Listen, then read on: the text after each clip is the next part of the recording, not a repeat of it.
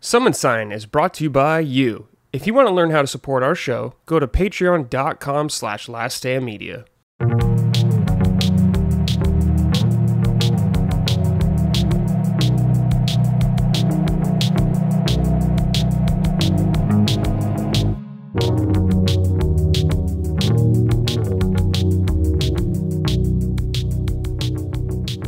Hello everyone, welcome to episode 53 of Summon Sign, Last Stand Media's weekly in-depth game discussion podcast.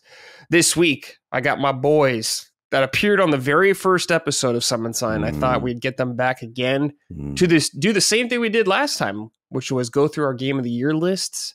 But this time, it's not just you guys. We're going to do a lot of the LSM staff. So it'll be broken into different sections, but I'm very excited to talk to you gentlemen again. Dustin, my boy, how are you? Hello, I'm doing pretty good. I just ate, so Ooh. I'm feeling refreshed in that way. And I realized I wore this hoodie on my mailbag. I wore it for the recording Colin and I just did a few hours ago, and I still have it on. So people are going to think that I don't change my clothes or anything, but that's okay. Maybe I should just wear it every episode forever. Yeah. Stinky. Try that out. You know, I literally was last night and today. But now it's appeared on 3 episodes. So I'm doing just fine. Brad, is this going to be the longest episode of any show in Last Stand history? No, I don't think so. It might be. That. It might be. I might dethrone Sacred. I doubt it, though. You guys have gone like 5.5 hours, I think. Yeah, so I think 5:40 or something is like the longest episode. Yeah, I don't think so. I think the longest Summon Sign was maybe the one you and me did, Colin, when it's just us two. It was like 4.5 hours or something. Yeah, that's interesting. That's interesting. Yeah, that was good. You already have 2 other sections recorded that are an hour each. Yeah. At least. And one of them's, I think, closer to 2. Yes. You think true. Then we got this one. We have this one, then we have one more with 3 people on it. Well, 4 with me total. But yeah, it might be.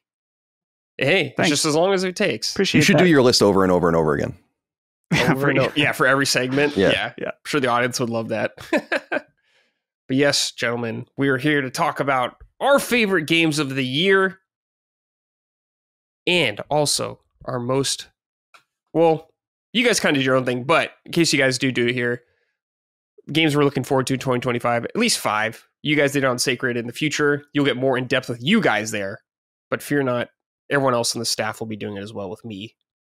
But cool. you guys will get probably a little brief. Yeah, I can list my games, but yeah, people can go listen to that episode. That will have gone. Well, I don't know what order they go live in, actually. You guys will be first. Oh, for your show, yeah. But you guys will be the first segment. We mean for our show. I think this will actually go live before our show goes live. But okay. Our show goes live, I think, January 3rd. Something like that. So this will just be a little prelude to that. Yeah, it's totally fine. We go 2+ hours on that, I think. So I don't mind going into it again, and it's a great idea. I'll be interested to see what everyone has to say. Yeah. And it makes it so we don't have to do Game of the Year on Sacred because I'm not a huge Game of the Year person. So yeah, exactly. You're doing me a huge favor, to be perfectly honest. I will handle it. I enjoy it, so I'm happy to do it. Quickly, Dustin, your sweatshirt. You're not going to be stinky. I don't know why people would get upset about you wearing a sweatshirt. It's really hard to get a sweatshirt stinky. I'm just saying that it's usually recordings are spaced out, but today I've done 3 in the last less than 24 hours. And so this sweatshirt has appeared on all of them. But they're going to be released days apart. Many days. Yeah. But, I mean, dude, I wear the same pair of pants a frankly disgusting amount of times. So I don't care about wearing a hoodie multiple times. But, dude, the pants, you don't even want to know how long they go. It's about changing the underwear. That's the most important part. Of course. Yeah, that's important. I received an exciting email from Big Bad Toy Store. That the new wave of Mega Man figures have arrived. And so they're shipping to me Elec Man, Cutman, and Hyper Bomb Mega Man. So Bomb Man Mega Man. So Green Mega Man. Yeah. So you're gonna quiz me on those guys now as well? No, you should know those guys. Those aren't deep guys. Like the Iceman thing was like I'm a little. When I showed you Crash Man, like I understand why you would think this is Drill Man. I mean, they kind of look similar, but somewhat of an iconic character. I'm wondering where your head's at, to be honest with you. And I feel like I need keeps me on my toes. I need more, Yeah. Keeps me on my toes. It'll incentivize me to study up more. What weapon is this? Robot Masters. The weapons I won't know. I don't know. Atomic I'm more Fire. of a Buster Cannon kind of guy, and that's about it. You would be. I like the Buster runs. They're fun. They are. Arm cannon dueling, we used to call that back in the day. Yeah. All right. So me and Dustin have 10 of our favorite games this year. Colin, you have 8, correct? Yeah, I went through my list of games that I played this year, and I feel like there's 8 strong contenders. I could get 10, but I feel like then we're just getting to things that I think are very good, but not certainly shouldn't be in that game of the year conversation, I don't think. Sure. Yeah, absolutely. So what I'm going to do is me and Dustin will start off. We'll do 10, then 9, then we'll throw you into the equation at 8. That sounds great. Okay, Dustin, you will go first, but before you give us your number 10, are there any honorable mentions you have? Any shout outs for games that didn't make the cut? I've got an honorable mention and a dishonorable mention. We'll start with the honorable, which was my number 11 with Warhammer 40K Space Marine 2. Honestly, it probably could be in the top 10 because in the latter half, it kind of things can be jumbled around. But shout out, great game, great campaign. Played a little bit of the multiplayer too. And it was really fun. I highly recommend it. Dishonorable mention. This isn't a game that came out this year, but I played it this year. Worst game I played this year was Eco. Yeah. Fuck that shit. Fuck Eco. All right. Not, people say it's great. Go back and play it. I dare you. I dare you. I mean, I agree with you. Go back and play it and see how fun it is. Idiot. You won't. Well, I don't know who the idiot is in this case. Maybe it's you, Brad. I like the game. Well, go back and play it. I want see how to. fun it is. Do it on stream. We'll see. We can just see exactly how much you enjoy it. On stream? Yeah, on stream. So everyone can see you suffer. Yeah. It might be a personal game for me. You're an Eco enjoyer? Yeah. I like all 3 of his games. Yeah. I don't want to hear it, Naughty Bear. All right. Naughty Bear. Naughty Bear is like 25 times the game Eco is, but yeah, you go off. You go off. By the way, I figured out a 9th game, so I have 9 now. Okay. Yeah. Okay, cool. All right. Great honorable mentions. Yeah, those are my honorable and dishonorable mention. You want me to go into number 10? Yeah, let's do number 10 from you. Number 10 is Silent Hill 2 Remake. Nice. Overall, much better than I expected, but towards the end, I was starting to get a little bored of it, where I think some of the enemies and the combat just kind of gets repetitive, and some of the parts at the end drag on forever. So that's the negative part. But the positives are, I think this game is beautiful. I think it is a great retelling of the original that's not 1-to-1, but gets all the important things right. And after playing the original Silent Hill 2 and then shortly after going to this, it was really cool to see this game done up in a modernized way, especially with better acting in it. Mm-hmm. The original has its charm. I like it. It's jank and it's kind of weird voice acting, but it was cool to see what now feels like a much more serious tone to Silent Hill 2. And just Bloober Team, I had no confidence in them, and they did a way, way better job than I would have thought. And I'm curious to see what they'll do next now that they have this under their belt that people really, really enjoyed. Yeah, they made a good game. So that's good news. Finally. All right, excellent. All right, so a couple honorable mentions for me. All these games, I probably would have been on my list if I got to spend more time with them, but I just haven't, so I don't feel comfortable putting them on the list. I got Dragon Quest III HD 2D. I've only gotten to play like 3 hours, but I really enjoy it. It's good stuff. Space Marine 2, I did finish, though. Really fun. Not quite enough to make the list, but a good game nonetheless. Fantasian, Neo Dimension. I haven't even gotten to play it, but Sakaguchi RPG. I have it. I want to play it. It looks really cool. Just haven't gotten a chance. And Indiana Jones and the Great Circle. I've played 3 hours of it. Cool game. I like it. Not what I expected from Indiana Jones, but I think it's working really well. This kind of semi-immersive sim Indiana Jones game. Mr. Jones. Mr. Jones works surprisingly well. So it's a good time, but just not enough time with it to put it on the list. Okay. Number 10, though. This disappoints me if I looked back, or if I put myself in 2023 and I looked at my list for this year, I'd have been disappointed this is this low on it. But that is Dragon's Dogma 2. Mm-hmm. I had a really good time with Dragon's Dogma. I think it's really fun. The world is really awesome to explore. It has that great sense of danger, and you never know what could happen next. Cyclops could be walking around, a griffin can come out of nowhere and just claw you guys to death when there's tornadoes going on. madness, really funny physics, like picking up guys, throwing them off cliffs, awesome, goofy fun like that. But it didn't do enough to really enthrall me where I was like, yes, this is surpassing 1. It almost made me look back at the first game more fondly, and I kind of wish it took bigger leaps, I guess. Like the exploration, I didn't feel as rewarded as I wanted to in this game, going out and searching and finding some random stuff. There's some cool stuff, but not as much as I wanted. And when I beat it, cool end game though, by the way, if you do the true ending, but I beat it and I didn't want to go through it again. I was like, I'm done. But I remember the first game I wanted to a lot. So still a quality game, but just didn't reach the heights that I wanted it to. Okay. Dustin. I already Number went. 9. What about Colin? 9. He didn't have. We're going on 9 now. Oh, right. He was missing 2. Okay.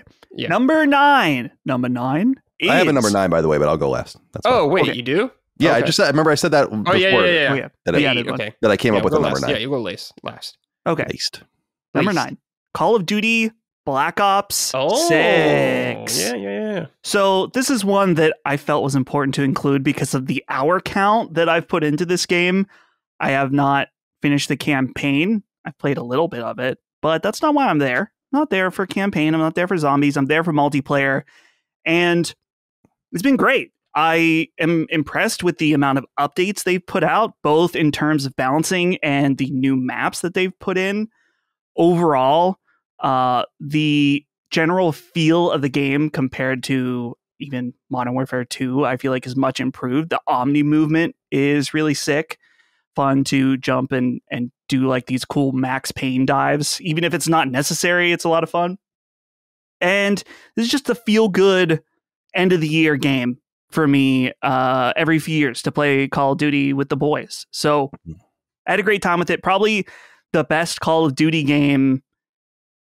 I'm trying to even think what would even be better. Like what was the last really great one? Because Modern Warfare and Modern Warfare 2 were pretty good, the remakes, but maybe since like Black Ops 2, honestly. This is the one to play. So they did a great job. And I'm excited to continue playing it with the new updates. They just put out another one today with more Christmas stuff. So it's the first Call of Duty game that I've prestiged multiple times in as well. So same. Shout out Black Ops 6, Call of Duty. Continue, despite everyone saying it's the same game every year. That is somewhat true, but this one is much improved. Cool. Okay. I will go then, Colin. Number 9 for me is mouthwashing. Now, this might seem low to some of you, but I really do enjoy this game a lot. I don't really want to talk about it because I think this game is the best if you don't know anything about it and just go in blindly like I did. But it is a game with a story that I thought about often, even after completing it. And I'll say it's a very brisk game, so you should absolutely make time for this game and go in blind if possible. It's definitely worth checking out. Something that might make you think quite a bit. Brad, I didn't even put that on my list. And I didn't think about it at the time, but I still don't think it's great. Yeah. But I feel like I haven't thought about it since I beat it. Yeah. Yeah, I totally get that. Yeah. For sure. Okay, Colin. Number 9 from you. Yeah, I pulled this one out. I kind of forgot that this did come out this year. And it does deserve a hat tip, which is Castlevania Dominus Collection. So I'd put that at number 9. It is worth noting that and we went into this on Sacred, I think a week or two ago, is that I kind of figured everything out. It's like I played about 40 games this year. However, I would say and I beat most of them, but I would say half of them didn't come out this year. So a lot of my play was on older games that obviously wouldn't be relevant here. But Castlevania Dominus Collection is a nice compilation of the post Symphony of the Night, but pre-DS GBA trilogy of Metroidvanias. And I really, really liked it. It's Circle of the Moon. No, I'm sorry. These are the DS games after the GBA. I'm sorry. So this is, I'm looking at my list here. It's Dawn of Sorrow, Portrait of Room, Order of Ecclesia. And I noted on Sacred that I played them out of order on accident because I don't know why they're presented in the order that they're in. It's kind of strange. They're presented in like inverse order on the menu. It's probably timeline stuff, but you would think you would put them in the order that they came out nonetheless. But it's just a cool way to kind of jump back and look at some really beautiful but limited games that I think actually really shine on a big screen. And yeah, I don't know if it's for everyone. I mean, if you're not into Symphony of the Night, you're definitely not going to be into these games. The best thing to do to kind of for a barometer for these games is like go and play Circle of the Moon. And if that you're into that, then you can move forward and you'll probably like everything. But if you don't like one in descending order, then you're probably not going to like the ones before it, because they become more and more complex. And I do think the DS ones are interesting just that in that they feel like they need to reinvent the wheel, and playing them back to back to back, you can kind of just see that it's like, yeah, we'll add this and we'll do this and we'll do this. And they were made pretty rapidly. And it was pretty exciting. Those are some of the last, I mean, Order of Ecclesia is arguably the last real Castlevania game we ever received. So yeah, shout out to the Castlevania Dominus collection. I think it has the hallmarks of a Konami collection too, and just the high quality accoutrements that come with it. So I think that would be a strong number 9. Sure. Yeah. Great pick. Oh, also shout out Elden Ring. Shout out the Year Tree. I didn't put it on my list just because it's a DLC. That doesn't have to be for anyone else on here, but I like the old Game Awards rules. No DLCs. Yeah. But otherwise it would be very high on my list. Same. Okay. Dustin, number 8. Number 8, I have selected Animal Well. Ooh, okay. Yeah, Animal Well, little unique Metroidvania game made by one solo developer, published by Donkey's publishing company, Big Mode.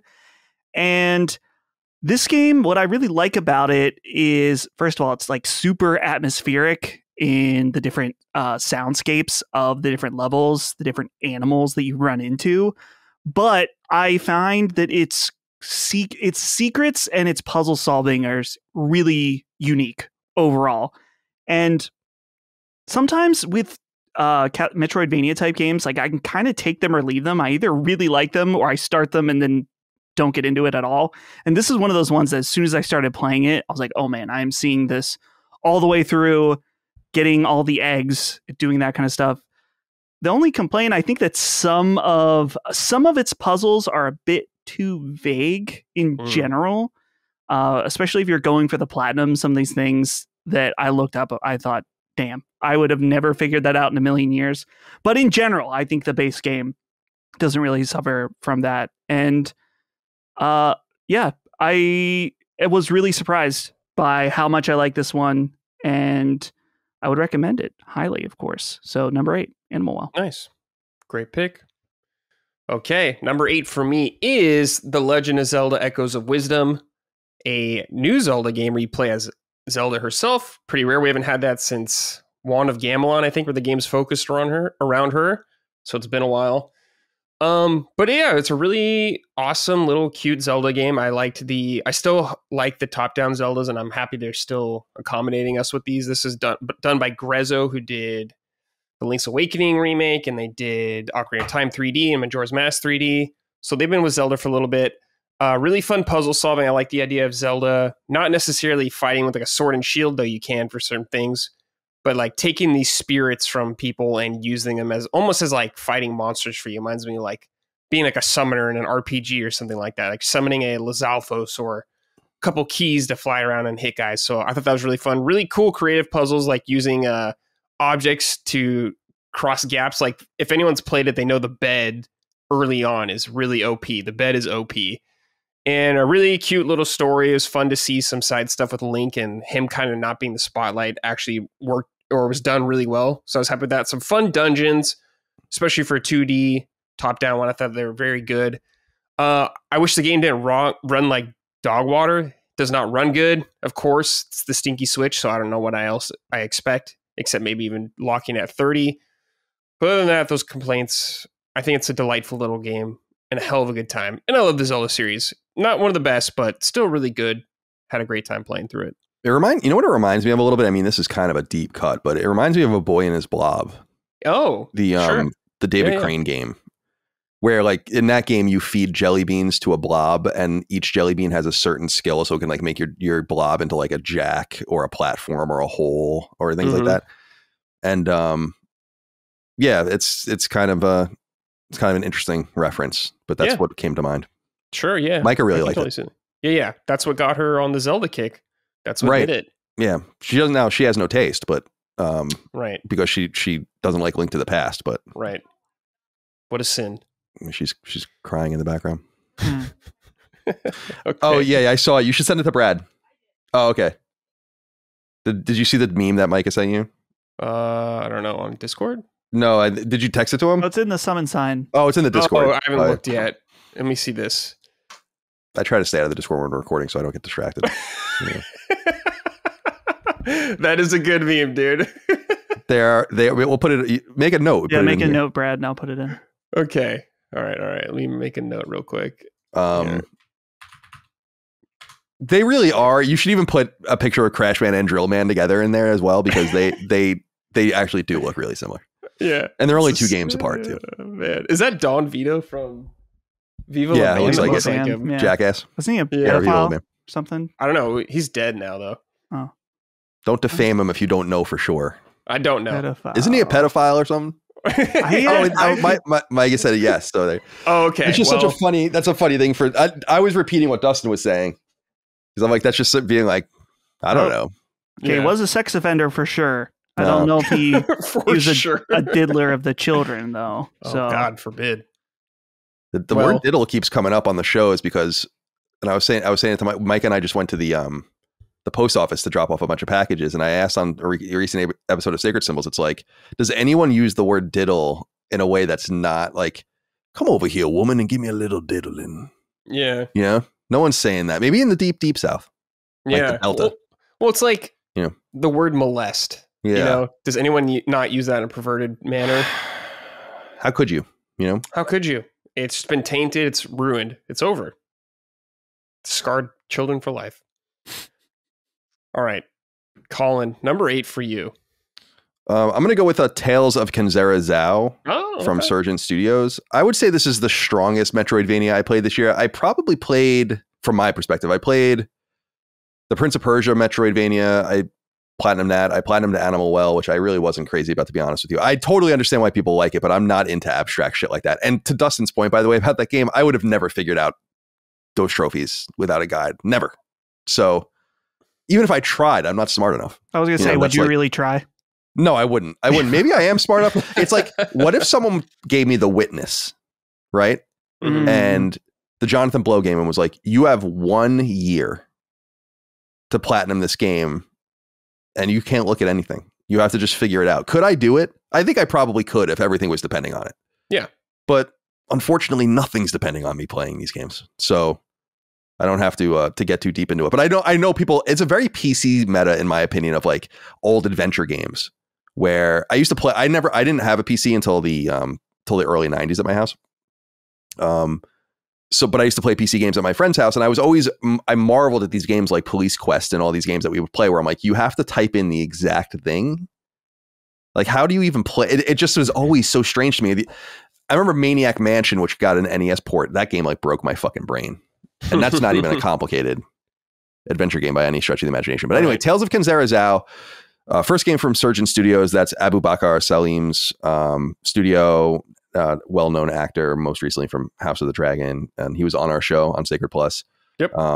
We have a little bit of a personal connection and have had nice interactions behind the scenes, but I don't think this is a biased take. I'm not saying this to be biased because I like him. I think it is not only a really nice game, but a game that was unfortunately caught in the midst of the ongoing, really tiresome culture war that misrepresented what it was, because ostensibly it's about Black people. And so it has to be woke and it has to be DI ridden, Sweet Baby Inc. and all this stuff, even though there's literally nothing woke in the game at all. There's no messaging that's woke in any sense, not one sentence. And it's about loss. And what's interesting about it is, in my opinion, the way it deals with skills by giving you things that you would earn in Metroidvanias pretty early, if not inherently, like double jumping and all of that, and then opens the game up and breaks the game up in different ways. It's much less backtracky. It reminds me a little bit of Metroid or Super Metroid, where you're backtracking, but it's not as deep as it gets in Symphony of the Night or whatever, where you're going really deep into places and then going all the way back through them and spending lots of time there. You're more kind of interstitially going through different spots on the map. It's I also think that EA deserves a lot of credit. EA Originals is really solid. Most of the games in the EA Originals banner don't sell well, and then there are games that do.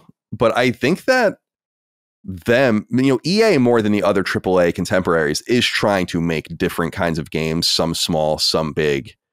And I know that the Haze Light games are really the only major success stories out of the EA original stuff, but I'm looking at the list now. It's like, it's kind of cool that a big publisher, they publish Unravel, obviously A Way Out, Sea of Solitude, Rocket Arena, It Takes Two, Knockout City, Wild Hearts, like a totally weird game to make with Omega Force and Koei Tecmo. And now they're doing Split Fiction and Immortals of Avium, which is probably the biggest of all the failures in the EA originals from a sales perspective. It's cool.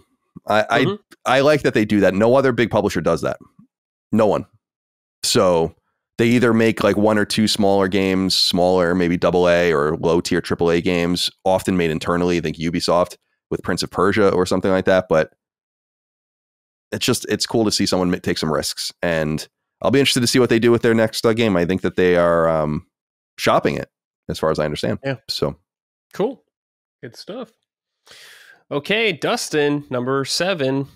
Number 7 is Helldivers 2. Ooh. Starting strong at the beginning of the year. And I like the original Helldivers, but Helldivers 2 just was so much more than that. The thing that was so cool about this game was just that how the virality of it really added to the situation where I think I mentioned this on a different show. I have a friend who's like he plays games, but he's not in the, he's not listening to podcasts and going on Twitter and stuff like that. He was like, what is going on with this game Helldivers? All my friends are talking about it. And to see the way this game basically was like a total like wildfire situation of people getting into this, and just the countless hours that Brad, me and you, along with Ben and Lockmort and Brandon, put into this, and all the chaos that ensued along with it. It's unfortunate that shortly after launch, it really stumbled in a lot of different ways as far as the weapon balancing and making the game more frustrating for some reason. Really, for some reason, catering to like a top 1% of players instead of the 99% that are just there to have fun. But hopefully there is a positive flip to this now, where there's a new update out. I haven't played it yet, but I've been meaning to. The Omens of Tyranny update that looks super cool. So a nice way to end the year as well. But Helldivers 2, Arrowhead, fantastic work. Number 7. Yeah, good pick. I love just the button inputs in the game with the key commands. Oh, yeah. It's so good, man. It's such a simple mechanic, but it works so well. That game's a lot of fun. Definitely need to revisit it. All right, number 7 for me is Silent Hill 2. Dustin kind of touched on this earlier, but I was very happy with the way the game turned out overall. A couple minor nitpicks, like Dustin saying, well, just some nitpicks of the game being too long in some areas, kind of dragging on a little too much. Needed a little more, I would say, enemy variety, and I understand why there isn't because of the story and all that kind of stuff, but I just wish enough with the mannequins. Just too many mannequin legs. They get a little crazy with that, hiding in corners. Just a couple things like that annoy me. But I really liked the performances by the cast, particularly the guy that did James. I think he was really good. The atmosphere was super well done. I didn't think Bloober Team had it in them, but they pulled out a great game. I'm excited about Silent Hill again, the IP, because Silent Hill's been trash for so long, so it's good to have another good Silent Hill game. And I really looking forward to going back and playing it. Is it still busted at the time of this recording, Dustin, the Pro patch?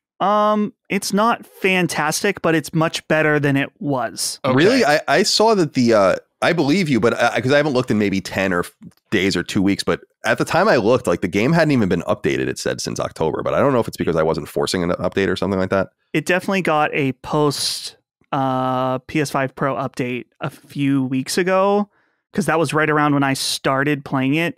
There's still some issues, particularly in outside with puddles, but it's very situational. Yeah, dude, that was driving me nuts. Oh, so that's still a problem. It was driving me crazy. It's honestly most of the game that was inside. So yeah, that's true. Yeah, I was playing it because that's one of the games, along with Balatro and maybe a couple others. Like Dragon Quest, I'm to almost 20 hours in. I don't think it would make my list. I mean, it's a good traditional role play game. I don't think it belongs there, but Silent Hill 2 is one of those games I need to give time to because I do believe it would be a game that I really love, but I'm surprised more people weren't going insane. And people are like, what are you talking about? It's like the puddles are just, they never stop shimmering. Like, how can you not see that? It just was like, oh my God. And I think things are popping so much more in HDR on PS5 and these new TVs where like the darker darks and the lighter lights, like things are just, you're just seeing more and it's more distracting in my mind. So sure. I got to get to it at some point. Yeah, absolutely. But yeah, great game. I really recommend, especially if you've never played the series, this is a good time to jump in. Beloved game. Give it a shot. Really fun. Some cool unlocks as well, which I appreciate in any survival horror game. Good stuff. Okay, Colin, number 7 from you. I'll give it to Astrobot at number 7. Nice. Really amazingly solid platformer, beautiful, runs really well, creative, fun, appropriately paced, and the length of the game I think is really nice. Really happy for the accolades it's won and deserved. I think it is one of the great games of the year and a sign of a different and older time, surprisingly nostalgic, but not because of I actually think the inclusion of PlayStation history is a little half-assed, in my opinion, in Astrobot. It's probably one of the things that I'm the least crazy about. Like, just if the game just existed to play, like as it is, and you just remove all of the PlayStation trappings, I don't really think it would be much worse. No, and it's what I said with Astrobot and the kind of the lost potential and something I hope they get in the inevitable sequel. Now that the game's probably sold a couple million copies or whatever, I'm sure that and it's 60 people, 3 years. It's definitely valuable to them for them to make a sequel. It's like, let's get a little more into the weeds here, not necessarily with the characters, but like give us a little something. Like, give us a museum component. Talk about the games. Like, it doesn't have to be in game, but make a whole. If this is going to be the museum of PlayStation history, then make it a museum of PlayStation history. Don't just have like, oh, here's Rudy. Remember him from Wild Arms? And it's like, well, actually, if you don't recognize him and don't understand the quip that they give you, you'll never know it's from Wild Arms ever. Right. Because they don't tell you. Yeah. You want like the Smash. You remember in Smash Brothers, like Melee, it would give a description. Right. That's exactly right. That's exactly what I'm thinking of. And it's just so obvious and it would be so cool. Yeah. To have like this. I think it's. What is that studio that did the Mega Man Legacy Collection, Visual Extremes or whatever? That they do these games now. Dustin, you just played the Tetris game where there's a history component. The games are there, and then there's like some documentary stuff, and there's all this museum stuff and timelines and images and videos. And I feel like Astrobot could benefit from all of that. Actually. It would be really cool. And then you just have the core game. In fact, you can pull a Colin Moriarty like we did in Tribreaker and have a checkbox where it's like, just remove all the story. And that, like, just like we did in our game. And so you just play it straight up or have all these. So I think it's like the greatest 3D platformer in years. I think I haven't heard people talk about a 3D platformer like this since A Hat in Time, maybe. Yeah, probably. Like what would have come after that? And that's what? Yeah. 5-6 years ago at this point. So anything that's not Mario. Right. And so I just think that in and of itself is a really big deal. And I love 3D platformers and I love difficult 3D platformers. And this is one of those games that reminds me that we are all good at different games, that I'm a little too self-deprecating in some way, because it's so funny reading people having so much trouble, especially with the new ones. And I'm like, dude, I beat those, and you can look at my trophies. I beat them, all 5 of them in literally half an hour. It's like not that hard, and I don't think I died on most of them. And then people are struggling there, and it's like, oh yeah, it's funny, man. We're all I think I'm so much worse at games than I am, maybe. Yeah, I think so. And so it's a cool little test of your mettle. Brings you back to the N64 era. It reminds me more of N64 than PS1, simply because I wasn't playing any of these games on PS1. I was playing them on N64. PS1 was my RPG role-playing machine, Yeah. And that was basically it. And fighting games. So, yeah, shout out to Astrobot. Really nice game. Game of the year level. I mean, I listen, I appreciate it's what people think. I mean, that's the consensus in the industry. So I don't see it. I don't see it. And in fact, what I said on Sacred Symbols, I'd be very interested to see what you think of this, Brad, is it's a little pro Sony bias kind of coming through here, in my opinion. Maybe. I think just this game has mass appeal, Colin, and everyone enjoys it to some extent. So maybe it's just kind of one of those things about voting and it was on everyone's list or higher up on their list, and they just added up all the times Astrobot was on there. Maybe I'm not exactly sure how he tallies the votes. Well, I think the theory of the case, which I'm most intrigued by, is that like there were games on there that were splitting the vote. Mm-hmm. Yeah, you know, if you're putting up Rebirth and Metaphor and maybe even Elden Ring stuff, it's like, yeah, you win by virtue of that. It's like how Clinton beat Bush in '92 because of Perot. You know, but I don't know. I would love to see the numbers transparently. That would be sick. It would be cool. You guys aren't sports people, but like when there's like the Heisman voting trophy, you know, voting or like MVP or whatever, you don't necessarily know who voted as what, but they release the numbers. Mm-hmm. So they show you how they got to it. I think that would be kind of cool. Yeah. Yeah. I'm not exactly sure how he does it, but yeah. Okay. Astrobot. Nice. Dustin, number 6. Number 6 is also Astrobot for me. So I don't know what I have to say that what Colin already hasn't said, other than just the thing that made me so happy about this game was the lighthearted and joyful nature of it, where, you know, it's not only just finding all these nostalgic characters, but just the worlds itself, the different little bots running around, like the different animal bots, I guess, to be specific. And I had a great time playing this. I think that they definitely missed out on some key bots as far as the PlayStation branded ones. And also what happened with Square Enix. Did they want money? Who knows? Hey, we got Gex in it now. We got Gex though. Yeah. We got Gex. Yeah, but Gex is out of Square now. You know, didn't Square own them by virtue of iOS? And yeah, like they don't. I think they just relinquished that stuff because I'm a believer. And Dustin, I said this to you on Sacred. Like Nicolas Doucet definitely took a shot at Square Enix, in my opinion, at like passively when he accepted one of the awards, when he said like thank you to all of the developers that wanted to be included for nothing, and they didn't want anything. He says something like that, and I'm like, yeah, fair enough. Yeah.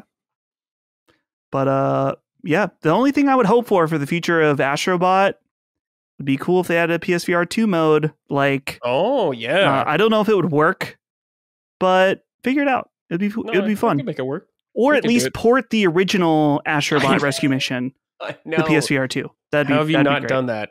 How have you not done that, Sony? Come on, man. That's like the best PSVR game. Mm-hmm. Sort it out. Ridiculous. Okay, for me, number 6 is Like a Dragon, Infinite Wealth. Now, the only reason this isn't higher is I have not finished the game. I'm about 30-something hours in the game right now. And as someone who's played all the mainline games and who has serious burnout because they released like 3 of them within a time or 1 year time span, I can't deny how good this game actually is. Now, how enthralling the characters still are after all these years. Like, I've been with Kiryu for so many games, and I'm still hooked on this guy's story. I'm still ride or die with Kiryu.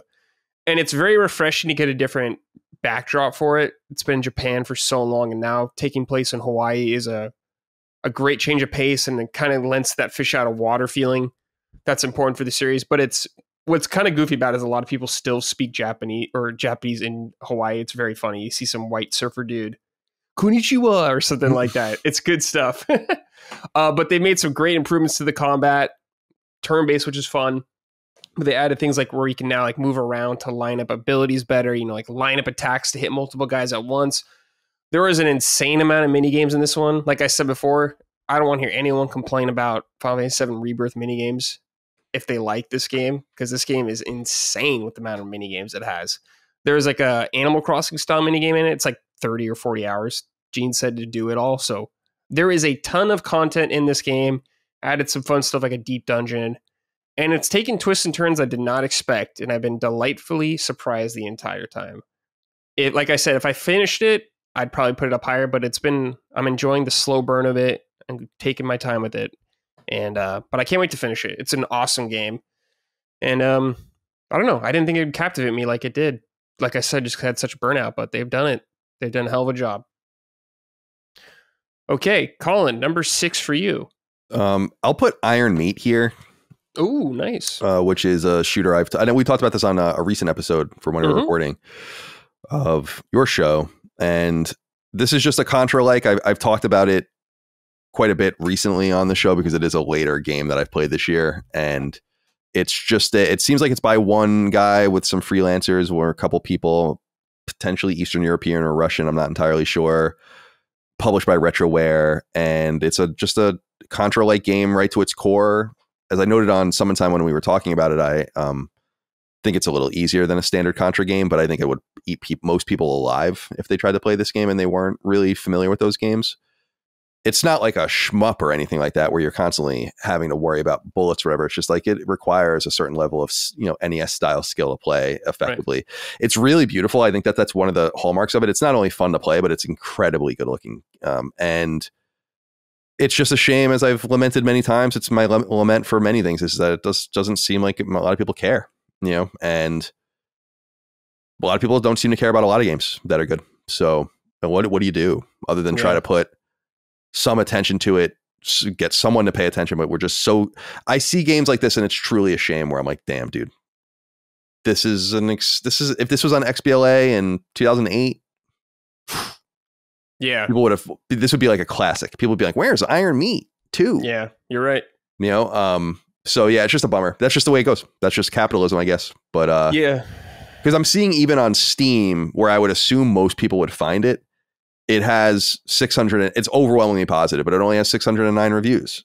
It's like this thing should have thousands of reviews. You know, so that indicates to me that maybe 10,000 people total have bought it and played it, something like that. Maybe 25,000 at the most. Maybe if you're getting crazy with it, it'll reach a higher number when it gets a little cheaper. It's $20. I think that's a great price. But yeah, shout out to Iron Meat. Probably the best. I mean, definitely the best old school experience I had this year. Yeah. It reminds me of kind of Cyber Shadow, that situation where really cool old school game that I don't think sold very well. No, it didn't seem to get a lot of attention. It didn't. Yacht Club helped bring that game to market as publisher, and I was like, oh man, what a great choice. Yeah, I would have done the same thing. It's like, this game's fucking sick. And then probably you're even seeing that with Shovel Knight stuff though, and Yacht Club is so transparent with their numbers, which I really appreciate. They always break everything down and show everyone how much things have sold. And even stuff like Treasure Trove, or what was it, Treasure Trove or whatever, the puzzle game and everything, those games didn't sell well either. So yeah, it just doesn't seem like people are spending more money on games than ever, but on fewer games. Yeah, sure seems like that. Okay. Number 5, Dustin. Almost died. Okay. Number 5 is Stellar Blade. Ooh. I remember seeing this game first announced as Project Eve and being really intrigued by it for its combat and other reasons. No. I thought it was cool that it seemed like it was a mix of like a character action Devil May Cry type style game, but also looked like it had some From Software sensibilities. And now that it's finally out, it's definitely feels like that to me, where it's not necessarily the full Souls-like experience by any means, where it's not insanely difficult. It definitely has challenge to it, but it stands on its own in a lot of different ways. And the story was better than I expected. In a lot of ways, it's Nier Automata light, and that's okay. It's clearly very inspired by that throughout it. And I was really surprised by this game overall, especially since it was it's Shift Up, right? Yeah. Yep. Shift Up. This being their first big release. And hopefully, it's eventually going to come to PC. And then I would imagine that they're going to be working on Stellar Blade 2. Yep. So this is one that I highly think that people should check out, even if they're off-put by some of its hyper sexy assets. Mm-hmm. Yes. Mm-hmm. Because ironically, the game is not really about that. It's just a cool sci-fi story, but it just has a distractingly sexy lady in it. Okay, nice. My number 5 is Astrobot. You guys both talked about this. Just a delightful time. Like you're saying, Colin, kind of reminded me of the old N64 platform era days, and I loved those kind of games like Banjo-Kazooie, and of course Mario 64. So getting a little bit of that feeling again was delightful. I really liked the PlayStation levels, especially how they introduced like the God of War level and the Ape Escape level and all that kind of stuff. I think that was really fun and really clever and did give you a glimpse in the past for oldies like us. But like you were saying as well, I think the game stands on its own without just the IPs. The IPs are cool and they're fun, but I think there's enough good ideas in this game where it could be totally fine with that. Like I think back to the casino level with like the time stopping and all that kind of stuff and jumping on the coins. All that stuff's really fun. His power-ups are super cool. Like the dog where you get to blast across. Also some really great boss fights for a 3D platformer. Some of the best that I can think of off the top of my head. I don't really know for a 3D platformer that has better bosses in this game that I could think of. Really creative, and it's extremely impressive what they did with a small team. What, 3 years or something like that to make this game? Yeah. Man, I don't know. I think they hit a home run with this game and just pleasing an underserved audience on that console from a first party perspective, because they don't have anything like that. Sackboy kind of lost its luster, it feels like, even though I liked Sackboy's Big Adventure. I thought that was really fun, but I don't know. I think Astrobot has a bright future for himself if they keep up the quality, and I don't see why not. Their other two projects before were also excellent, so I look forward to seeing whatever they do next, if it's Astrobot or not. I think Team Asobi is a wonderful studio and one of my favorite PlayStation studios now. Okay, Colin, number 5. 5, I put Metaphor ReFantazio. I beat it a couple weeks ago at this point, I guess.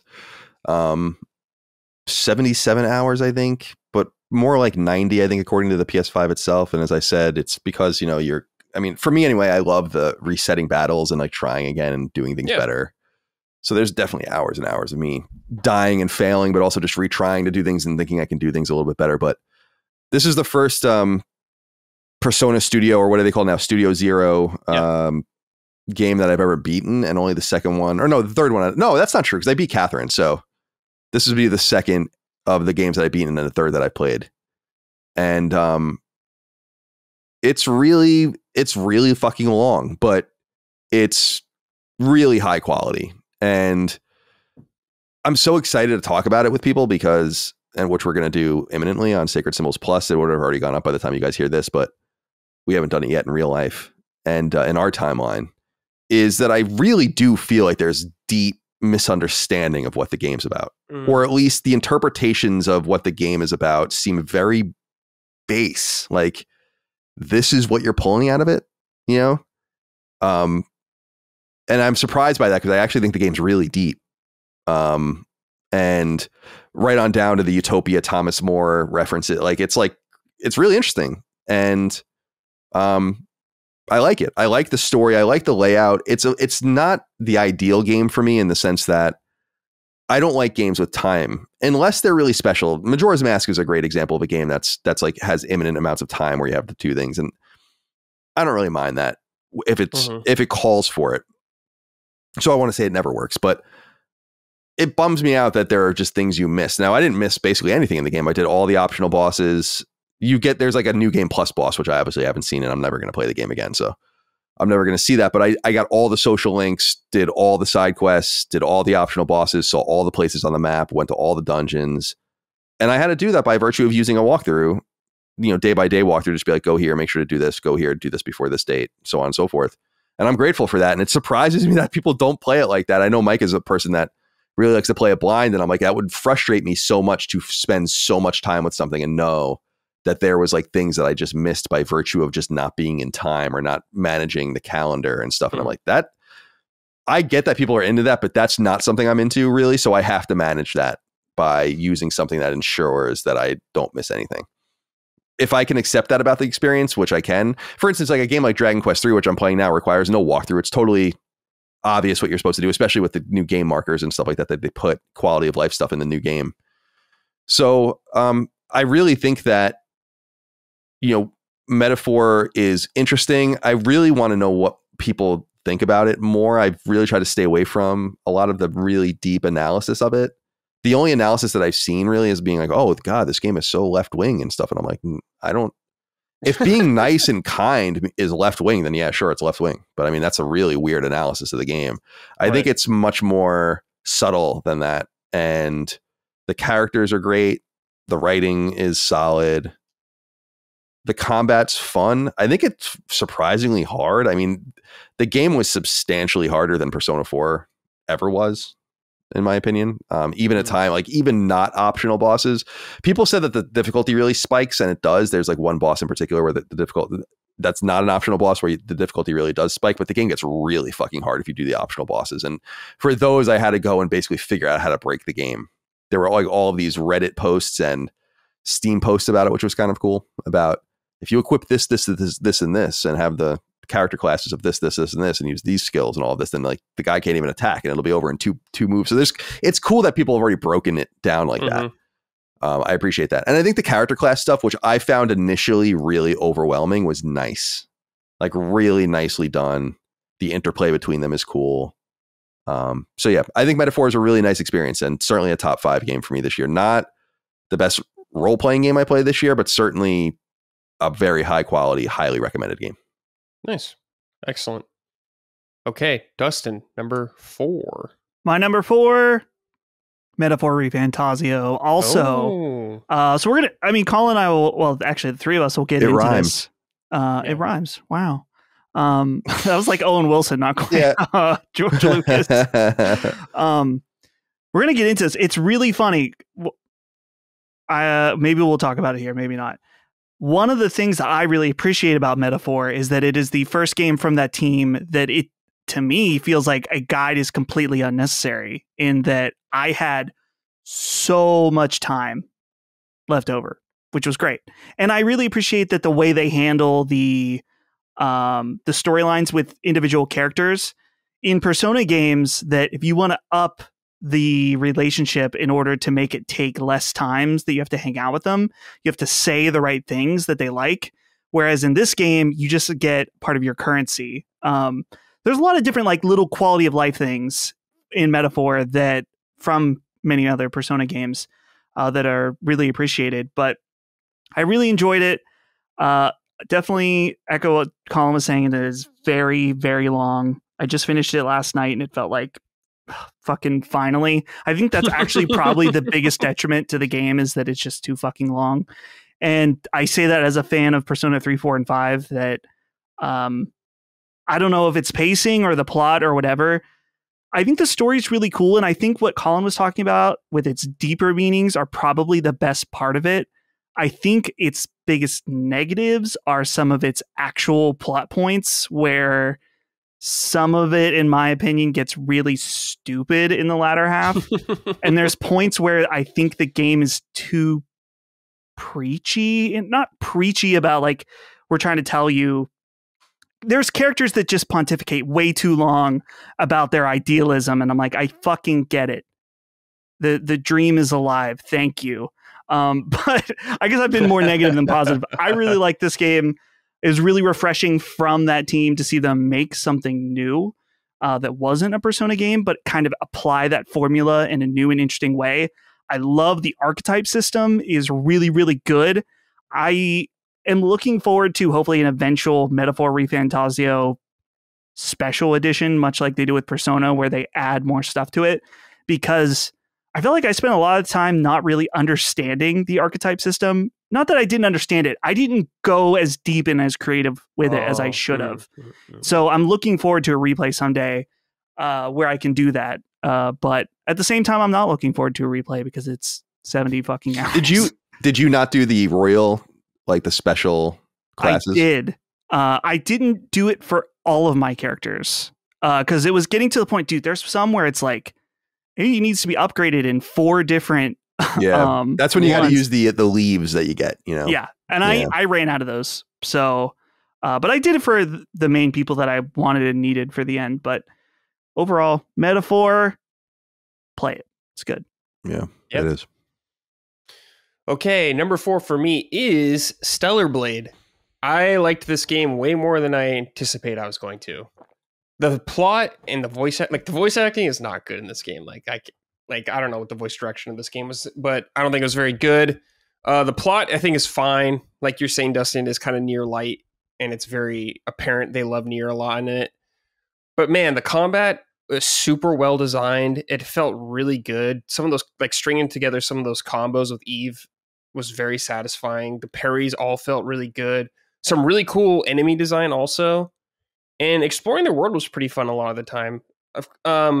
some of the side quests were just, or most of the side quests were just kind of whatever. There's some nice stories attached to them, but the actual act of doing them was kind of whatever. But I enjoyed myself greatly playing this game.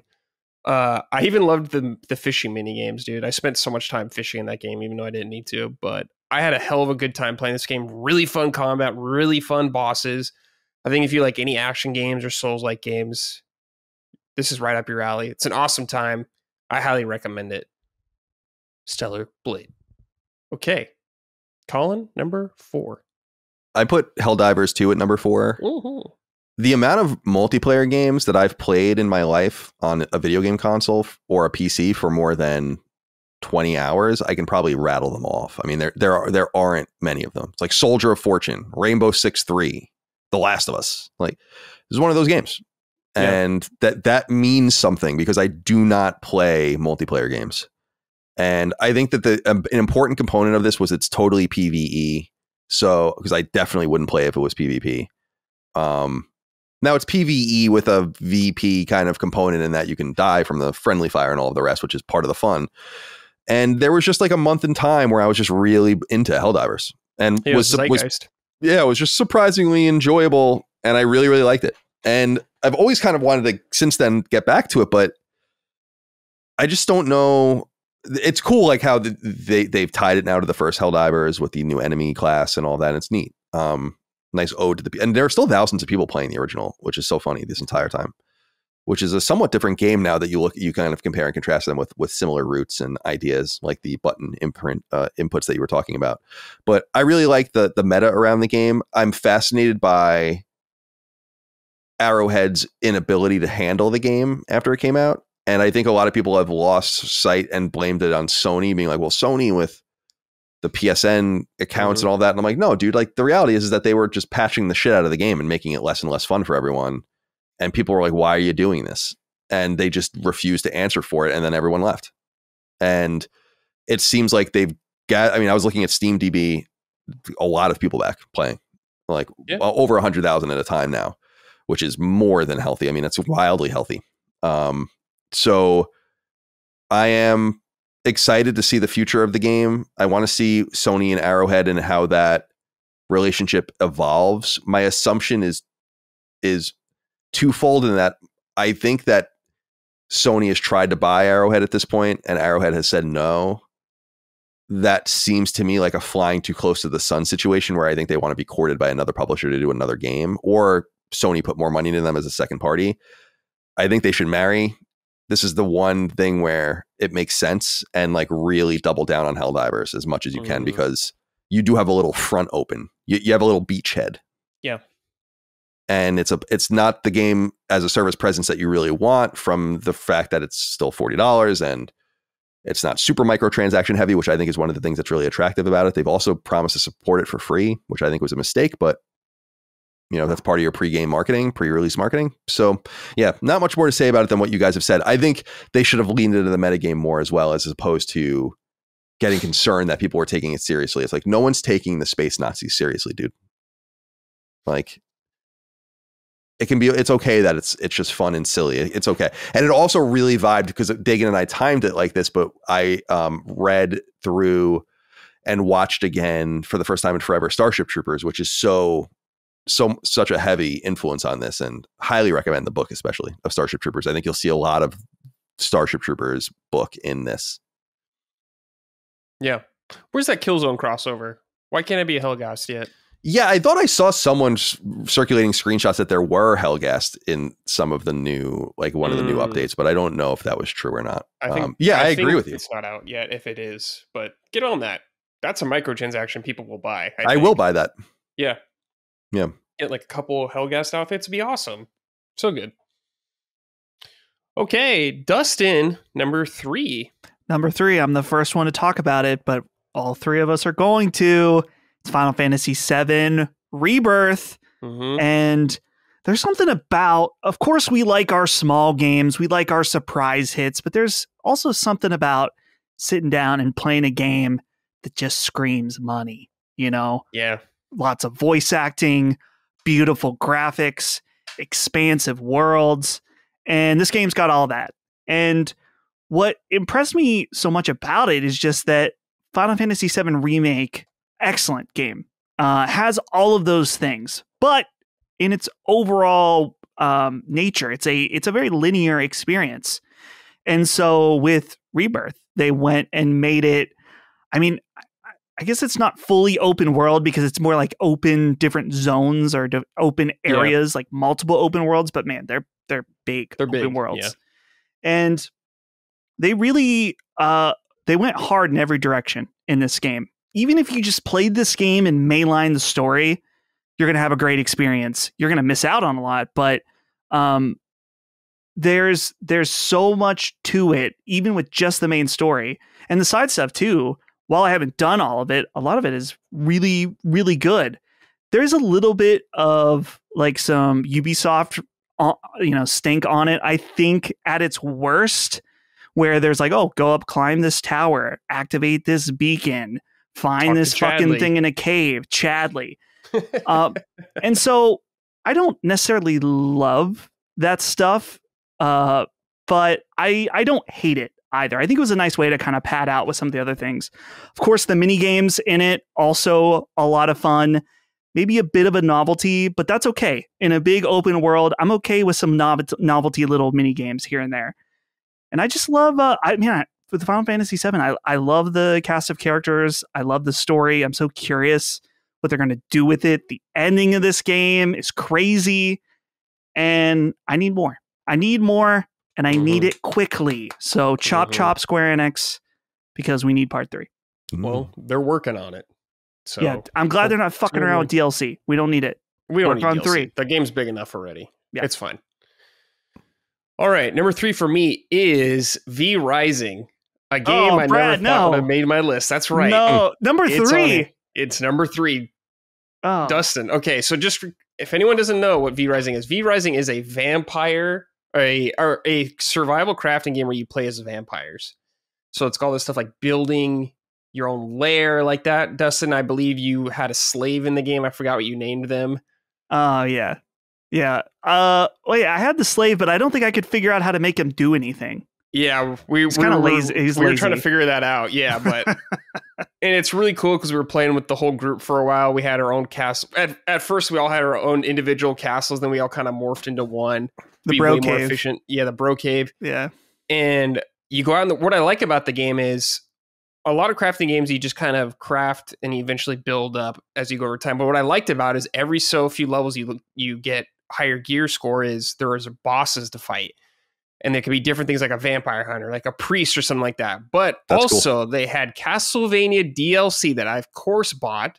So Simon Belmont was one of the bosses. That's cool. And he was like a really high level boss. So like, Colin, we made our castle and I was starting to put Symphony of the Night stuff. You could get like Dracula's throne from Symphony of the Night there, a bunch of the wallpaper, a bunch of items. I had Alucard's outfit and everything like that. You could turn into different animals to like travel fast, like wolf form. Of course, I had Alucard's white wolf form from the anime. He had the sword on the back. You can get like the bat form and all this cool stuff to help you traverse. And I really like that there's time of day. And of course, at night you're fine. But when it's daytime, if you're on the sun, you're going to start burning, crisping up. So you got to be really careful about where you're going. And you got to deal with villagers, people hunting you. We originally started playing it with the boys, just a group thing. But I got addicted to this game and I was just playing by myself. I think my playtime is like 90 hours in this game or something insane. Wow. I'm trying to remember what it was. And I'm at the final boss in the game right now. And it's who is Dracula? Surprise. I have 94 hours on Steam according to this game right now. And so much of that is just me spent by myself, building up my lair, building up the castle. Very satisfying. That's like the key to a crafting survival game is this satisfying journey of progression, unlocking certain types of equipment, new things for your house or all that kind of stuff at a good pace. And this game did an excellent job, in my opinion, of that. And man, I was just thinking about all the new talents I could get. You could build out your vampire in different spell trees. You're like, oh, I want to be better at necro stuff. So when I kill this guy with the move, it'll summon a skeleton. Or I'm going to have an ice blast that'll slow guys down. You can synergize that with your friends to have certain builds and all that kind of stuff. And it's a challenging game also. Some of the bosses are really tough. They have really cool mechanics you got to watch out for, like exploding things on the ground. Yeah, maybe really fun game. Maybe I should play this. I don't know. But I'm not super into really crafting, cool. but I am into the action stuff, and I love vampires. Dude, get the Castlevania DLC as well. It's really cool. It's on PlayStation as well. Yeah, it's super good. I love this game so much. I had a blast playing it. I did not think this game would be one of my favorite games of the year, but it absolutely is. Shout out V Rising. Well done. All right, Colin, number 3. Well, we've already talked about this game a bunch, so I'll just go quick. Is Stellar Blade for number 3 for me. I mean, what I like. I mean, it's a great game and it's a fun game to play. I love the world. I love the post-apocalyptic stuff. The Nier stuff's lost on me because I'm just not familiar with that IP. So maybe I would have been a little more bothered by it had I had more familiarity, specifically with Nier Automata, which I just don't. So that didn't bother me. And I've said it many times, so I don't want to be redundant. But like the dissonance in the product is one of my favorite parts. Like the Eve sexiness is irrelevant. Like it's really about like your own mileage if you want to like goon out to her or not, and like put her in different outfits and shit like that. But actually, I just never mess with that shit at all. And it's like, yeah, she's sexy and she's cool. What I like about it is that it's almost too sexy. It's mechanical. It's unreal. It adds to it, and you're not really focused on it because you can't be, because there's just so many other things that you're looking at on the screen at all times. So I really dig it. I think there's something charming about it actually, because there's a little bit of, it's a South Korean game, but there's a little bit of anime to it, but there's a little bit of like 90s sexuality to it. And there's a little bit of like blatantness to it that I respect and appreciate. It's like, yeah, it's a good marketing tool, but it's actually underneath the hood, a really solid game. This is what we were saying earlier about other games where it's like, remove Eve from this game and put in a different protagonist and it would still be just as good. I mean, it might not have gotten any attention. We would have never learned about it. Sony would have never published it and all the rest, but nonetheless, I think it was a really solid game. Difficult, and I think calling it a Souls-like, which some people do, I think does it a disservice, because it's not, in my opinion, because I wouldn't be able to play it if it was. It's really much more of a difficult Ninja Gaiden or Devil May Cry hardcore action game than it is a Souls-like deliberate blocking and parrying. Like there was stuff I didn't even do in the game because I didn't have to. Like that wouldn't, in my experience, happen with From games. So sure, because there's difficulties and stuff like that. Like I just think when people see action games like third-person action, sword slashing now, it's like Souls-like, and I'm like, no, like there's a bunch of different, not a bunch, but there are a handful of different types of these games, and we're calling everything this one thing. But Stellar Blade isn't a Souls-like, and I'm disappointed when I see people describe it like that, because it's not. It's really Souls a la Ninja Gaiden. I mean, or Gaiden. Like in my opinion, the Xbox ones. Right. Yeah, it definitely has a few Souls elements, but I wouldn't describe it as a Souls-like for sure. Yeah. Cool. Okay, Dustin. Number 2. This one's a remake. Also, Persona 3 Reload. Oh, okay. Yeah, number 2. Okay. Almost put this number 1, but I don't know. You could ask me this list in a week and it might be different. Yeah. But right now, Persona 3 Reload. I've never played the original Persona 3. I love Persona 4, love Persona 5. So I was really excited about this. And I absolutely love this game. Particularly the story was... it makes it hard now when I have to think about which Persona game I like the story of the most, 3, 4, or 5. I honestly don't know the answer anymore because I love them all so much for different reasons. And this remake, they did such an excellent job with the graphics in general. In fact, Persona 3 Reload is a much better looking game in terms of graphics than Metaphor, because they remade it in Unreal Engine instead of using whatever their Persona engine is. And just through and through, they remade the music for this as well. And I know some people love that original singer from Persona 3. I don't have any kind of nostalgic connection to that. I think she's great, but I think the new re-recorded songs, along with the new songs in this, are some of the best music in any Persona games, period.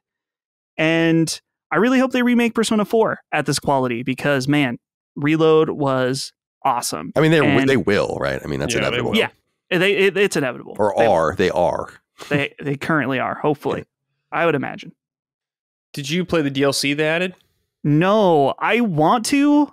Some people on our Discord told me it was really bad. like really boring and really expensive for what it is. And so I might wait till I can get it on a sale or something. Classic house. Well, don't worry, Dustin. They might do a golden version of that game as well.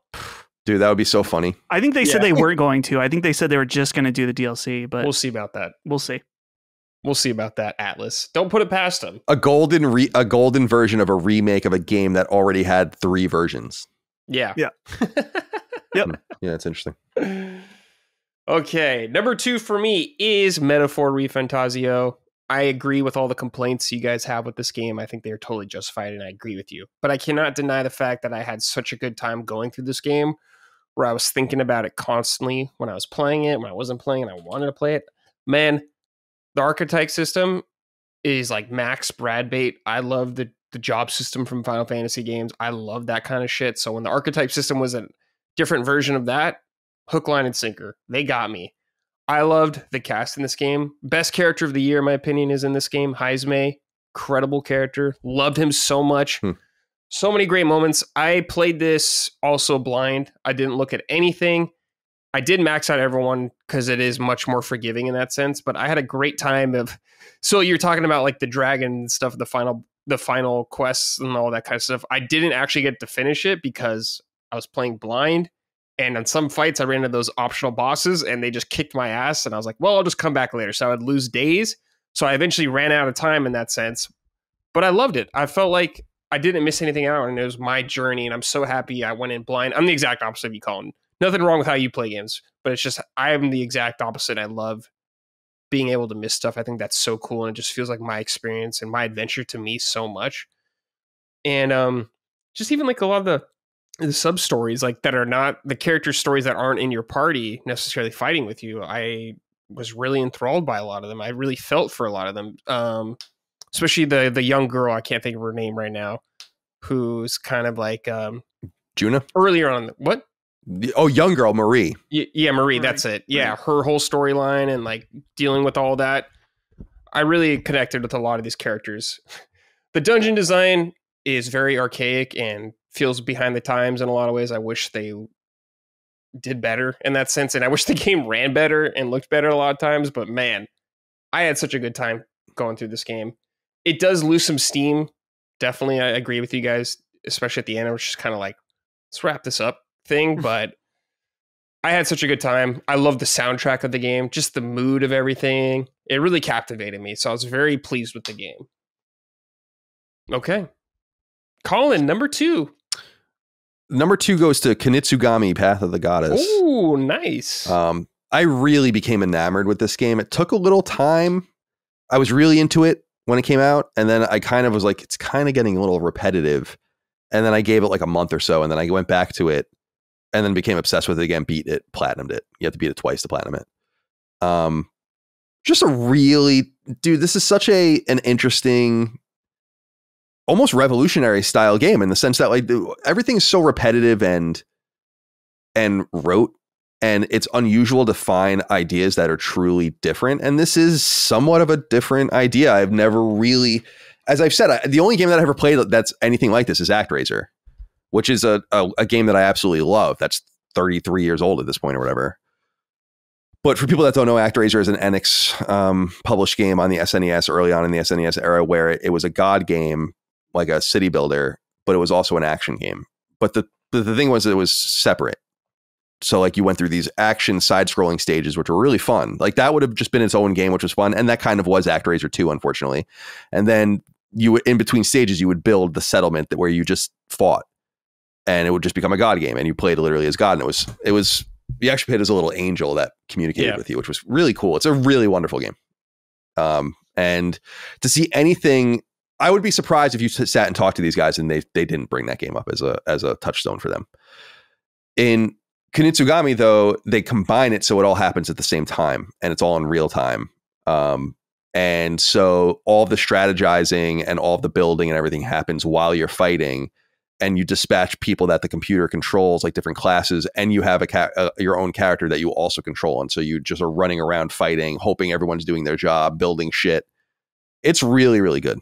And I was really happy I went for the platinum. It's one of those games that I think the platinum does a service to the game where it just forces you to do and see everything. So you have to do like all the optional quests, beat the game in New Game Plus, fight the optional bosses, and use all the classes in these specific ways. And it would be very tedious if you weren't into it, but if you're into it, it's really cool because you get to see the full breadth of the game and how you can use all these different combinations. Like there's healers and magician characters and gunners and archers and sword fighters and ninjas and thieves.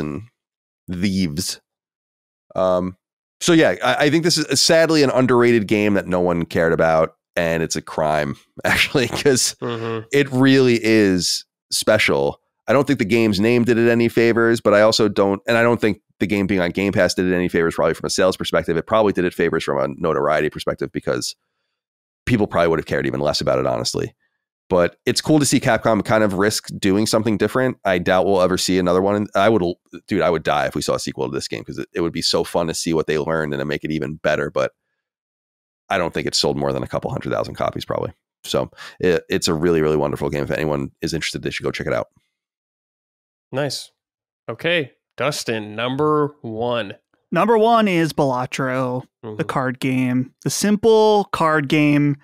And let me tell you, boys, I didn't think I would get into this game. People, long listeners of Sacred, have heard me talk about this many times that I've never played poker before, barely knew anything about poker hands, but got into this game and it became an obsession. And it's still an obsession now. I still play it pretty regularly now that it's on iPhone. I'll sometimes just play it before bed or whatever.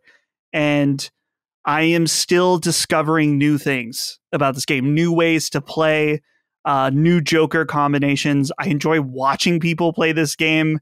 And it's one of those things where it's like, how do you put this as game of the year over a big budget game like Final Fantasy VII Rebirth or whatever?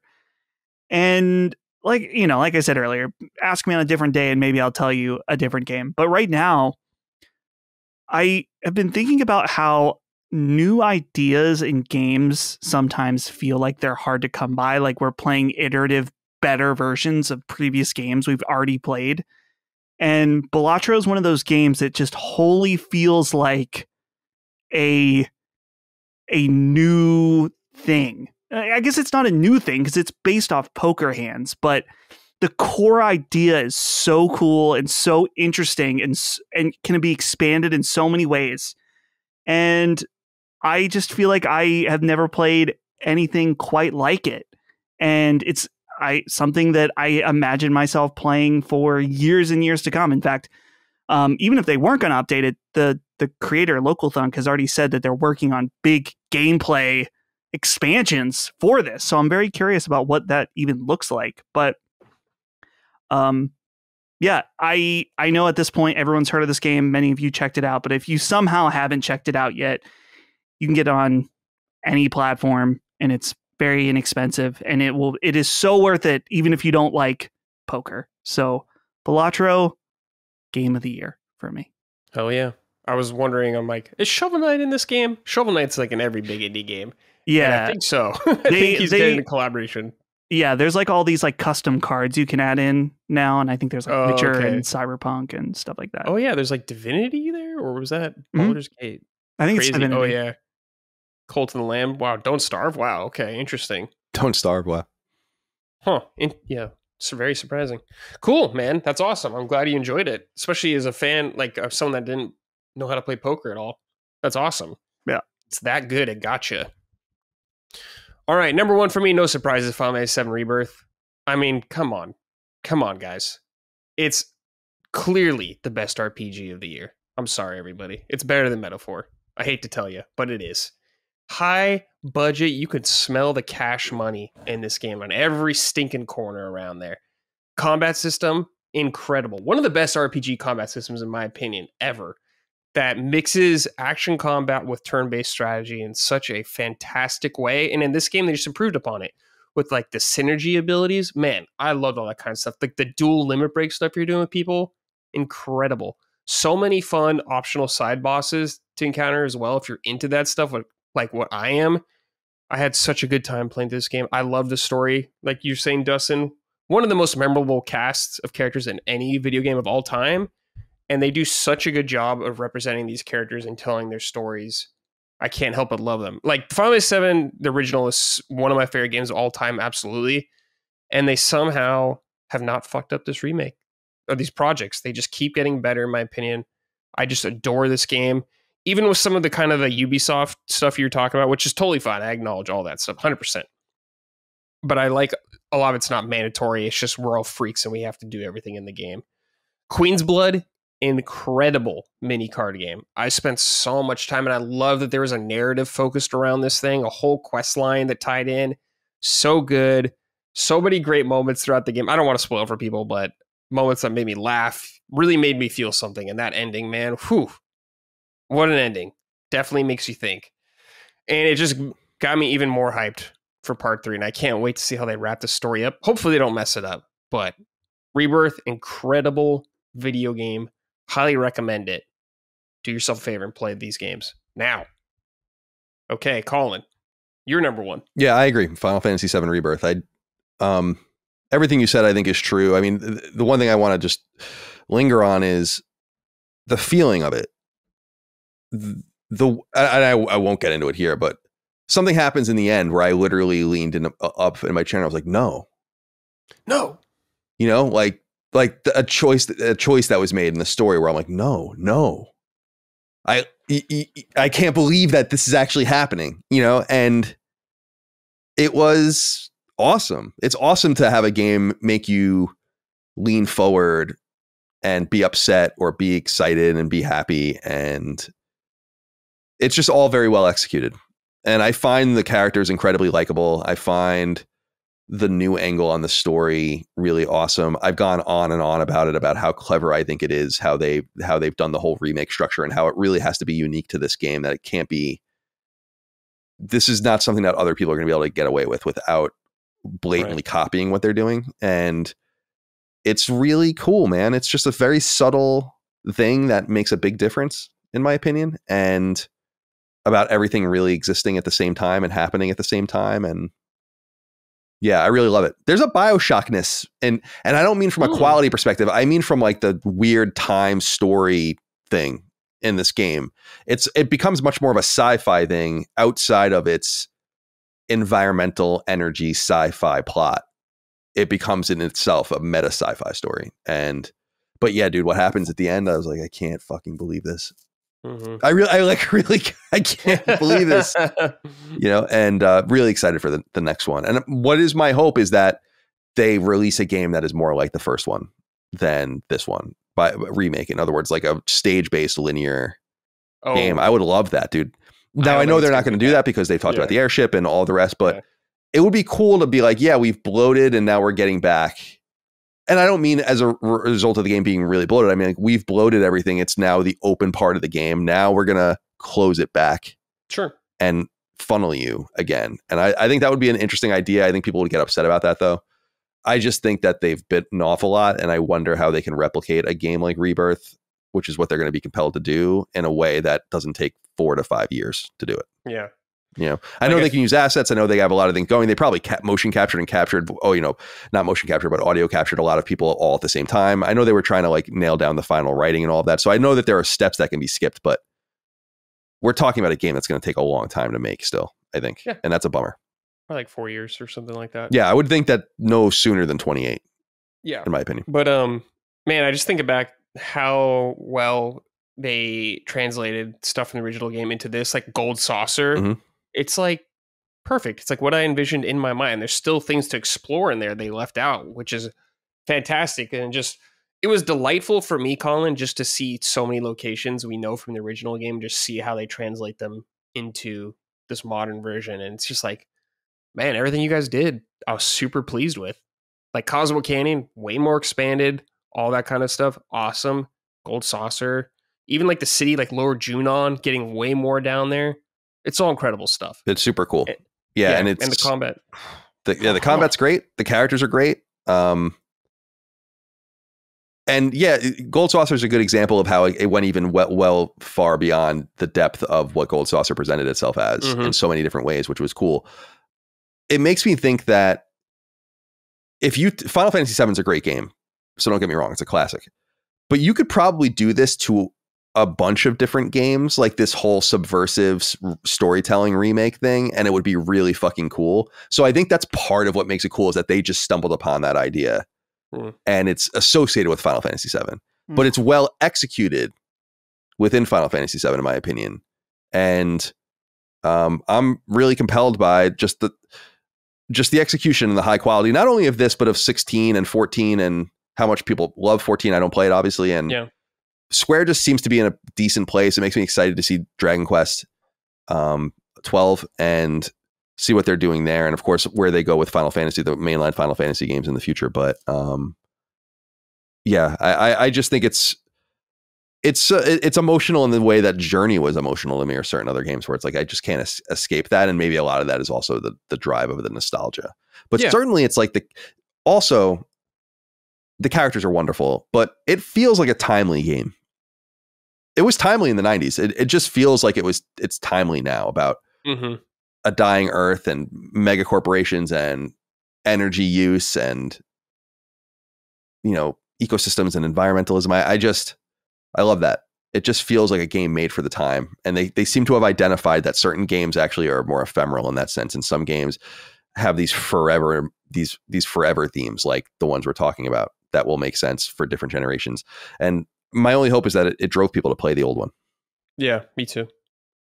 Definitely. And Crisis Core. Yeah, you got to play them. You got to.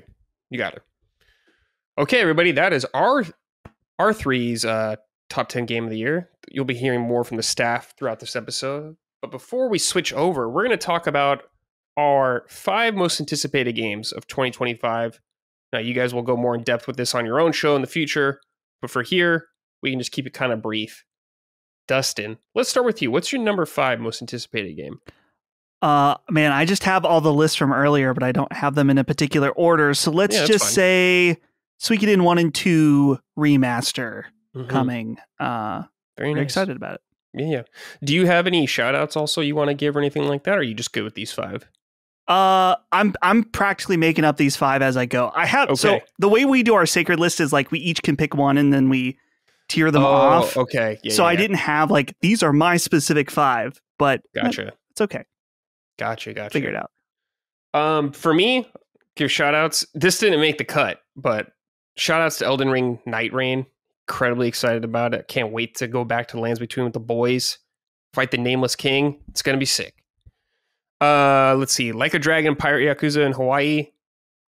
Pirate game. Finally giving me, Ubisoft won't give me one, so RGG is giving me one and get to be Majima in it. Super down. Fable. Incredibly curious about this game. Playground Games. This game's been cooking for a long time, but I think it has great potential. Doom, the Dark Ages. Going to be such a good time, man. I cannot wait to just shred some demons again. Judas. Very excited about this game. I could see this game not coming out next year, but I hope it does. I'm very excited for it. Ken Levine has been working on this for a while, so can't wait to play it. Let's go, Ken. Let's go, Ken. Come on, man. Avowed. Looks fun. It's not like I'm not having like incredibly high expectations, but it's been a while since I played a game like this, so I'm looking forward to it. And the Outer Worlds 2, I liked the Outer Worlds 1. I thought it was fun. Not like 10 out of 10 games or anything, but they're solid and good times, so be good to go back. All right, number 5 for me, though, is Crimson Desert. Now, this game, every time I see this game, I'm like, there's got to be something going on with this game. This can't be possible. This is from the studio that does Black Desert Online. This is their single player. Pearl Abyss, that's right. Single player RPG, open world. It is a humongous open world where the characters like jumping off cliffs and falling like Tears of the Kingdom. It's one of those games where I'm just like, I don't know how you guys are going to do this and play it off. But there's like hour-long gameplay things of it. Just hour-long if you want to see the game. It's crazy. It looks really fun. Really cool-looking combat. Lots of sweet abilities like gliding like some crow thing, falling from huge heights. I can't wait to play it, but I am worried about my PC blowing up whenever I play it. Colin, number 5 for you. Yeah, we've talked about these, so I'll go quick. Is a Lunar Remastered Collection. I think I would put it number 5. I'm nice. Really excited about this from Gung Ho. Obviously, the Game Arts games from Sega CD / Saturn / PS1 era, and just really excited to play some. These are deeply nostalgic games for me, so it just reminded me of a time in my life. And so yeah, just excited to get my hands on them. I was really excited when they were, what was it, at the game State of Play? Yeah. I think it was revealed, and they show that first shot of the moon. And I said, Mike and I were watching, I'm like, it's lunar. Like, I actually like lit up, and I was really excited to see it. That touches young Colin in a very special place. I shouldn't probably say that. That's Diddles young Colin. Diddles young Colin in a very special place. Yeah. So yeah, shout out to Lunar Remaster Collection. It'll be Silver Star and Eternal Blue, and I'm really excited for a new generation of people, hopefully, to be exposed to it as well, if they choose to do it. This kind of anime RPG marriage is so well worn at this point, but wasn't back then. Yeah, in the 90s. Yeah, I'll be playing them. I've never played them, but I've always heard great things about them, so I'm very excited to hop into them. All right, Dustin, number 4 for you. Number 4, let's go with Monster Hunter Wilds. Ooh. This is for the boys. Brad, yes, you and I. Yes, sir. We'll be playing. It's going to be great. Going fighting the fucking Rathalos or whatever with our multiple weapons, going out, sandstorms, all that. It's going to be great. Yeah. Can't wait to get filthy in there. Okay, number 4 for me is Death Stranding 2. Can't wait to be back. Kojima game, baby. Getting to be Norman Reedus, wandering around with the baby again. What kind of crazy shenanigans are they going to introduce in this game? The madness of the story we've already seen. I can't wait to see what other like environmental things they introduce in the game. We've seen like different biomes, like a desert, and like one thing where he's like walking on the moon, it almost looked like. I just can't wait to see what Kojima's got cooking in this thing. Like the stop motion puppet and all this kind of stuff. Looks awesome. I love the first game. Yeah. So I'm very excited for Death Stranding 2. Hopefully it comes out this year. It will. All right. Colin, number 4. I'll put Civilization 7 here. This was actually a game that Dustin got to bring up on our show, and I think I totally agree. And we talked pretty extensively about it. But I like Civilization. It's a rare foray. It's an unheard of foray into 4X for me, but it's also a rare foray into PC gaming that has, since Civ 5, I guess, made itself at home on console, or maybe it was Civ 6 that first came to console. I played Civ 5 on PC extensively. It was the last PC game I even bothered playing. Actually, Gone Home was probably the last PC game I played. But I played Civ 5 for probably 100 hours, and I played Civ 6, I think, for even longer, and just really enjoyed them. So Civ 7 coming out, I think, February. It'll be on PS4 and PS5. And as we were saying on the show, I'm just hoping for mouse support, because you can play the whole game with a mouse very easily, and that would be really nice and relaxing, just kind of lay back and enjoy. And the other thing we were noting is like how I actually have, after all of this time, no real idea how to play the game, like truly properly, like, and then I need to watch tutorials again to really understand everything. There's always some component of it I'm not understanding. It's very complex for me. And I know it gets like way crazier, because people are like, you should play Stellaris and shit. And I'm like, are you kidding? You want me to break down? Yeah. Leave them alone. But yeah, great pick, Colin. I know a lot of people are going to eat that game up. Like Dustin's wife's going to be all over that game. Holly loves Civilization. Okay. Number 3, Dustin. Number 3, let's go with Grand Theft Auto. Ooh. Grand Theft Auto 6. Really curious about the evolution of this series, just because it seems like each game somehow gets exponentially bigger. I mean, there's also a lot of time that comes between. And on Sacred, that the listeners are going to hear, a big thing we talk about is how it evolves from specifically Red Dead Redemption 2, and how much of a technical masterpiece that game. It's just a masterpiece across the board. So to see a game that has this much time and this much money to put into it, what's it going to be like? So GTA 6 for sure. Okay. Number 3 for me is Metroid Prime 4. I really like the Metroid Prime series. I know Dustin is not a fan of the first one, but I love these games. I can't wait for this game. This game got announced, I believe, in 2017. So it's been a while, and now it's finally coming out. Retro is doing it. They haven't put out a game since Tropical Freeze, which I think was 2014. Yeah. Or a new game, I should say. And just the brief snippets we've seen of it look really cool. I can't wait to get back into this universe. Samus Aran's an awesome character. I love everything Metroid, the aesthetics, everything, the isolation. It's so good. Metroid has a special place in my heart, so I cannot wait to play this. Hopefully on Switch 2 as well. I hope it's cross-gen, because we need to get off that stinky Switch ASAP. Okay, Colin, number 3 for you. Yeah, just gonna say, when Metroid comes up, I always think. Do you guys know who Fran Mirabella is? Yes. I worked with him at IGN for many years. He's like doing his own thing now, but he had a car. He had like this Chrysler or something, this like old 80s car. He had a license plate. His license plate was Samus, Samus. And at some point, his car got hit by like a bulldozer and just lost its trunk. And there were like these arms where the trunk was on, and people put like Hulk hands on them. And then that was so when we would refer, you just saying the name Samus brought up in my mind, like the name Samus in that circle was like the car. People used to call that car Samus, and like, how are you still driving this thing? Man, that's funny. For years with no trunk on it. It was classic. And he's a great guy. Awesome. Number 3 for me will be Ninja Gaiden Ragebound from the Game Kitchen. Really, really excited to see this. It was really nice to see, even though it was in the pre-show and I missed it at the time it was shown live. I was quickly informed by the guys that it was announced, and I was amped to see it. It is the first true 2D Ninja Gaiden game in more than 30 years since the NES era. I mean, it's really crazy when you think about that, and it is my hope that they truly understand what Ninja Gaiden is. From the gameplay you see in the trailer, it seems like they do understand, because I'm not a huge fan of Blasphemous. I played Blasphemous briefly. It's beautiful, and I get that people like it, but it doesn't feel like the game I want it to feel like, and I'm not super into that. And this game must feel light. It must feel fast. Ninja Gaiden's all about wall jumping and never stopping moving and all of the rest, and it seems like it understands that. So I'm really, really amped to see this. I know my brother was too, so shout out to him. So yeah, Ninja Gaiden Ragebound, number 3 for me. Yeah, we gotta do a spoiler cast on that. For sure, that'll be fun. That game.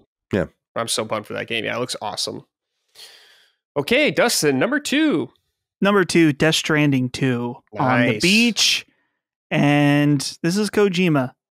He's earned all of the respect and my attention basically forever. And all the trailers for this have been absolutely wild. So I'm excited. I want to know more, and I also want to wait and know nothing for when the game comes out. I'm probably in for another trailer, but after that, media blackout. Yeah. Hell yeah, he'll probably put out like a 15-minute trailer or something insane like that. Kojima, man. It's like something like there's going to be like a talking dog or something, and then like he's got to up it somehow, with a top hat. With a top hat and monocle or something. Yeah. All right, number 2 for me is Monster Hunter Wilds. Nice. I love Monster Hunter. I am so stoked to hunt with everybody, carving up beasts, getting one shot by monsters. It's gonna be a good time, man. It's so addicting, man, to fight a monster and get that drop to craft a new piece of equipment. Gives me that dopamine rush that I love.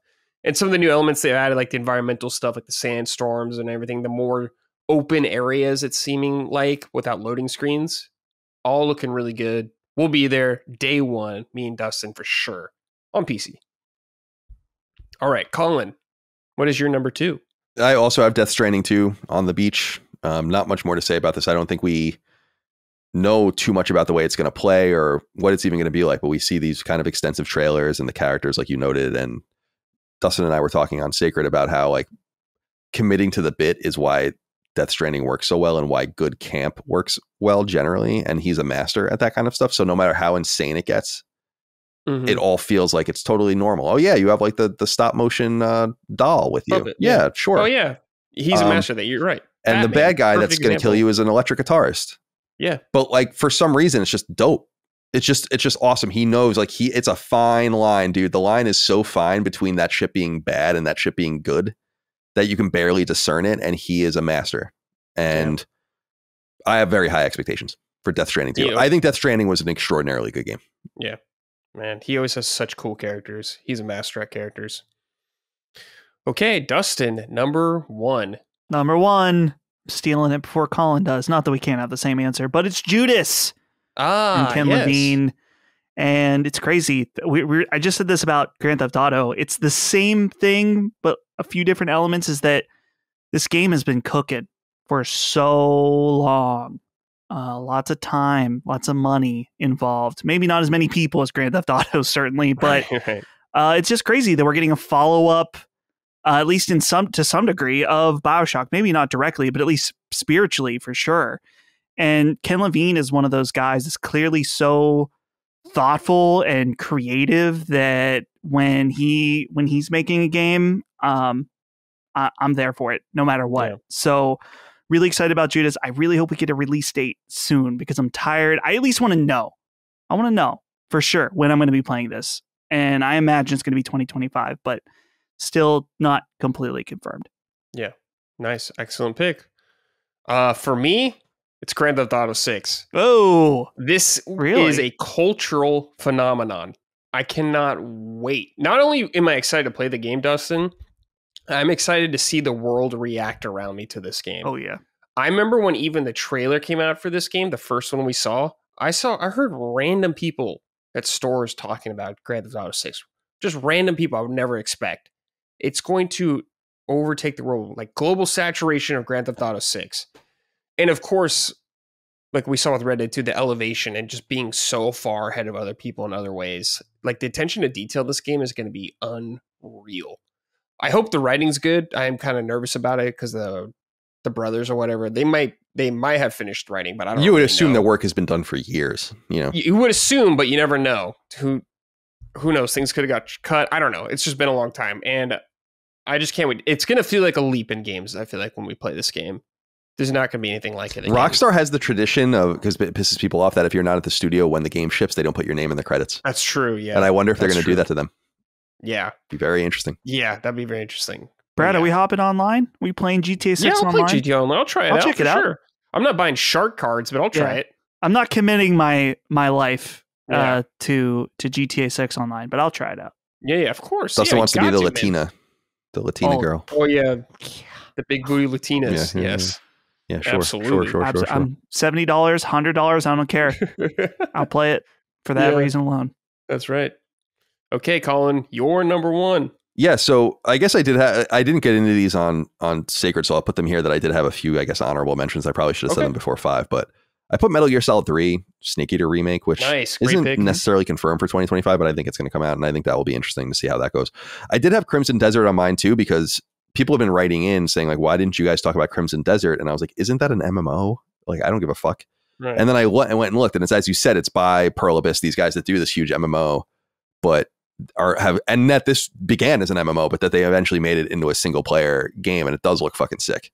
And so we'll talk more about it on Sacred Symbols, or would have already by the time you heard this. The game Atomfall is a game that I have my mind on, or my eye on. ATOMFALL. This is from the studio Rebellion, that is known for its sniper elite games. Oh, right. And the cool thing about this game, I don't know. So their games, I played a couple of their games over time, and it's like mechanically they're actually quite complex, and I'm not sure how I feel about it. It's like the bullet's gonna arc when you shoot at this. I'm like, all right, dude, I just want to play Far Cry. It's my hope that, and I think that's cool if you're into that. It's just like, I'm not like trying to twist the knob on top of the fucking scope, and right. So it is my hope that the game doesn't quite play like that, but the entire idea is that it's like a post-apocalyptic 50s Britain in which you're in this situation and there's no prompts. Like, you have to just figure it out. There's no like quest log. That's really cool. And that would annoy the shit out of me in some games, but if it's totally designed around that and it's like, just figure it out yourself, I'm like, that's actually kind of cool. I like the setting. I'm sick of American settings, so just things being somewhere else is nice too. So I wanted to throw a shout out to that game as well. And then finally, I wanted to give a shout out to two Take-Two games. Mafia: The Old Country, amped that I heard to hear it's linear, really stoked to play that.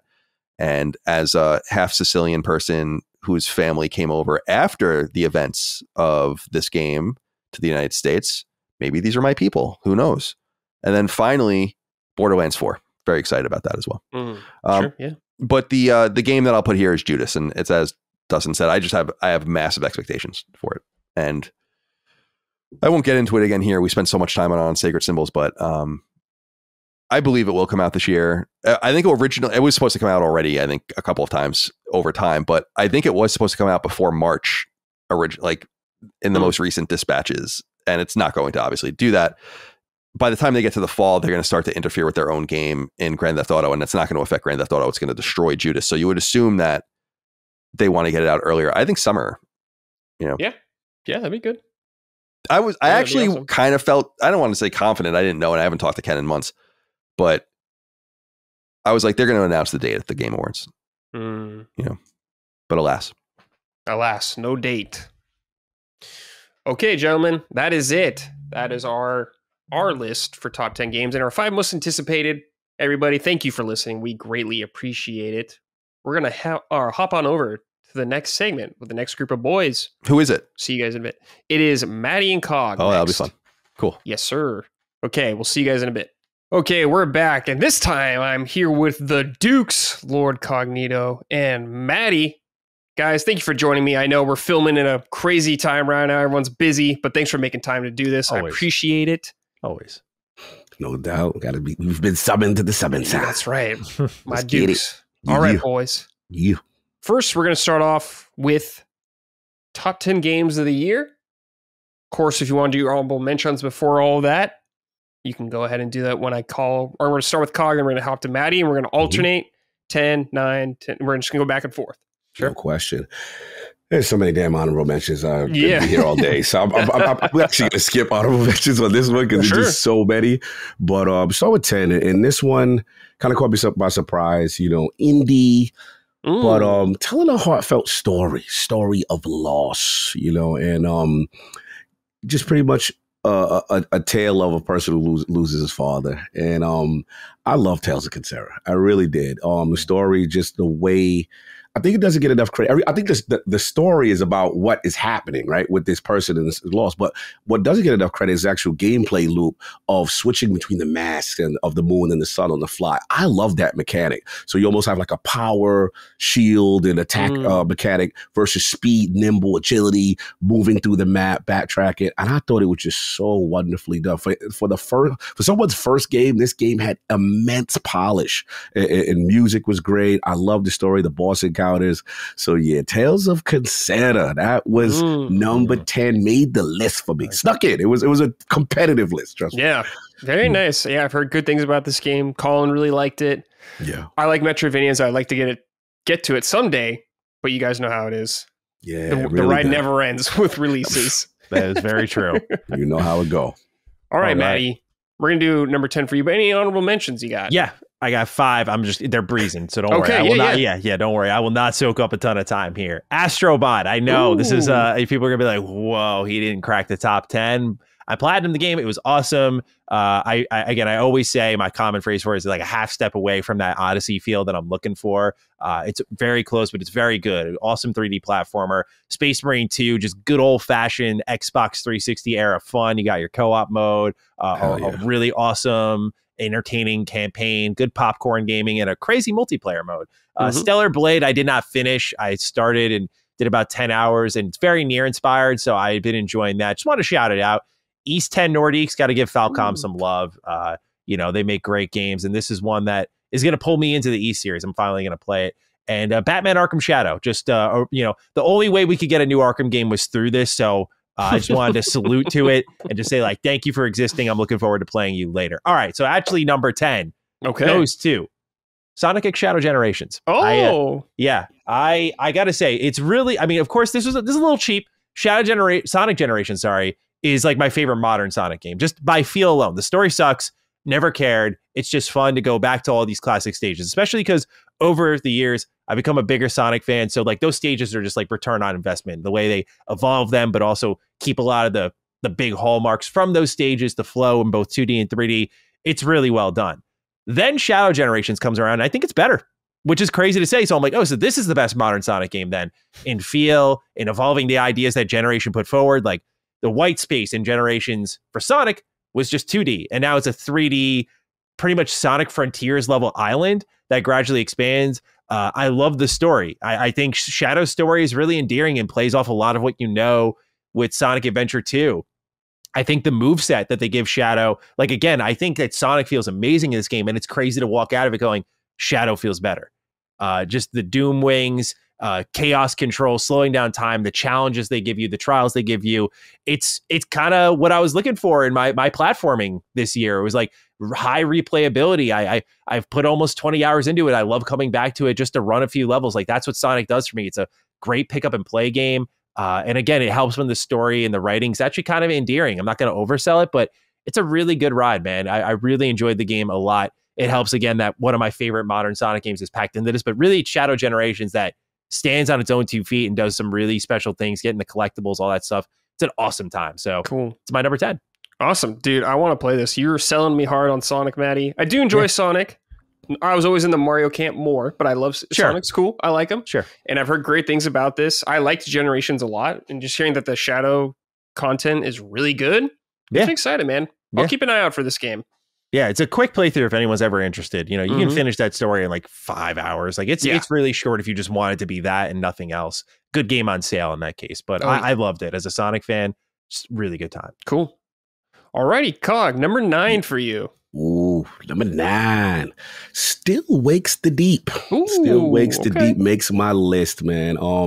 This game came out of nowhere. I remember seeing it, I believe at one of the Xbox third-party showcases or something. I was just like, okay, what's this? Had literally no interest in it. And then a friend of mine was like, bro, you've got to play this game. And I'm just like, oh my God, it's the best voice acting. And I'm like, calm down. Let me see when I get to it. And I play it, I'm like, oh no, like I've never been to Scotland, but this is the most natural Scotland I have ever experienced. And the thing that's so dope about it is like regular guy working at an oil rig, off the coast of Scotland kind of thing.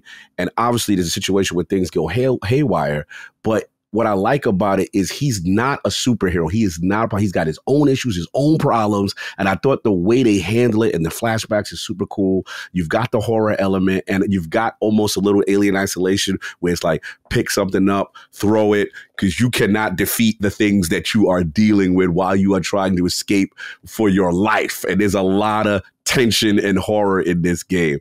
I absolutely love this game. Yeah, Still Wakes the Deep had to make the list. I think the name of the studio is Chinese Room. And a shout out to, I believe, one of the gentlemen from Larian. He shout out. There's also a movie that I don't know if it's based on people say inspired by, and people are like, we love this return in the form of like not this invincible, protagonist kind of thing, just kind of regular guy energy. And this game exudes that. It's hilarious. You get fired in this game, and it's one of the funniest things ever. Like, I love this game. Cool, man. Yeah, I've heard good things about it. Mm-hmm. I definitely want to check it out. I like horror games, so yeah, that's you. Yeah, another one on the list. Yes, sir. Alrighty, Matty, number 9 for you. Number 9, I feel like this one, if everything continues to pan out as well as it has for this game, actually may end up like in hindsight, I'll be like, this could have been higher. But for now, just to be safe, because we don't know what meta does, right? Like meta changes to the game's design, Marvel Rivals. Okay. Yeah, this game's really good, man. Like I've put 30 hours into it already. It's taking me away from finishing Metaphor at the time of recording this. Like, oh man, I'm in daily. Like, I missed some missions. I got to clean up these challenges for this event. What team comps can we put together? Everything from like the team up abilities to the expansiveness of everyone's kits. It's awesome. Like, yeah, it's an Overwatch replacement, and I know you can simplify it that much, but I really do think the game has a ton of personality, ton of strategic options, just kind of messing with the different builds. Like, it's just a game that feels good to kick ass in. Like, I just love, for example, playing as Captain America and having a Thor on my team. He gets this extra ability where his shield just has lightning on it. He starts throwing it around. It completely overhauls how you play him, but that's because of the team up. So just the way the chemistry in this game between your teammates works, even if you're not talking to them, is so tangible and awesome and fits a Marvel superhero game so well that it just elevates it so much for me. But also, like, it brings back those old Overwatch 1 vibes, man. Like, these matches are tense. They're really close.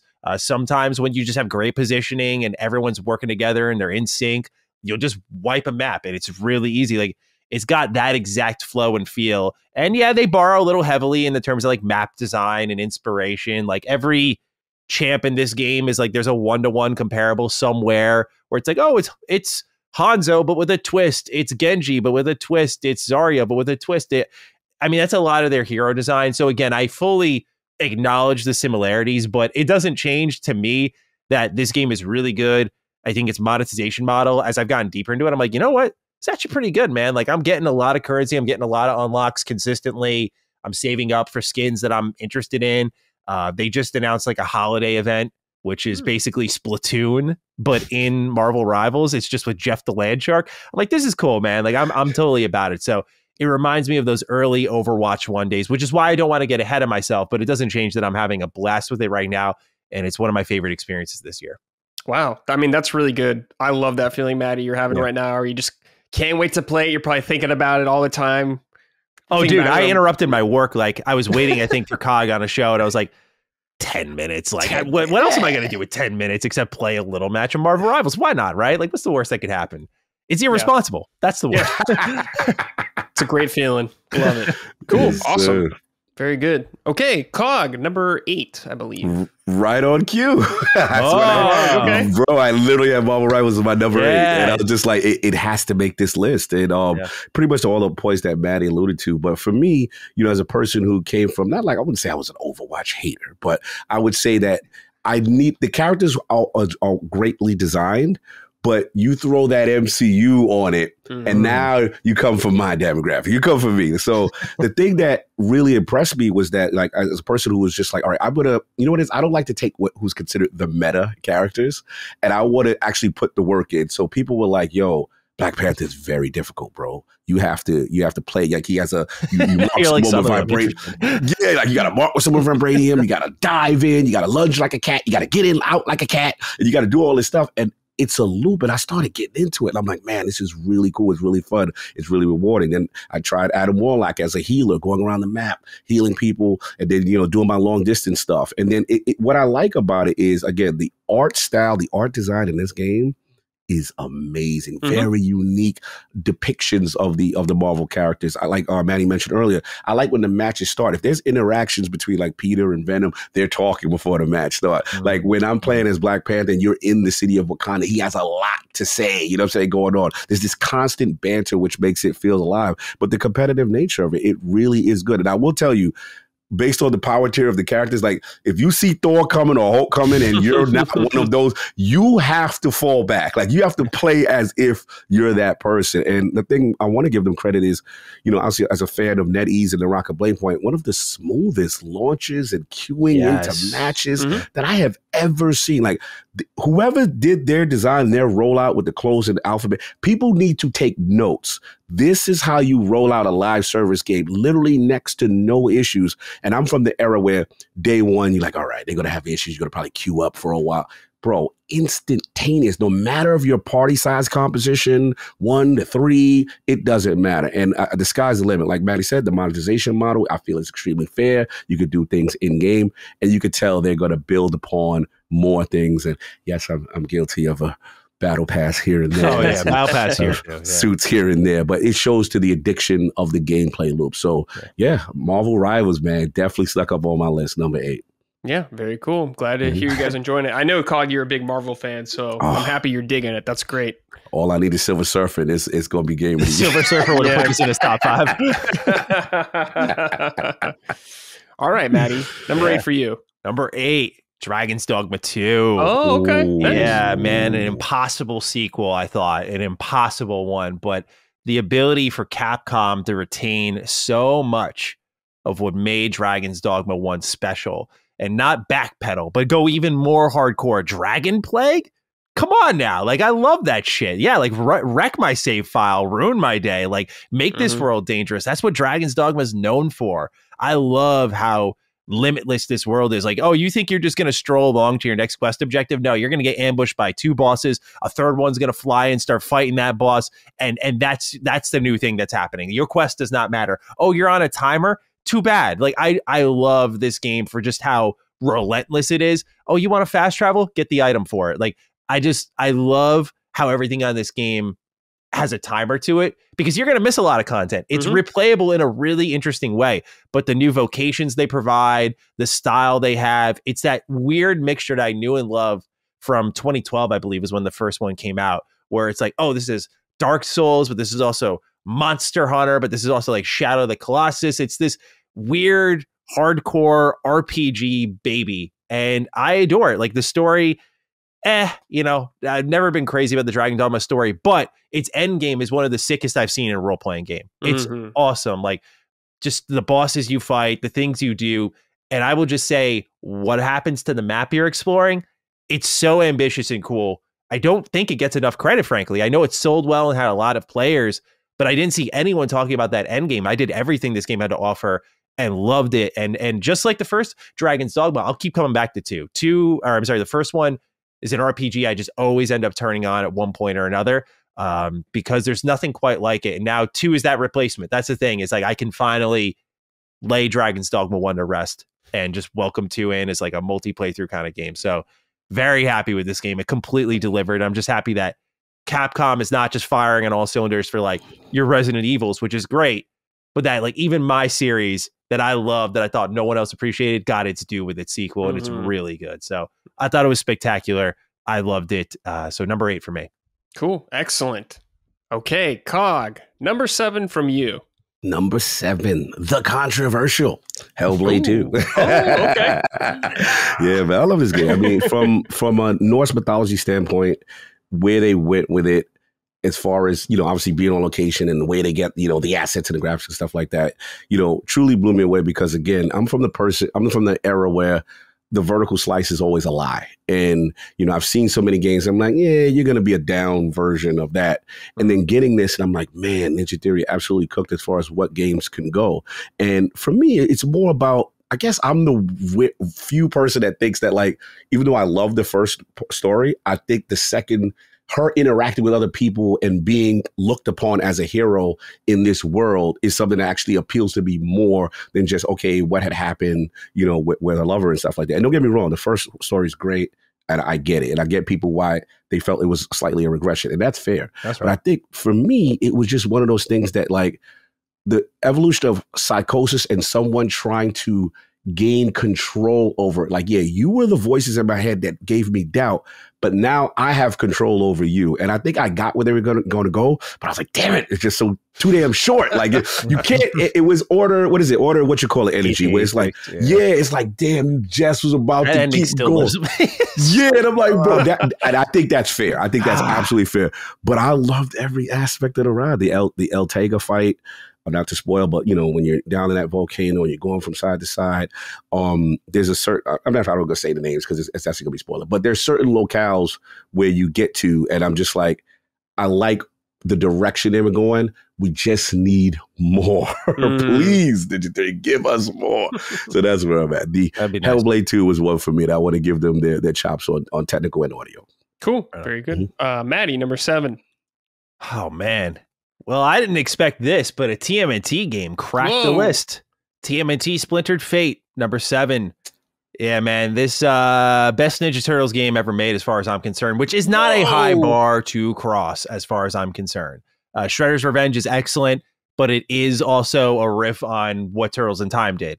And as much as I love Turtles in Time, hence the arcade cabinet behind me, I will just say that the industry's like love boner over this game needs to stop, because we need a Ninja Turtle game that evolves what a beat 'em up can be in this universe. And so here comes Splintered Fate, which was an Apple Arcade game. And I'm like, yeah, okay. But as it was approaching with any TMNT game, I'm like, oh, I'm gonna check you out anyway. So let's see what you got. And all the reviews were like, no, this is Hades meets TMNT. I'm like, okay, got my attention. I fire it up, and when you know it, that's literally what it is, man. Cross-play, post-launch support's been fantastic, adding new playable characters, adding new maps, new modes, but also, dude, the best performed TMNT game. Like, you have Yuri Lowenthal and Nolan North in this game, like, unbelievable. I'm like, they went to such great heights in this game to deliver a good story, which is, it's formatted similar to Hades. Like, each run you go through, there's a few conversations you pick up, the story inches forward a bit, you complete that run, you think you're done, but then there's more.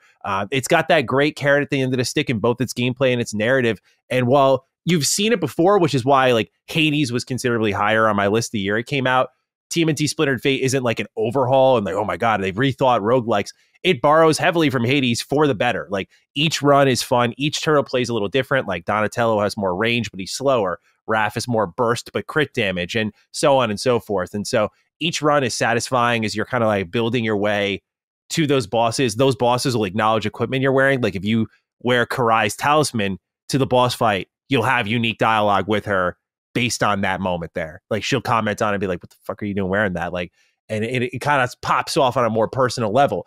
I think that stuff is great. In a TMNT game, I've never seen it before. So yeah, the bar is low, but I mean, even on its own, like, could I recommend this to a roguelike fan? Yes. Could I recommend this to a TMNT fan?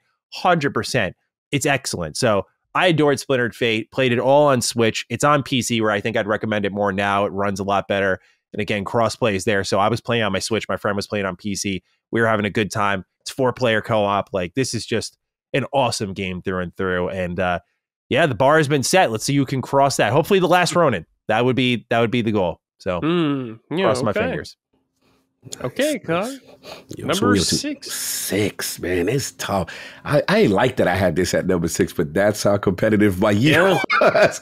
Yeah. But number 6, Kunitsugabi, Path of the Goddess. Oh, wow. Okay. Yeah, it was tough. It was tough, and I know people that know me will be like, man, this should be way higher. But when we get to the rest, you'll understand. But look, man, y'all know how much I wax poetic with it. I think that it's a testament to the style of game that we don't type of see and companies don't want to take risks on anymore. And shout out to Capcom for, designing this unique Kagura style game. There's no game like it. It's a mix of real-time strategy. I mean, actually real-time action with some turn-based and a little RTS in it. And I think what's cool is that this whole game is very artistic. It is almost hand-drawn with dioramas, and the character of Soul and the goddess is like this spiritual thing of her purifying the land and doing this, little dance kind of thing going on. But it is so cool that, and I was telling Matty before we talked about it in Duke recently, it's just that it's the only game that not one word is spoken in any cinematic. There's no voice acting in the entire game. And you get the essence of the story. I've never really seen a game do that. And I just think it's super unique. The boss design, the enemy designs are crazy amazing. I thought that one of the funnest mechanics I like personally is when you fight the bosses and you have your soldiers that you have, and you have this all out attack kind of mode, and they all go towards the enemy, whatever. And then you can have them all defend and go back to, it's just this push pull mechanic. And a skill tree with the actual main character, which is really in depth. So shout out to Kunitsugabi. Shout out to Xbox. I actually wasn't one that helped fund the game to get it across the finish line, because they were not thinking about putting it out. And I like that Capcom, they're still on fire with the big blockbuster stuff, but they're still giving you a Kunitsugabi. They're still giving you an Okami. You know what I'm saying? Like, I like that Capcom is not letting it go and just chasing the big bag for what's safe. Because this type of game generally doesn't come out. So yeah, I absolutely love this game. Kunitsugabi, Path of the Goddess. Yeah, I played the demo. I really liked it. Just didn't have time to get to it. But it looks awesome, and I liked what I played it a lot. And I echo your statement. I'm really happy with what I played. I'm really grateful Capcom's doing smaller stuff like this still. And now that they're bringing back Okami and Onimusha, I'm over the moon. Right? Everything but fucking Mega Man. Not yet. It's coming, Matty. It's got to be coming. Yeah, it's coming. It's coming. They already said they're bringing back old IP. I'm like, well, Mega Man's coming. Mega Man's never going to go away forever. I thought Okami was done. Yeah, no, that was surprising. Yeah, I gotta play. I gotta play the first one. Yes, sir. About my dog. Okay, Matty. Oh yeah, shut that door for those puppies. The puppies, the pups. Yeah, He's excited for the list. That's right. Sorry about that. Number 6, Matty. All right, number 6, Final Fantasy VII Rebirth. Ooh, okay. Yeah. So I feel like this was close to a top 5 experience. I will just say that for me, the open world formula was a little familiar, unexpected for a game like this, but it was a little familiar, and where I kind of took a little bit away from it out of that top 5 space. But what you have here is like one of the best, most iconic casts in gaming with a ton of time to spend with them, right? You have the main story that you know and love. This game definitely follows more of the path of a traditional remake, I would say. Like, there are some new scenes for sure, but like the beat for beat major points of the story, I'm like, okay, this is more in line with what we knew compared to the first remake, which was like, oh my God, what are they doing? So what really lifted this game up for me was that side content. I thought the side content was just brilliant in this game, because Square Enix, I've always hammered them. I'm like, you guys just don't get side quests. Like, you just do a horrible job with it. But this game, like, every character just gets their big moments that feel like main story moments. It's something I talked about with Indiana Jones, where the field work, like the side quest, felt like main story content. Like, how'd you put this to the side? But like Final Fantasy VII Rebirth really represents that well, especially for a game of its scope. I mean, you could put like 200 hours in this game and still not see every single bit of it. Like, there's just a lot here in those bonus boss fights you can do, the side content you can do. I mean, it really reminds me a lot of how I felt with Final Fantasy 15, where I'm just like roaming around, completely absorbed by everything around me. Just the vibe of the universe, thanks to its wonderful score, combined with this cast of characters. Like, it's just brilliant to spend time in this world. It's got a great card game in it. Like you could tell they were taking notes a lot with this. But for me, as someone who felt like at launch, I didn't appreciate Final Fantasy VII Remake as much as I should have. Like I did like it a lot, but I was critical of it. And as we got into more and more remakes, I was like, wait, they did something bold here. Like this should be appreciated. Rebirth, I really basked in a lot, even if some of its design choices were a little familiar. It was still really well done in its combat, with every character playing very differently. Tifa still feels like a fucking dream in this game. Like it's awesome what they're doing here. So I can't wait to see how the series ends, but I thought this Rebirth step was amazing. And also what it would put in the top 5, more Zack, Square. What the hell? Come on. Anyway, love this game nonetheless. Top 6. Yeah, I think you'll get more Zack in the future. I better fear not. I believe you will. Yeah. Okay, Cog, number 5. Getting into that top 5. That's right.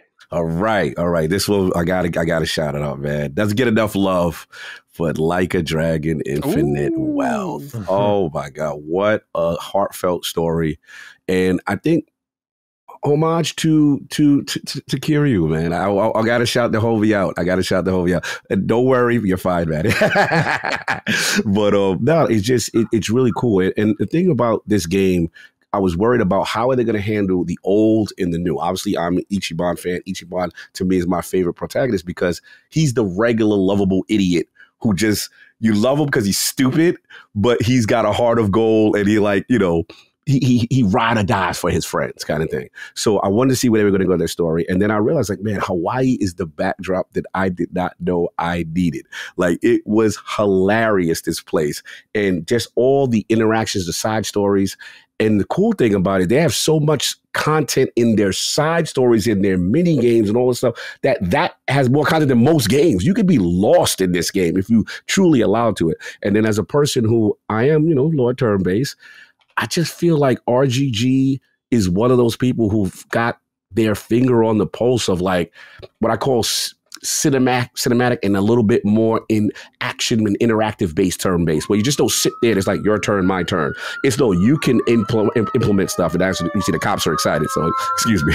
But the thing about it is, like, if you look at even the way the character Kiryu was handled, he's actually plays a little bit like a beat 'em up in a turn-based, environment, which is really cool. And I know you're playing right now, Brad, but this game is nothing like it. And I like the job system and the touches. You could change your whole play style, do different things in that way. And I thought it's cool. And ultimately the story, Infinite Wealth knows how to be funny, but at the same time, really heartfelt and emotional when they need to be. And it's cool balance. So shout out to RGG, shout out to Infinite Wealth. Absolutely love this story. And I'm very looking forward to see where they go next. I got a funny one for you. Yeah, you want to share it with the rest of the class? Yeah, I do. So while Cog was talking, I went to ChatGPT and I asked him to put a fun spin on Ichiban's name in an insulting way. Here's what we got, Cog. Ready? Okay. Ichi Bum, Ichi Boring, Ichi Bungle, Ichi Blast, Ichi Blink, Ichi Bub, Ichi Blunder, Ichi Buffoon, Ichi Burnout, Ichi Barf, Ichi Bore. That's messy. I love it. We have the Dukes have our internal Ichiban. Yes, that's true. Kiryu protagonist debate, but it's fun. Look, I'll never deny that my man is the lovable idiot. There's no question about that. But yeah, it's hilarious. I can't wait for Matty. I know he's got so many games he's got to play, but if he gets a chance to play it, I'm very curious. Once I get there, we'll see if it. Yeah, I have to revoke. Yeah, Ichiban's the shonen protagonist. Yes, the idiot that everyone loves with the heart of gold. Very much so. Okay, Matty, number 5. All right. Interesting year. Now we're in the top 5. I'm looking at all these games, and at one point, all of these were number 1. So it's just funny how it just sifts down further and further, but I feel like Cog and I will bump at one point or another with this game, and that is Tekken 8. Oh, okay. Yeah. There was a lot of games this year that made me make bad decisions, Tekken 8 was really at the heart of it. Because funny enough, the game before this, 7 Rebirth, was one I was playing for review, but I bought Tekken 8 and I was neglecting my review to play Tekken 8 because I was like so locked in on Claudio and Yoshimitsu and just getting good. But hey, man, shout out to the story, what they did here. Just improved the presentation, improved, I think, just a lot of the impact. Like, I feel they were getting lapped in that department. Cog and I have talked about that extensively, that like NetherRealm really took the crown from them. But I feel like Tekken 8 story was like memorable in this entertaining way where they kind of took it back in a sense, because also the arcade mode has like unique character endings. They have the or am I getting the names right, Cog? There was the arcade mode that was like the career mode, and then there was the actual legit challenge mode that you would have like unique character endings for. But yes, that's right. Yeah, I just appreciate how much content is here. I feel like fighting games are always negligent on this sort of stuff. Like they always just kind of try to sell you on like, we're competitive, come play us and learn combos for 40 hours. And I'm like, no, you're a game. I want to play you more than just that. And so I feel this game reminded me a lot of the days when I played like MK9 and they had like the challenge tower. And I was like, oh man, like this is just fun. Like a great way to just engage with all these different characters on the roster. And it helps that every character on the roster is basically a game unto themselves. Like they all have insane kits. The stage destruction just adds so much to the combo system, adds so much to the presentation. It's a beautiful looking game. What doesn't this game have going for it? So pretty easy top 5 for me. It's just that I value story a lot. And as you'll see throughout the rest of my list, like the stories are what climb to the top for me. But Tekken 8 is like one of the most sound fighting games I've ever played. It's awesome. Cool. Excellent. Cog, number 4. Number 4. Dun, dun, dun, dun, dun, dun, dun, dun, dun. It's stuck on the list. I'm actually surprised. Like, damn, it's 4. Type of year it is. But Indiana Jones and the Great Circle, absolutely love this game. Where can I start? Immersive sim. Love the choice for first person. Some of the most clever puzzle designs that I've seen in a while, where not that it's cheap or you don't get to the answer, but they give you just enough. And I feel like they've captured the essence of what Indiana Jones is. This is, he's exploring, he's immersing, the use of the whip, combat. I actually like, the traversal. That was another thing that surprised me. Like, how are they going to tackle this stuff? And it's so cinematic, overly cinematic to the point where everything you do, he's talking, he's interacting. I thought the care in the side quests and the mysteries have just as much content and care that the main quest does. One of the few games where I literally want to not go to the next level until I almost 100% everything in the current level. And a cool way of, basically doing their skill system as far as it's in these adventure books. You skill up that, you learn that way, and they could be off the beaten path. So it rewards exploration. Shout out to Emmerich Voss, one of the best bosses. I mean, one of the best kind of villains that Machine Games has created. You can see Todd Howard's his pulse is all over this game. The love for indie is just astounding. So, yeah, man, it has its flaws. Obviously, if you play this as a 100% stealth game, you may be disappointed that their detection circles are a little forgiving. So I'll give that. But this game, I literally smiled from start to finish. And man, it's a looker. It is an absolute looker. So shout out to Machine Games. Shout out to Todd, to God Howard. He to me, he cemented himself. I am calm after the shattered space situation. I'm calmed down now. Everything is okay. When he has his full, as me and Matty said, he has his full attention on something, you see the result. And I think this is clear where his focus was Indiana Jones and the Great Circle and helping Machine Games get this thing across the line. I absolutely love this game. Yeah, I've only played like 3 hours of it so far, but I've really enjoyed it. I think it's really impressive. I love how good the whip feels. Like, that's got to be top tier. And the sound effects in the game are so good. They're all perfect. The punch is hilarious. The punch sound effects are great. Yeah, I can't wait to get back to it. I was impressed. You were talking about earlier, Matty, side quests that feel like part of the main narrative. And some of the quests in here, I was like, oh, these are side quests? Wow. Yeah. Pretty impressive. Awesome. Okay, Matty, number 4. All right. I thought this would be my game of the year, but as I assessed things closely, I realized that, just Silent Hill 2. What a video game. Just the only thing that, again, this is a year where a lot of, as you can see, like remakes, remasters, re-releases. We have 7 here, Final Fantasy 7. We have Sonic X Shadow. It was one of those years. So I did have to prioritize the newer things in my head. I was like, this is one of my favorite stories ever, but I do have to be realistic in that other newer experiences do excite me more. Silent Hill 2 remake, though, takes on one of the toughest remake tasks you can in a not only cult classic survival horror game with a story that's so widely treasured, but a gameplay formula that requires so much rethinking in the terms of level design and the layout and how much of the game you can actually see and explore that can then bloat the budget. Like, there was just so many dangerous pitfalls for this game, and you hand it to Bloober Team of all people. I couldn't think of a worse option. And then they knock it out of the park, dude.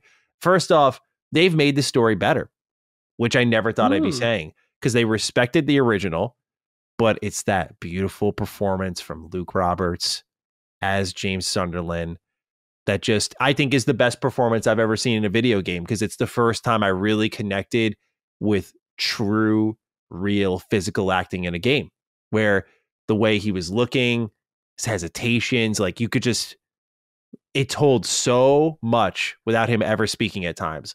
And that elevated certain things in the story that you would learn about in a more deliberate way. And obviously James as a personality sounded very happy to be there in this horrible situation for the original versus who he is now, which is like a very troubled, disturbed man. Like Cog, much of what you mentioned with like Still Wakes the Deep is prevalent here in Silent Hill. Of like James and any Silent Hill protagonist, it's just normal dude facing his demons. And that makes it a story more humanizing and easier to connect with. And again, it's one of the best stories that you can experience in gaming, and the remake solidifies that. But it was always a tough wreck because the gameplay was very hit or miss, to put it lightly, in Silent Hill 2.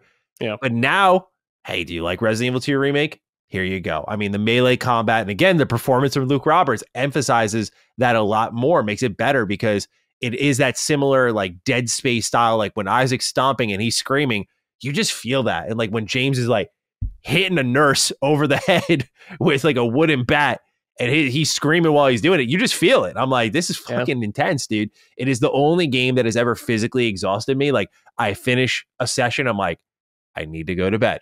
That was really tiring and stressful. Silent Hill 2 just took it all out of me. So its gameplay was great. Its puzzle presentation, especially in light of another game, very much formulaic as you get deeper into the game. It's not perfect, but I'm so happy I can finally tell people like, oh, you want one of the best stories, you want one of the best survival horror experiences, and I can finally confidently say, go play Silent Hill 2. It's really that good. Originally, I couldn't do that. It was just this thing I got to enjoy, and if you can tolerate awful gameplay, go for it. But now, don't have to worry about that. So yeah, Silent Hill 2 at number 4 for me. Excellent. Good stuff. All right. Okay. We're getting the top 3. Cog, what is your number 3? Get ready for the next battle. The king is back. Oh, man. I was so worried for them. Obviously, huge Tekken fan. So much pressure coming into 8. Want to see how they were going to do it. Obviously, like Matty mentioned, the graphical glow up of UE5. This is an absolutely stunning video game. Like, this is gorgeous. This is the next level as far as how characters look. Playing fun factor, aggression system. You know, as a person who, one of my favorite antagonists is Kazuya Mishima, because even though he's evil as hell and heartless, you know, I empathize with why he was in his situation and what has happened to him as a child and the whole Devil Jeet saga. But this game is phenomenal. Complete fighting game, you know, whether it be onboarding the new player. And I think they made a lot of advancements in the fighting game community, which is, you know, I love that ghost battle system. You know, say, for example, you know, Matty's kicking me, destroying me with that damn Yoshimitsu. I go, okay, I'm going to download his ghost, and it's literally fighting every tendency, every way that he does, and stopping me and say, hey, when he did that, you could have blocked. You could have, like, that to me is the evolution of the culture in fighting games. Like, it's amazing. The online net code finally addressing the issues that the community had on that. And then what I like is, even though right now there is some slight controversy with the meta as far as the aggression system and the heat system, what I like is Namco takes the feedback, they put out patches, they address, they say, hey, maybe we swung the pendulum a little bit too much on one side, we go back the other side. So you got that. The other thing that I like is, like what Matty said, from a narrative standpoint, they took the feedback. Yo, NetherRealm, Mortal Kombat has lapped you because they include all their characters in the story. Now Tekken does. Now we have that. And now they've even gone a step further. I felt in Mortal Kombat,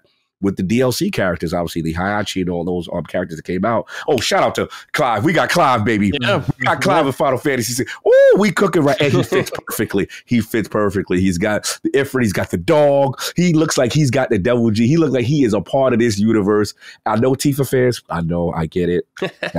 But I have to give Clive this. But back to what I was saying with the handling of DLC characters is that they literally have a story mode for the DLC characters, what they were doing during the main quest while the Tekken 8 main story was going on, including the Hayachi resurrection.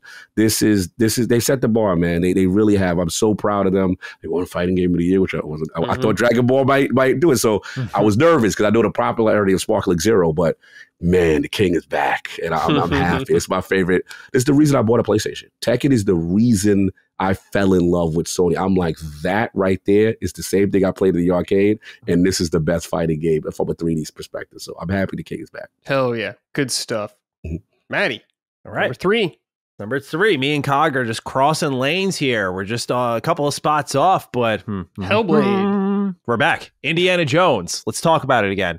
Yeah, dude. I didn't expect it to be a top 3 experience. I don't think I really registered it until after I shook out my list afterwards, and I was like kind of valuing things higher and higher. And I was like, no, Indy's higher. No, Indy's higher. Indy's higher. Oh my God. Yeah, no, it's like a top 3 game for me this year, man. It just really knocked me on my ass. Obviously, I'm a new Indiana Jones fan, so that helps a little bit. Like, sure. I had this opportunity in a really unique way to just experience all of the original trilogy and then jump into the game right afterwards, which feels like another movie, and to kind of quickly understand what Indy is and then see how well the game understood that as fans who have been around much longer than I was awesome. Like, they just get it. They get the spirit of Indy, and they also choose to make every difficult decision to make this game stand out. Like, oh, let's go do what Uncharted does. That would make sense. Like, Uncharted borrowed from Indy, so now it's our turn and we can get away with this, and we have this licensed character. We want to show them off.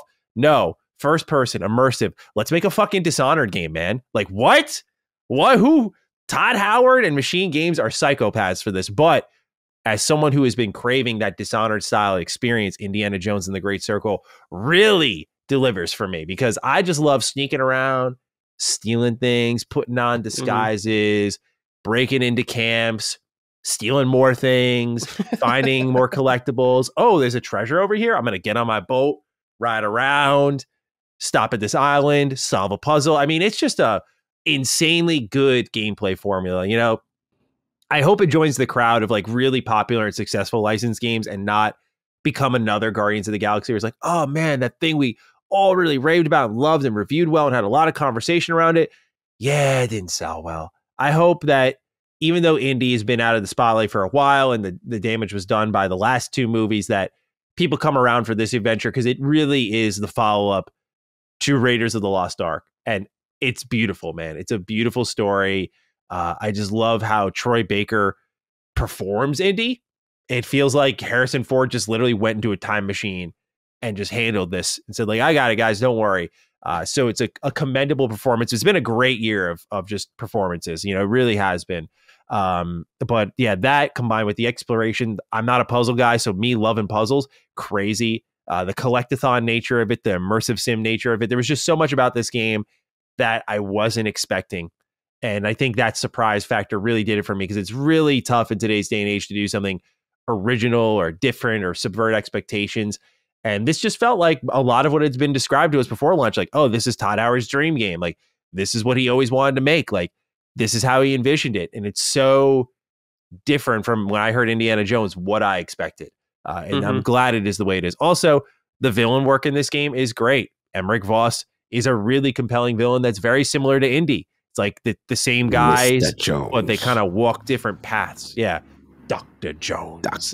Just really good stuff from top to bottom, man. I'm glad Machine Games still got it. Can't wait for their next game, presumably Wolfenstein 3. Yeah. Great game. Love it. I do hope it sells well, like you were saying, Matty and Cog, because I'm looking at Steam charts, and the all-time peak was 12,000. Which is not good, but it is on Game Pass and all that kind of stuff. So I don't know what their measure for success is, but I hope it does sell well, because I would like to see them be rewarded from it, because it is great from what I played of it. So hopefully you're right. It's not another Guardians of the Galaxy situation, but hopefully we'll see, because Indy's great. It's good to have him back in a good form. Yes. Alrighty, Cog, I believe number 2. Number 2, Renaissance year continues.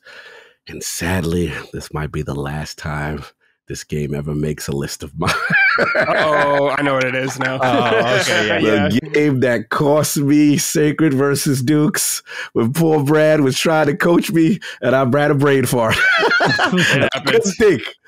But Destiny 2 Final Shape, Bungie, man, what a way to go out. What a way to go out. Possibly the most amazing swan song for a beloved franchise. They delivered their Avengers Endgame moment. And I knew it was special because friends of mine who stopped playing Destiny called me. I think I was in Cali during the summer game. I think that's what I ran into you that year. I think that's Brad. Yeah. And I thought you were talking about, was this in August or was this? I think this was earlier, like June-ish or something. Yeah, okay.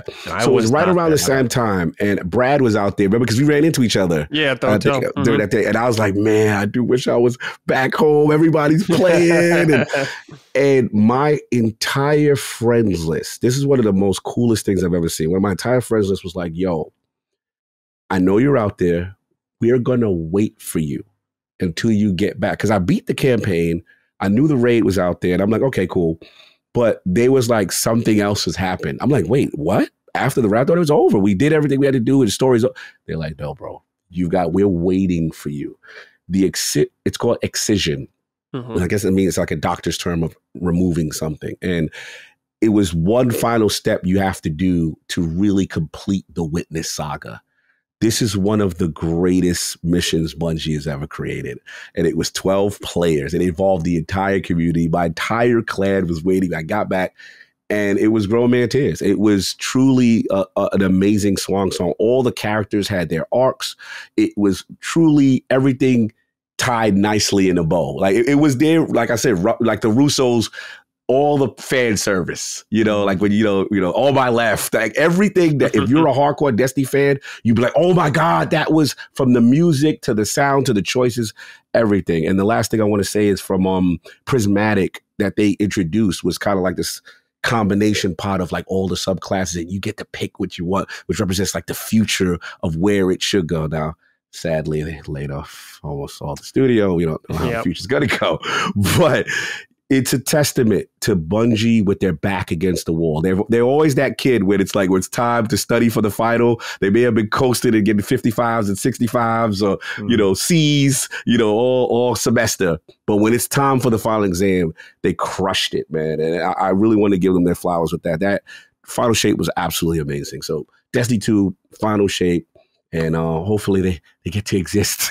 I don't know anymore. I don't know if I'm ever going to say this game again because I've stopped playing. I've actually cooled down on Destiny significantly. Yeah. But hopefully we'll see what happens in the future. But I want to give their flowers. Great. Awesome. Okay, Matty, number 2. All right. You already know this series had to crack the list. Trails is here at the number 2 spot. It was game of the year for a while, but something else came in and had something to say about that. But look, man, Trails Through Daybreak. I love this game, and I won't spoil anything. I'll just say that as someone who's played the entirety of the series, this really answered a lot of my requests since probably Trails into Azure. It just, a lot of the Trails series lost its like maturity and its grit with the Cold Steel saga. It went more anime, went more shonen, and that's fine. It was still entertaining. It was still good, but I'll just say that like certain things would happen and characters who should have died stayed alive or whatever. And I'm big on character death. Like you can't just, if you're going to kill a character, you gotta keep that fucker in the ground. Like that's it, And I'll just say Trails has a really bad habit in Cold Steel, like not quite yet, and pulling their punches. So Daybreak, I feel, was just like renewed energy because they had a new engine, new combat system, new setting, new set of characters, and a new tone. You play as a fixer and you can choose to fucking kill people. It is crazy what this game lets you do for a JRPG. They have this basically light side, dark side system where when you're posed with certain choices on how you want to solve problems. And, the quest will end kind of similarly either way, but you kind of start getting this moral standing over time, and that'll influence events. It'll influence dialogue. It'll influence one of the final sequences of the game and just like who's with you and how things go. Like, it's really good. But really it's about that maturity, man. Like, characters will die, crazy shit will happen. It also, in the terms of maturity, it lets the script will say, get a little loose and say some crazy shit. I'm talking about Aaron Way, iconic Trails character already for his loose lips, we'll say. But yeah, just dude, the story is so good. The music is back to being great again.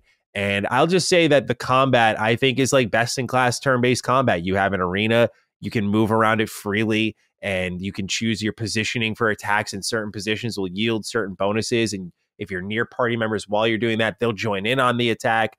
There's a whole slew of new mechanics that they've added in, but it's really taken what was an amazing turn-based system. Like, they pretty much had similar turn-based combat for the entirety of the series, and it was fine because it was really good.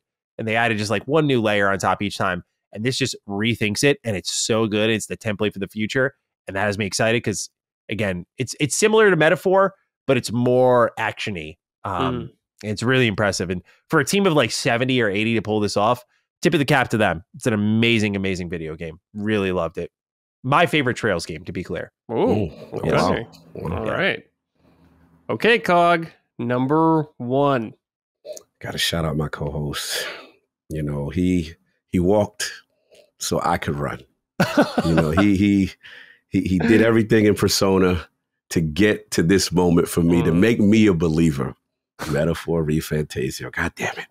God damn it. I've sucked in. This thing had its hooks on me. And I didn't see it coming. I knew I liked what I saw, but it was not one of those games that I instinctually, when I first saw it, I'm like, oh, this is going to be my game of the year. I didn't think that. I thought it was like, oh, okay, I like it. But this to me is peak turn-based JRPG role-playing for me. You know, this is, you know, Studio Zero kind of learning from everything they did prior, SMT and Persona, and then putting it in the setting for Cog to like royal, very Game of Thrones, very, you know, that kind of energy. But the thing that I like is the archetype and the diversity with the archetype system. What I like is, you know, like Persona, I definitely had the go again, but I love the weakness system. I love the idea, okay, what I gotta go? Oh, you can't use slash attacks, and there's different type of slash attacks. Or you can't use, you know what I'm saying, fire or whatever. Like, I love that idea. And then the challenge of this game, this game, MP management. I'm not gonna say it's SMT. I know SMT guys like, hey, you ain't seen nothing yet. But for me, for a guy who is, I would say, the casual, you know, guy from Atlas, I'm like, man, I love this level of challenge. It's not brainless. You have to think. When you go into a dungeon, you got to think, okay, maybe, you know, we can't do all this right now. You know what I'm saying? Got to think, maybe we have to come back that day. But the thing that I like is two things. One, the music is a character in itself. When your man starts doing his bars in his, that, to me, that's a subgenre of music. That right there, I was like, I don't know what this is, but it's the greatest thing I've ever heard, and I love it. So you got that. I love the Gauntlet Runner, everything going on with there. The thing for me is, this is one of the few games that there's always in card game, you know, RPGs, you get your party, right? You get it. And there's always like 2 or 3 people that you genuinely love. And then for me, everybody else like, from the minute of this game, every single person, I'm like, damn, I really like you. Like I was telling Matty, I was like, you know, with the Heisman character, I was like, yo, I generally don't do these type of characters. And the voice acting and the performances are so good. And the last thing, I think me and Matty, we talked about this. Metaphor hit me at the right time. It was kind of like a art imitates life thing going on. Obviously, what's going on in the world and everything what's going on with, you know, people fighting with each other on ideologies, right? But also an elections going on at the same time, and there's candidates. And I'm just like, this game just hit me at the right time. And 3 moments, without me spoiling, that were truly super emotional for me. Tear-jerking moments where I'm just like, wow, you get that. And then I have to shout my man out. Luis Guillerburn is one of my favorite new antagonists. When that man gets on the screen, you hear that voice and he start talking that talk. His voice actor is so good. I looked up that voice. I was like, yo, who are you and what else have you done? Because, bro, like, I'm never going to be disrespectful, Brad. Like, Sephiroth is Sephiroth. I will never, but this is the new kid on the block. Sure, yeah. There's Luis Guillerburn. Yeah, like, he's great. Because you can't really hate him. You're like, I kind of feel where you at with that, though. Once you learn, the story. So, yeah, salute to this, man. Salute to Metaphor ReFantasio. I am a fan. I loved it. And I like that it pushed me. I don't play Souls games, so this is the closest for Souls for me. Mm-hmm. You know what I'm saying? In terms of being, as far as doing everything, optional stuff, some of the optional stuff spiking harder than the main stuff. Trials of the Dragon. But yeah, like this pushed me, and I was like, I was proud when I beat this guy. I was like, yeah, that's right. I still got it, damn it. And I got energy. So shout out to Metaphor ReFantasio, one of my favorite games and definitely my game of the year. Excellent. Good pick. Matty. All right. Well, let the party continue. Yep. Yeah, Metaphor, dude. This is the first time recording something where I have not rolled credits on it at this moment in time. It's the first time, though, that I have had a moment where I'm like, half of you is better than everything else in full. And I feel like that says a lot. I know it sounds like a cop-out to people, and I know in turn my praise of the game will be limited. But truly what I was thinking about, I was like, no game did what Metaphor did for me this year. It came even close to it. New IP, incredible turn-based combat, refreshing cast, refreshing setting, interesting, well-written commentary on social and political issues. It just answered the bell on so many levels. And by mid-game, I cried. I've never had that before. There are games aplenty that, Kingdom Hearts 3 got me, Nier got me. Like, there are games that have got me for sure by their ending point, like that climax. To not even be at that point and to be moved in such a way is the power of Metaphor, is the power of Atlas. This is a developer that has changed my life and how I view creations of any kind, really, just art as a whole. Like, I thought I got it. Then I played Persona 5 Royal and I was like, I think I might get it now. Like, this is fucking insane what they're capable of. And so Metaphor carries a lot of things that you love about Persona 5 Royal into this game, but rethinks it. And again, I commend their writing so much because they do what I think great writers do, which is like, here is this world issue, and there's not one stance that you're supposed to take, but rather you see it communicated through the various races, for example, that this world has. So like as an Elda, as you're walking around and people are like, ugh, gross, like they're talking shit, but some types of races, like a Parapus is like, yo, we get it. Like, we're the grunts of the society. Like, come here, like, you're cool. They get it more because they've been in your shoes.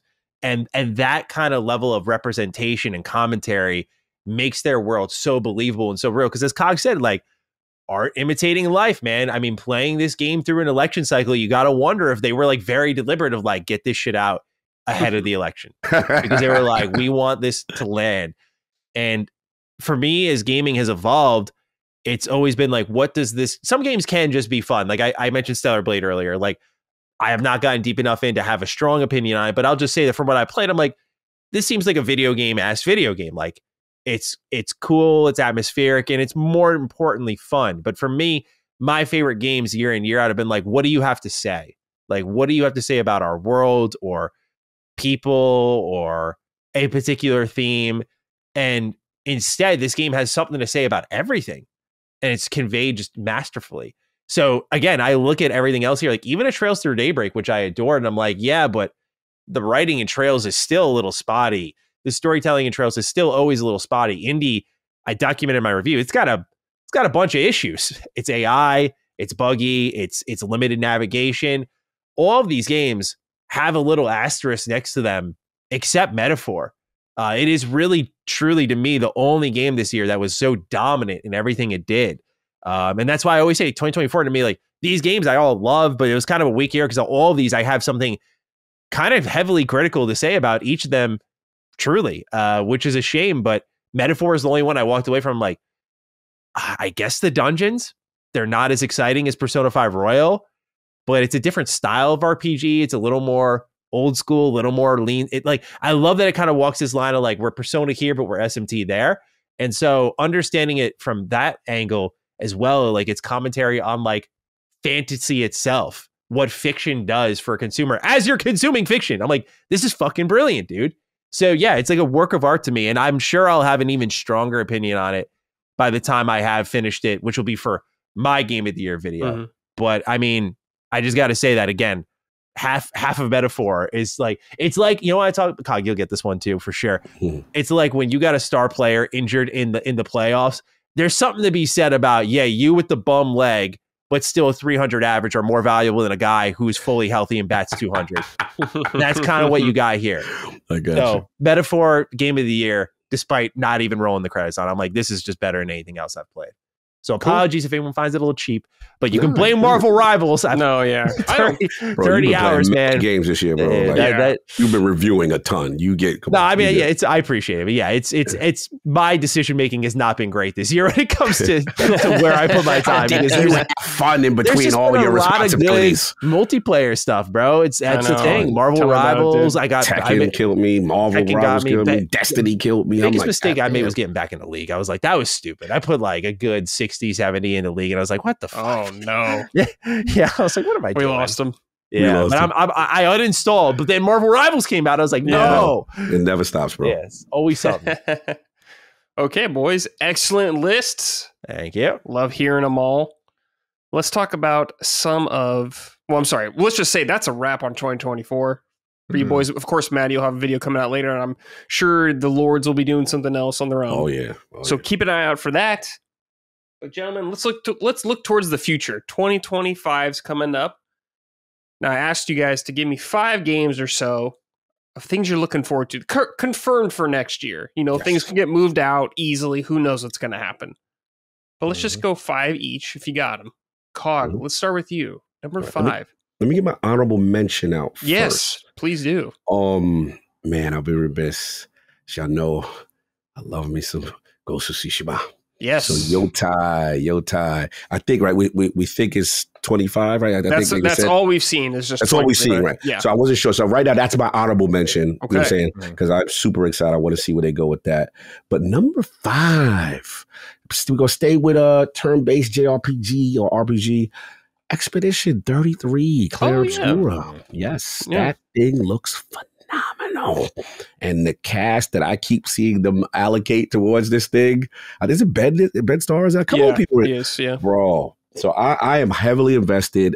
This thing looks like a work of art. It's in France, and I always like going to new locales and, cultural different things. And it's like trying to stop some painter from painting some evil situation. And I don't know what's going on, but it looks cool and it looks different. And I am in. So Expedition Claire Obscura, that is number 5 for me.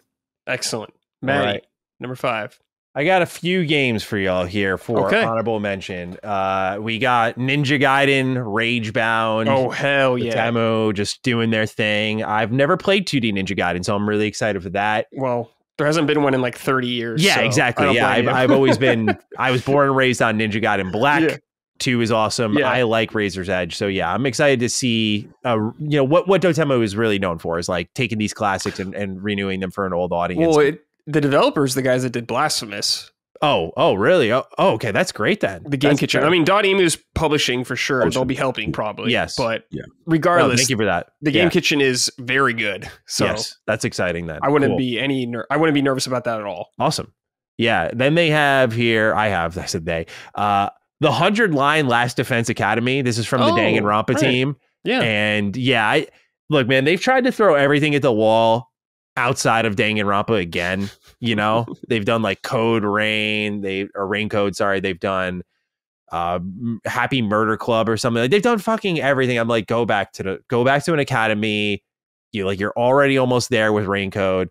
And so it looks like they're doing that. It's kind of like a turn-based game too. I feel like this could be I hope it's good because I'm like, this is the one Cog plays. It's got turn-based. It's got maturity. We'll see though. I'll be on the lookout for any creepy Cog at the park isms here. I want to also shout out, this is morbid curiosity, Vampire the Masquerade Bloodlines 2. Oh, dude, I'll believe it when I see it. Yeah, apparently 2025. That game has gone through, I remember 4 years ago making a video on just like how fucked the development of that game was, and they still are going. So I just want to see how this thing turns out. And then Mouse PI for Hire, that cool kind of Cuphead-like shooter. Thought that looked awesome. All right. Looks fun. Number 5 goes to Elden Ring Night Rain. Just out of fucking nowhere from the top rope announcement by Jeff himself, man. That was crazy. The fact that we're seeing Bloodborne content and Dark Souls 1, 2, 3 content here. in Elden Ring is insane. I know they're kind of calling it like a spin-off, but they're still kind of pulling the thread on some sort of narrative that like all these worlds are together. It's roguelike, it's survival, it's got a class system. I'm really interested in it, man. Like, I just think this is a cool, different experiment for From Software. That's not like their main focus. Like, when a company goes off the beaten path and expands a little bit, like, this is what you hope for. Like, okay, this isn't like your main thing, but like, you want to try and see like, how does this kind of co-op driven Monster Hunter game go? I'm also really curious about like this company that's known for an arbitrary invite system doing a multiplayer game. Has anyone thought of that? Like, how ridiculous is that going to be? I'm curious about that as well. Are their servers going to be ready for this much multiplayer? I don't know. But they're bringing the spirit of jolly cooperation to life. And so I'm excited for Elden Ring Night Rain next year. Very nice. Great pick, man. I'm very excited about that game as well. I think it's going to be fun. Yeah. All right. Cog, number 4. Ooh. Obsidian the Black Rock is back. Outer Worlds 2. Super pumped to get back in that world. The trailer was absolutely hilarious. It just showed that the game was. Didn't expect to get this next year. I thought, maybe they come out in 2026. Xbox's year is pretty packed. I thought it looked amazing. The main issues I had with Outer World 1, which was not many, but was just like, okay, combat, how are they going to improve upon that? That looks so much more improved. We got crazy biome diversity, crazy weapons. I'm not even worried about the writing and the hilarity of Obsidian. Like, they always make me laugh, and especially in that world. So I can't wait to see new crew, new planet, or whatever it is going to go. That easily shoots up on my list as far as one of my anticipated games for 2025. Outer Worlds 2, baby. Excellent. Okay, Matty, number 4 from you. Claire Obscure Expedition 33. Okay. Yeah, I remember seeing this game, and I remember the trailer going, Unreal Engine acid flip. And then all of a sudden I saw turn-based, and I went, wait, this is great. And that's literally, and it just shows how powerful turn-based is for me, because then everything, and I mean everything, became more interesting. But also at that point when they showed turn-based, you started to see like the UI and like everything that was very clearly Persona inspired. It seems a little bit like a mixture of Persona combat and Lost Odyssey combat. And obviously these are some of my favorite JRPGs ever. So I love that. I think this is a team from the West kind of trying the Persona 5 formula. So again, I'm really interested to see that. But also, I mean, this world seems interesting. Like the outfits and everything remind me of like Sir Galahad from The Order 1886, which seems to keep coming up in this episode. But yeah, it just reminds me a little bit of that. And so yeah, it looks very much like the things I enjoy. And that makes it an easy spot on this list, that's for sure. Yeah, awesome. All right, Cog, number 3. Number 3, we staying with the Black Rock. Obsidian once again. About the Living Lands. As a person, I really never played a Pillars game, to be honest. So like, this is me kind of getting into that world, and I love the idea of just being this envoy, you working for this guy and trying to figure out what's going on. But the thing that really struck me with this, the combat, and I love the verticality of the game, and the game is in almost an Indiana Jones kind of sense, way bigger from what we played than I thought it would be. I thought it would be a little bit more condensed in the hub worlds in a way that Outer Worlds 1 was. And this, the Living Lands is huge, bro. Like it is really huge. So I got my man Garrus coming back, you know what I'm saying, as Kai, and I'm curious about the classes, the choice and consequences, but more importantly, the combat. Playing how I want to play as a person. I want to get my grimoire, I want to get my spells on, I can do my action. Like, I'm super pumped for this game. When we played that game, man, I'm like, damn, that's all I've been thinking about, getting back into that. Like, it's one of those games I'm like, man, I can't wait, kind of thing. So yeah, shout out to Avowed, man. It has its hooks on me for sure. So that was number 3. Excellent. All right, Matty, number 3. Trails in the Sky remake. Oh yeah, I forgot about that. Yeah, I mean, this is no doubter. I am just very curious to see what this remake era for Falcom brings to the table, just future-wise. Like, I imagine they're going to remake the second one and the third one, but are they going to do 0 as well? Like, I have all these questions. I'm very interested to see what they end up doing. But Trails in the Sky is like just such a cozy JRPG. I love Estelle. I love Joshua. Just an amazing duo. And while the first one is like one of my least favorites, I've come to appreciate it for just how different it is. Like, it's not a story about, as many JRPGs are, like fighting God or whatever. It's just like uncovering political corruption and going around and being a bracer and helping people out. It's very simple, very innocent. And for many people, it'll be very boring. For me, it'll be very comforting. I'm very much looking forward to just spending time in this world with one of the best soundtracks in gaming. Trails in the Sky soundtrack, like it's going to go on everybody's Spotify playlist when they hear what this music's packing. But anyway, yeah, top 3 easily for me. Yeah, great. Can't wait to play it. Finally, number 1 on Brad's list. That's for damn sure. Yeah, I'm jumping in. I have a debt to repay. Oh, you lost? He's got to pay. He's got to pay up. No, me and Maddie just made a deal a while ago. Yeah, so we're almost there at the end of. Yeah, he's been playing. He's been doing work. So he told me to wait, though, until this comes out. So gotcha. The remake's coming, so I'm in. Yeah. All right, Cog, number 2. Got to be careful what I say here. Ooh, okay. Got to be careful. Controversial. A little controversy because I got to be careful, but I did get a chance to play this already. But Kingdom Come Deliverance 2. Oh, boy. I am super excited. Game is sticking to their guns as far as, being rooted in, we ain't doing dragons and we ain't doing magic. We are doing the time period and sticking to one of the most realistic sims I have ever seen in terms of combat and everything else. And man, very impressive. So yeah, this is definitely shot up the list. That's what I'll say. And I cannot wait. The first one was a cult classic, Henry kind of going from a boy to a man, and now almost like a man to a king. But what I like is the idea of kind of, I want to say choice and consequences, try playing how you want to play, but affecting things in multiple ways the gameplay can go. And it is hardcore. I want to give Warhorse credit for not bending to, they know what game they want to make, and they're not trying to acquiesce. We are a hardcore game is kind of the energy. And I like what I'm getting from them. So Kingdom Come Deliverance, man, I can't wait. Great. Yes, sir. I know Locke is very excited as well about that. So yes, good times. Okay, Maddie, number 2. The Outer Worlds 2. Right. Yeah, man. I mean, Avowed's obviously on this list too, in the terms of, I forgot to mention this in my honorable mentions, but the Outer Worlds 2, just like, I love the first game so much. I think it's so funny. I love going back and just playing how I want to play, just the stupid shit you can do in that game. Flying into the sun as an ending is just, to me, like peak role playing. Like you can really be whatever, whoever, and the DLC in that game's fantastic. So look at the Outer Worlds 2, and it's seemingly more of that, more weapons, more gameplay options. It looks like they're taking those lessons from Avowed already. Like it looked like there was more gameplay freedom in Avowed from what we played. And I was already seeing in the trailer, like crawling around, putting on a mask, stabbing people from behind. I'm like, okay, like this is not the Obsidian proper I'm used to, but these planets look so good. There was like snowy planets, fauna-filled planets. There was like more metropolis central planets. Like it was just it was what I loved about the Outer Worlds, man. Like it was that sort of environmental diversity and going planet to planet. Like we're in a whole new, it's called like Arcadia, like I think a whole new galaxy or part of the galaxy, and just learning about a whole new section of the Outer Worlds. Because when you look up like the lore that they've dropped on this game, there's literally no knowledge. Like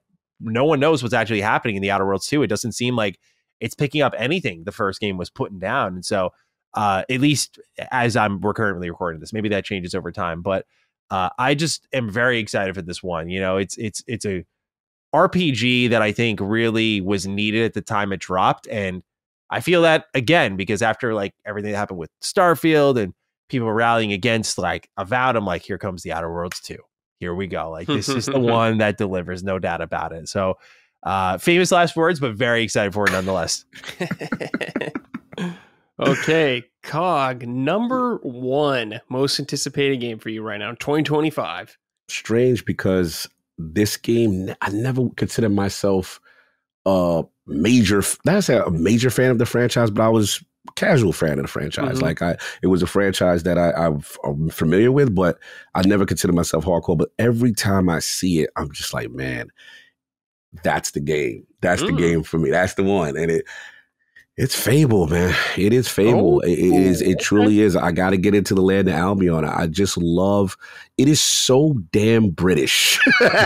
Like, you ever see a game just screams Britain? I'm like, this is a Britain-ass game. So like, yeah, man, I cannot wait to see what they've done here. And it's to the point where, when the studio has to come out and say, hey, no, this was real. This is what you saw was real. And obviously we know the pressures of Playground, you know, in terms of being able to transition or to pivot, right? Or they're known as Horizon, you know, the Horizon guys, which is my favorite racing game of all time because I don't like them hardcore simulation. I like that fun and arcade, like like I like that. Motorsport, God bless, y'all can do y'all drive shafts and all that stuff y'all doing, you know what I'm saying? Like, I want to just get it. Yeah, like, you know, Matty, you know where we at with it. So to see that team, the Forza Bros, they know how to get. So it's like to see that team get this and like this thing looks stunning. And now I just got to see if they could land this plane and have the true RPG. So this is one of the more intriguing games for me. But every time I see it, every time I hear them talk, we get a little bit more information, I'm just like, okay, I am super pumped, super hyped. So I cannot wait to get into Albion with Fable. Hell yeah. Great pick, Cog. I love it. I have high expectations for that game. Yes, I'm keeping them high. Yeah, absolutely. Okay, Matty, your number one game. Number one goes to Crimson Desert. Oh, great pick. Nice. Great pick. Yeah, this game looks just like I've described it as when I bought my Series X and my PS5. They're like, what game was playing up in your head? Like in its scale, its scope, its detail, its options. I'm like, this was the game. This was the game. It's not like a typical Matty game. Like I'm not the biggest open world guy always. You know, I like more of like what Indiana Jones do, like first person immersion, that sort of thing. But oh my God, dude, like Crimson Desert just looks so staggering. And I just, every time I look at it, I'm like, is this real? But they show an hour of gameplay. I'm like, this is fucking real, dude. Like it's surreal what this game's trying to do. And it reminds me of Assassin's Creed. It reminds me of Dragon's Dogma. Like there was flying around dragons at one point. Like this game has everything going for it. I think this game will set the internet on fire if it delivers.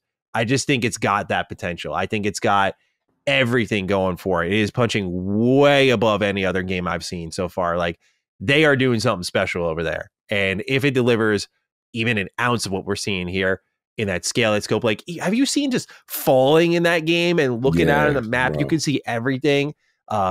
It's really going to come down to content. It really is. Like if there's a decent amount of content there, you know, I don't want to, like I'm waiting for the rug to be pulled out from under me with this game. Like, what is the catch? Every time I look at it, I'm like, how? It's like what I felt when I first saw Cyberpunk behind closed doors. I'm like, how? And there was a catch.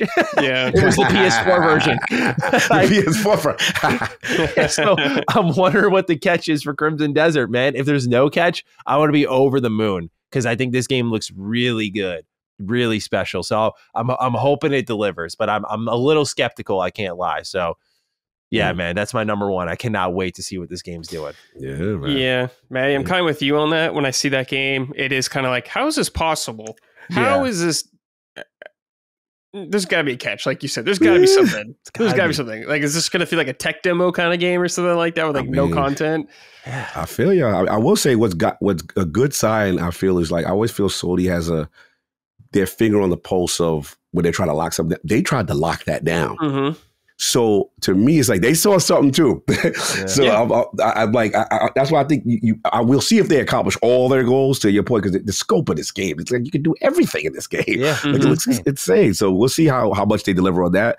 But it does look like one of those. Kind of things. So well, they had their eyes on Concord, and that was a bad judgment call. Okay. So I'm sure it'll turn out better than that, though. In fairness, I think that was Jim Ryan era, wasn't it? Or well, the whole thing is that was Herman Holst's baby. Yeah, okay, never mind. Sorry, trying to help you out there. High rank. No. Just a botch all around. Yep. Sorry, Cog. No, all right. Forgot about that one. Matty, Cog, thank you, boys, for joining me. I appreciate it. I'm sure the audience appreciates getting your lists as well. Yeah, it was fun. Right, thank you. Likewise. All right, back again. This time with Chris and Gene. Boys, thank you for joining me. I appreciate it. We're shooting this a little later than we do most of our shows, so thanks for accommodating that. But we're going to start with Chris, actually, first. Chris, what is your number 10? And also, do you have any honorable mentions you want to say or shout outs, anything like that? No, I think my list is pretty emblematic of everything that I played and enjoyed this year. I think I've squeezed everything that I would want to squeeze into this. Okay. So my number 10 is Final Fantasy VII Rebirth. Oh, yeah, it's a competitive. It's honestly, I'm sure that's a wild. That's wild from probably a myriad of different perspectives, I guess, because it's just like, how is it number 10 from some people, and then it's like, how is that even on your list? I thought you hate these games. So, no, man, I like my time with I like Final Fantasy VII Rebirth a great deal. I think that soundtrack is really killer. I think the story is really good too. I like these characters a great deal, and when the game is going, like when I'm in the throes of combat and when I'm spending time with the main cast, Tifa, Barrett, Cloud, Aerith, it's a great time. I do think it's a little bit bloated. I do think that there are certain elements of that game that are maybe a little, not obtuse. Obtuse isn't the right word. It feels sometimes that the game doesn't want to keep going, or the game wants to stop to engross you in kind of a bunch of other smaller, littler games, which I think if the littler games throughout were more compelling would be a different, it might be, this might end up higher on my list, but as it stands, it's really, really solid. And I'm a lot more enamored with it than I thought I would be. But I did get burned out a little bit in the middle of the year with it, because I went right from remake into Rebirth. And so, like, I spent like a good I feels like 70, 80 straight hours with this group of people, and I was like, oh my god, I gotta stop.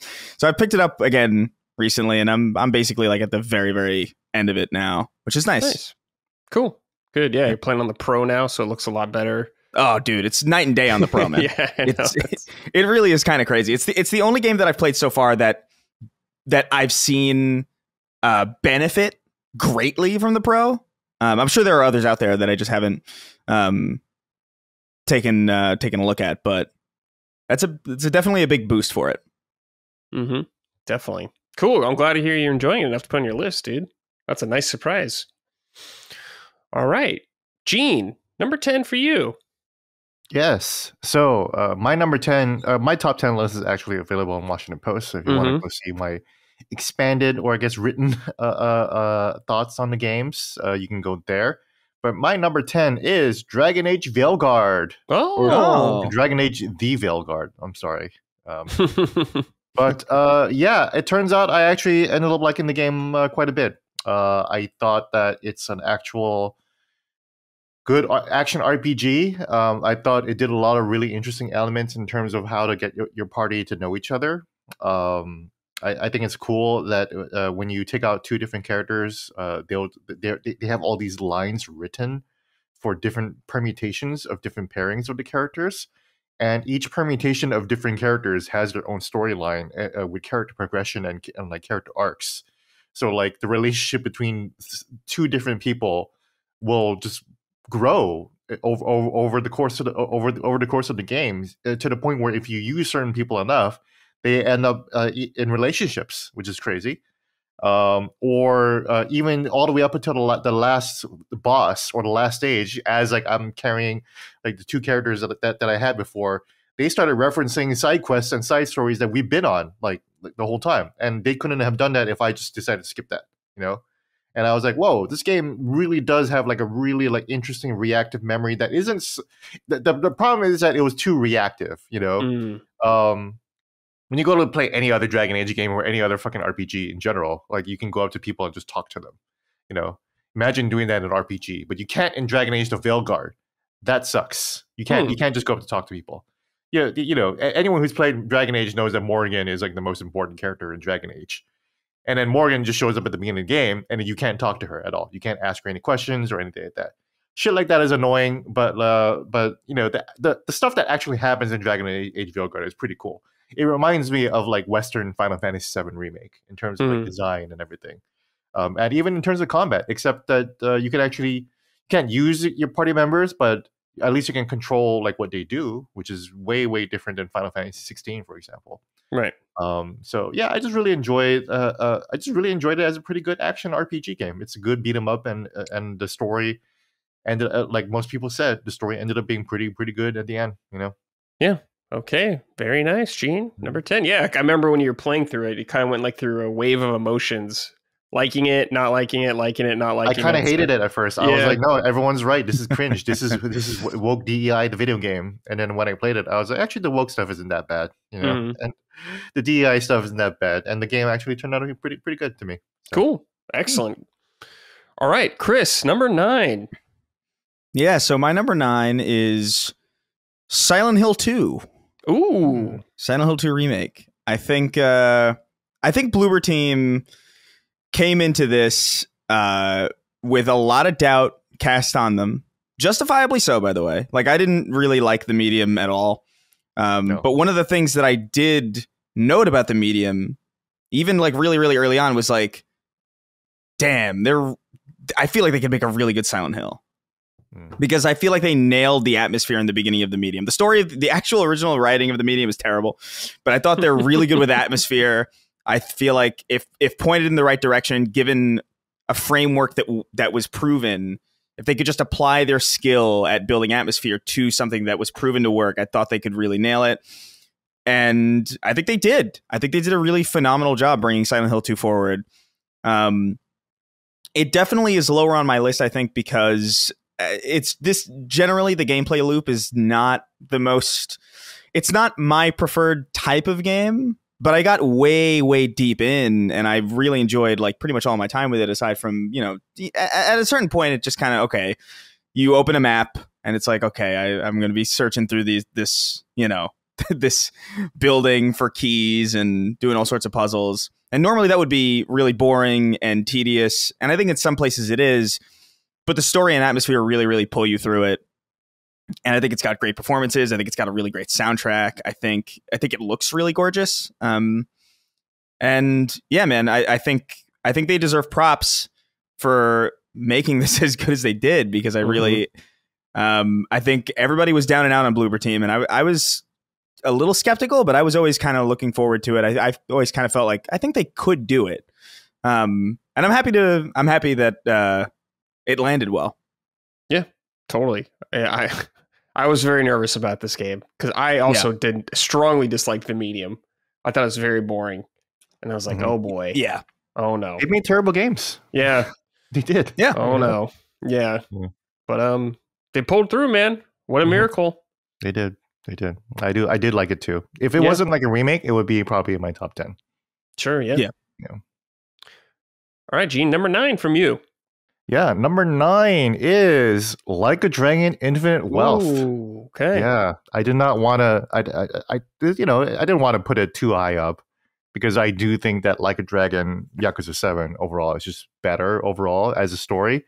But in the gameplay department, everything about Infinite Wealth is just better. This is like the fighting system, the way you can move around, the way that they handle AoE attacks. Just the way the guarding just feels better and everything. The class system is better. All the mini games. Honestly, you're playing Infinite Wealth right now too, right?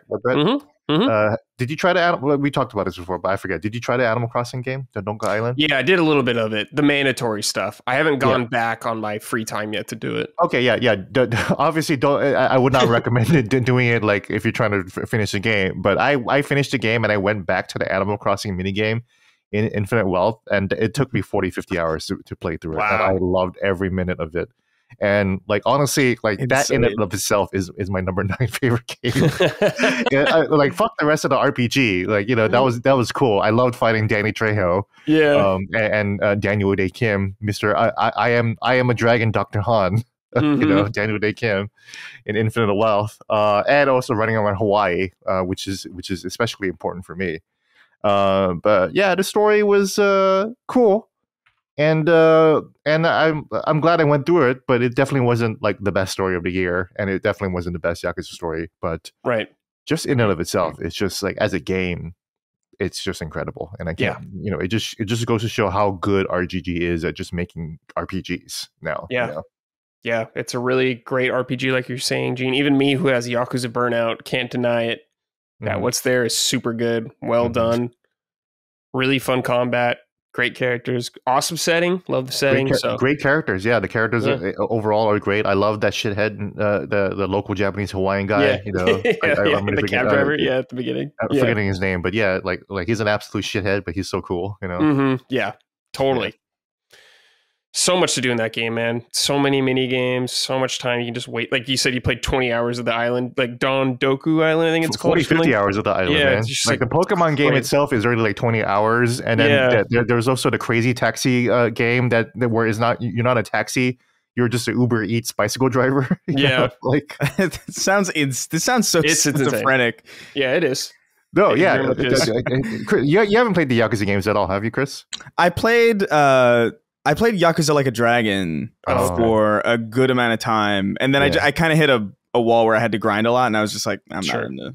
Yeah. That was probably that game's biggest problem is that like you probably hit the same wall everyone else did, where it's like, what the fuck is this? What the fuck is this? So Infinite Wealth actually fixes that, where they give you like a whole dungeon where like, oh, if you need to grind, just grind here, and we'll give you a ton of experience points, no problem.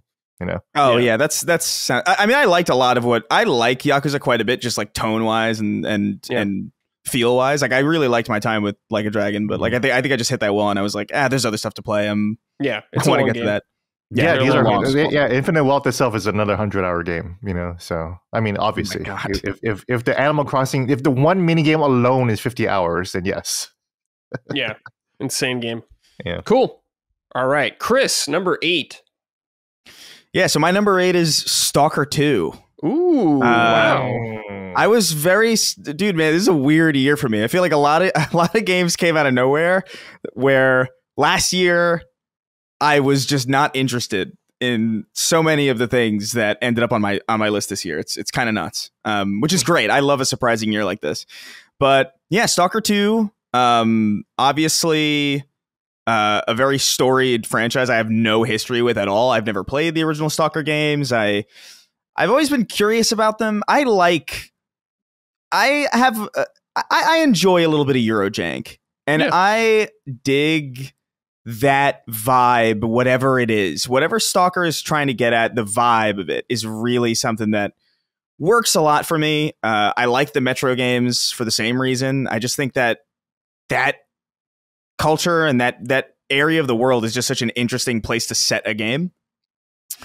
And I feel like Stalker 2, even though there's like so many things wrong with it, apparently, like I didn't even know until Locke mentioned it in our Discord that like there's an entire facet of the game that isn't working.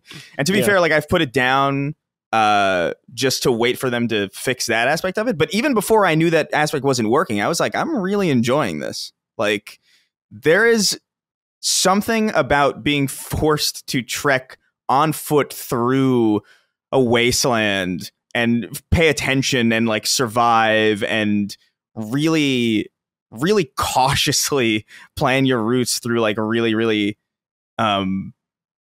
hostile environments that I'm like really into. And I don't know what it is about Stalker 2 that works for me specifically. I think it's a lot of the vibe. I think it's the Far Cry 2 kind of feeling of like, oh man, your gun's gonna jam or your gun's gonna break and you gotta keep everything repaired and you gotta maintain things and you gotta survive. You gotta open up a can of disgusting looking dog food and eat it. It's grimy and it's weird and it's quirky in a very strange way, and I'm super, super into it. I can't wait to jump back into it, but I feel like I'm juggling around so many games right now. But Stalker 2 was a nice surprise. I definitely would not have expected to enjoy it this time last year, but it pulled me in, and I can't deny, man, dude, that game's beautiful too. Like I know that there's like definitely some jankiness with the animations, but like I remember booting that game up one night and just kind of staring at a field and being like, this is a really fucking gorgeous looking game.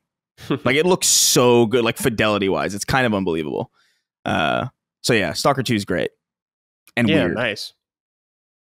Yeah, I want to play 2, but I'm gonna wait till they patch in that world thing that Locke's talking about. And there's just a million things to play right now anyways. But yeah, it looks awesome. Check it out sometime. Gene, number 8. Number 8 is Legend of Zelda: Echoes of Wisdom. Oh, okay, nice. Yeah, I just thought it's a good Zelda game. It is, yeah. That's all I can say about it. Is that I really like the most interesting thing for me about Echoes, and I tried to talk to them about it, but I'm not sure if the developers understood what I was talking about. Was that I really, they couldn't figure out the dungeon formula for Breath of the Wild and Tears of the Kingdom. They couldn't figure out a formula where dungeons will be interesting to figure out as a puzzle, but the freedom that those fucking games give you to be able to just literally fly anywhere, like fucks up the whole pacing for what a dungeon could be, And I think it's fascinating that they needed to not have an infinite sky anymore, like this is a top-down game anymore. You can't just fly off the screen and fly forever over every single puzzle. This is like, you have this is the puzzle. You're looking at the puzzle, figure it out, So for me, Zelda is a reminder of how restrictions in a game makes good game design, Yeah. We already have a game. We already have so many games with infinite space. Minecraft being one of them. Fortnite being one of them. And I think it's important for games to kind of step back and be like, okay, yeah, we got to have some rules here, man. And that's what Echoes was. Echoes was the Zelda team reminding themselves like what makes Zelda so important and interesting. On top of like actual the Zelda character being the main character, which is one of the more important things too. But yeah, just felt like Nintendo made a Zelda game. It should be in the top 10, and it turned out to be a really good one. Yeah, definitely. Okay, Chris, number 7. Yeah, so my 7, I'm cheating a little bit here, but Destiny 2, The Final Shape. Oh, don't worry, Colin did that as well. Okay, yeah. This dude, man, I can't deny it's been a long year in some ways because I feel like a lot's come out that's like this expansion feels like it feels to me like it came out like 2 years ago or something. It's really weird. But it really was this year, and I feel like, dude, Bungie had a really hard task in front of them in landing a plane that's been in flight for 10 straight years, building a narrative for 10 years and trying to conclude everything in a way that was satisfying to everybody and also fun and lived up to that level of insurmountable hype. And I really do think they did it, man. Like, I think that ending is probably better than anything that anyone could have hoped for. It was really fun. The campaign is really, really well paced and really, really well designed. The new mechanics that were like implemented in it were really fun. I think that final, I think it was like a 12-player activity where everybody kind of jumped in to beat the final boss was like, dude, I was getting sentimental. I was like, yo, what the fuck? Why am I getting misty at Destiny? I never thought in a million years that would happen, but it was nice. And in some ways, I think it's a double-edged sword, that expansion, because on one hand, I feel like I've gotten all the closure I need from Destiny to kind of be out and okay with that. Like, maybe I'll pop in out of curiosity every couple months, but by and large, I'm kind of out and done and okay with that. But yeah, man, I think a lot was riding on that finale, and based on their previous expansion, I feel like a lot of people were cynical about it and looking down on it and maybe like, I don't know if they can do it, especially obviously with what we know now about Bungie and just the turmoil going on over there. And that was going on over there at the time as well. It's totally reasonable that people were suspicious of this or maybe cautious about it, and that they landed the plane in spite of all that is pretty remarkable. It's not easy to end a long running thing like that. And I think they really did a fucking phenomenal job. Yeah, that's good. Because if they end it bad, it kind of makes you feel like you wasted time almost or something like that, or just makes you look back on it a little harsher. So that's really good 100%. To hear. I heard a lot of people compare it to Endgame in that sense of just wrapping stuff up. So that's great. Love it. All right, Gene, number 7. Yeah, number 7 is indie game UFO 50. Oh, yeah. Yeah. Oh, yeah. UFO 50 is crazy in that I have not even played close enough to the 50 games. I just like the games that I played, which I really like Grimstone, which is basically Final Fantasy, but with cowboys. And it's his own RPG with like dozens of hours of games in there. There's Porgy, which is a Metroidvania there's a lot of Metroidvanias in the game. Barbuda is the first game that's actually on the list, and I actually don't think is that good. But then there's Mortal, where you use your dead body to continue the game, and UFO 50 is so robust enough that they even have sequels. You can just play Mortal 2 in the game, which is crazy. Funny. Yeah.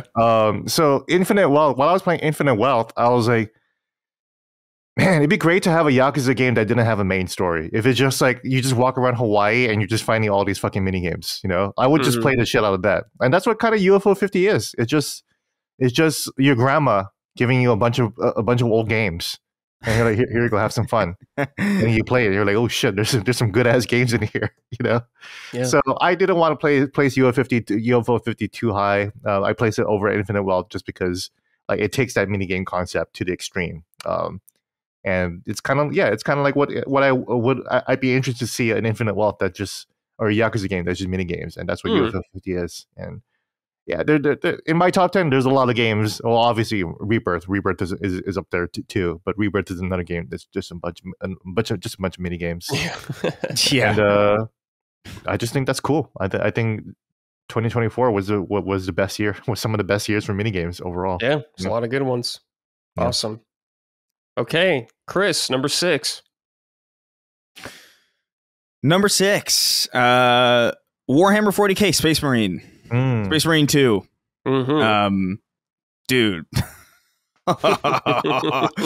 This is such a Chris game. It's crazy, dude. Like it feels like, it felt like, and there's a couple of games recently, even this year, where I felt this way, where it's like, damn, I really feel like we're stepping back in time. Not just in like a nostalgic way, not like, oh, we're dipping back into old franchises or, and doing the member berries thing. No, we're dipping into old game design. And what I love about Space Marine 2 is just how good it feels and how much focus is placed on the feel over anything else. There is a narrative. There are characters. I have no idea what the fuck was going on. I'm going to be honest with you. Like, I don't know anything about Warhammer at all. I'm really intrigued by it. There's a lot of like the trappings and the flourishes in Warhammer that like really intrigue me. Like some of the terminology that they use is really, really just, it sounds so cool. And so just by virtue of that alone, it kind of has me interested. And I've thought about just kind of dabbling into, what Warhammer is on a deeper scale just because of this game. But even just on a moment-to-moment gameplay, like it just feels like playing Gears of War 2 again. It feels like those late mid 360 action-oriented titles. It's one of those games that respects your time. It's not mega long. It's not super bloated. It's no fat at all. And the fact that it is as robust of a package as it is too, the fact that there is a separate co-op mode, and the fact that there is a separate PvP multiplayer that I haven't even really delved into at all, is just it's a staggering amount of value in such a nostalgically presented way that I can't help but love what they did with Space Marine 2. And I got to shout out whoever is the architect behind that. There's like a mechanic in that game where if you take down the health of an enemy, there's like a red kind of reticle that appears on them, and if you press a button, it kind of goes into this almost like glory kill mode from Doom. But the way the camera swoops behind you and the way that the audio dampens around you and it's got that like Gears 2 head pop kind of visceral design, is like that was satisfying the entire fucking time. Like it's damn good stuff, and it is just fun, solid action, really, really great game. And it surprised me because this is a game that I don't know anything about Warhammer. I was not looking forward to it. Didn't really give a shit. Never played any of the other Warhammer games. Never played Space Marine 1. And so this game came out of nowhere and just right up my alley, man. Good shit. Yeah. Definitely got those 360 feelings playing that game for sure. Partying up with your friends, just doing a little shooter campaign. Nice and easy. Had a good time. They're doing Turok also, I believe. So I'm very curious about that. Yeah. Oh, that's the team doing Turok. Okay. Yeah, Saber. That makes me a lot more interested in Turok then. Now. Yeah. Okay. Same. Yeah. When I was kind of looking like, the trailer was kind of Yeah, when I found out that it was Saber, I was like, oh, maybe. Yeah. Maybe. Okay. Yeah, it's like, all right, okay. Oh yeah. I didn't even realize that. If they're making it, then now I'm looking for Turok. Yeah, totally. Turok's dicey, man. You don't want to just hand that over to anybody. And the trailer didn't look that great. It just looked whatever. So yeah, Turok's been all over the place in quality. So hopefully this is a great one. Okay, Gene, number 6 from you. Yeah, number 6 is another indie game, 1,000 Times Resist. Ooh. I never even heard of this. 1,000 Times Resist, huh? Yeah, this is a sci-fi adventure game. It's basically like a visual novel, but it has like a really, really vast like sci-fi dystopian world. It definitely is catered, or not really catered, but is written in the perspective of like a Chinese immigrant, someone coming in from Hong Kong. I cite this in my review, but the best way to describe it is this Tumblr post. So it's a very Tumblr coded game, but it says the game boldly asks the question of what if a slightly awful teenage girl became the most important person in the world. And that's kind of what it is. Like, this girl is like the main character, but she's kind of fucked up. But she's also like, people are fucking her up too. And then, it just it's a good poem of like how fucked up the world feels like if everything in your life is fucked up in terms of like politically, personally, whether it's your interpersonal relationships, and also you're trying to go through like a revolution, you're trying to immigrate to America, and you're trying to understand this new culture and all the different languages and everything. It's a very, very hard game to describe thematically, because it's just very messy, kind of. But that's what I like about it. It was very ambitious. The game design also is something that I find very interesting, because it is like basically like a third person open world visual novel, So it's kind of like Persona without any of the combat, And I enjoyed that a lot. So yeah, this was not my favorite indie game of the year, and we'll talk about that soon. But this was getting close. I think it was just a little too ambitious for its own good, but otherwise, really good game, really interesting. Cool, awesome. Okay, Chris, number 5.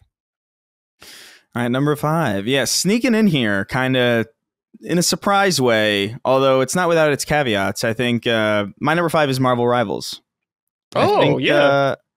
I think there is something here, man. I think there's something special here. It's so interesting to play a PvP shooter where you can have Spider-Man's moveset. Like, that to me is like a kind of a dream come true in some way. Like, I've always kind of wanted that.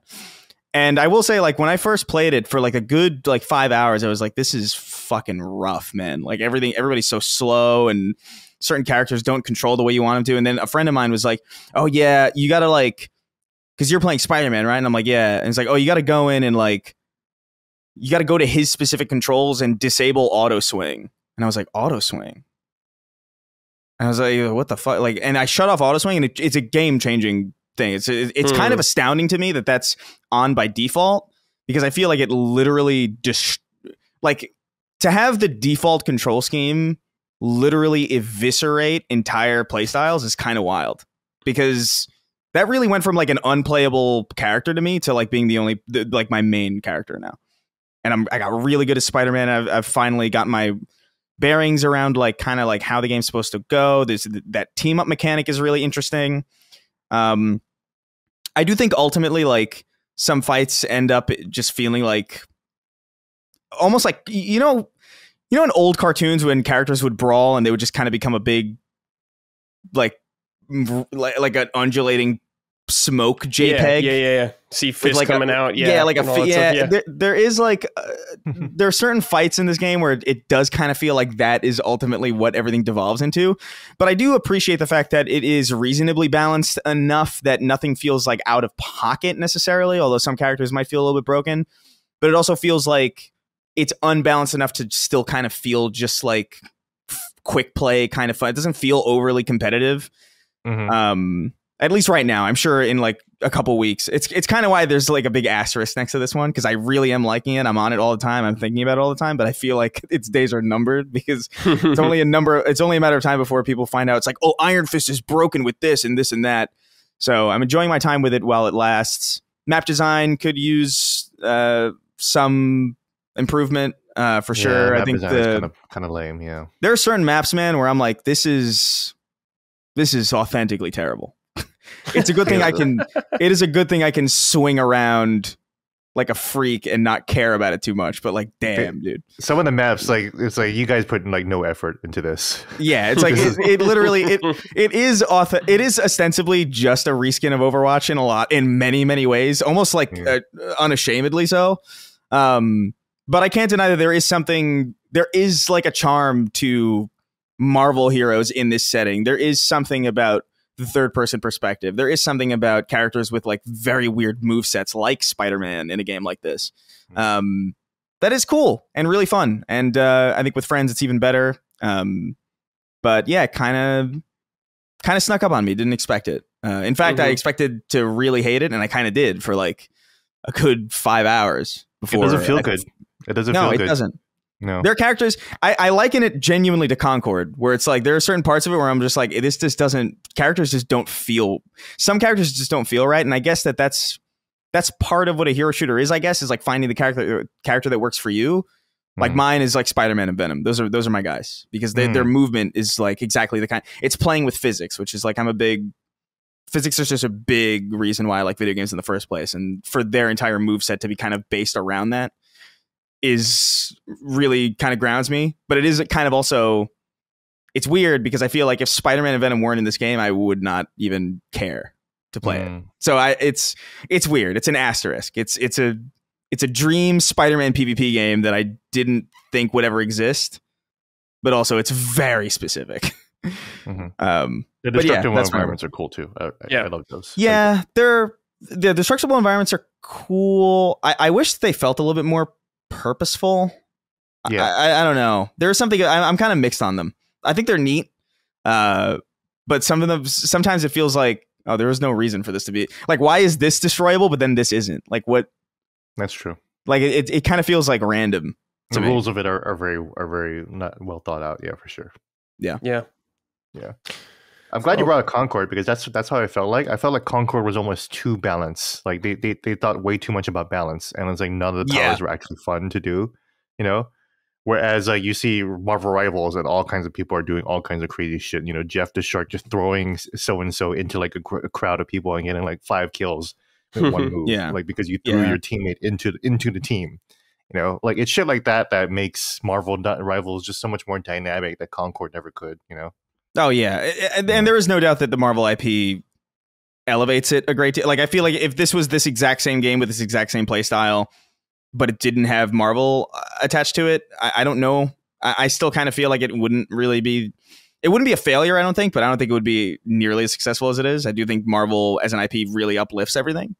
The fact that it has like fucking 50 characters available. Huge, there's a lot of so many. Yeah, it looks good. Like the style of like the character models look great. It's not too 33 realistic. Characters. That's so much. You know? Yeah, Jeff the Shark, I hope gets crucified in real life. But like aside from that, good game, solid game. All right, Gene, number 5, I believe. Number 5, Astrobot. Okay, all right. Yeah. The game of the year for the industry is my number 5.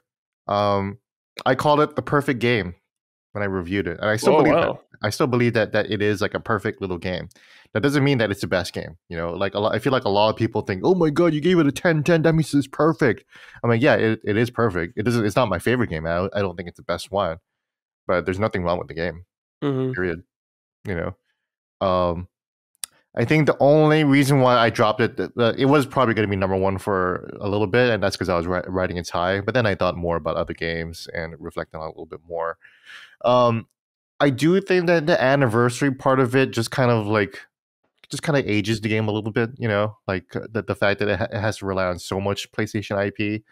I think the game is good on its own, and that's the problem I have with it. Is that Astrobot is so good on its own that it doesn't need all the PlayStation nostalgia to be good. You could just have all those cool mechanics and just be its own game, you know. And so yeah, it just wasn't an experience that stayed with me, you know. But I still think it's a perfect game, and it's still easily one of the best games. And I'm glad that you know, despite the fact that I wanted Metaphor to win, I'm still glad that Astrobot won, because we should be celebrating good, awesome games that just focus on the matter of play, which is the fun factor. Which is literally the Team Asobi name, you know, team play, you know. Yeah. So the messing around with what the possibilities of play, what physics means to what physics in a video game can mean to having fun in a video game, bouncing balls, just bouncing balls off your face. That's fun. I don't even mean that sexually. I'm just talking about like just fun balls, Yeah. That's just fun, It's just a fun concept, and Astrobot is a game that didn't forget that. So yeah. Okay. Very nice. Chris, number 4. Number 4. Oh man. So my number 4 is Indiana Jones and the Great Circle. Oh, nice. I gotta say, man, like this is another one where I'm just this time last year I couldn't even tell you how little I gave a shit about Indiana Jones, not even just as an IP, but just from the premise of there's gonna be a new Machine Games game, and it's not Wolfenstein, it's Indiana Jones. It's this IP that, from my perspective, from the outside looking in, has just been kind of trucking along with no real purpose for a really, really long time. I watched the original movies when I was like a kid, but I don't really remember them that well. Or I didn't, right? And then this game came out of nowhere, and I'm hearing whispers of like what it's like. I'm hearing Dishonored comparisons. I'm seeing the review scores like glowing, and I'm like, what the hell's going on? What is this? And so I thought, you know what, I'll give it a shot, but I don't want to go in blind. I feel like I'm going to be losing something going in blind. So I went and spent an entire day, watched through the original trilogy, engrossed myself in those movies, love them, by the way. Temple of Doom is sick.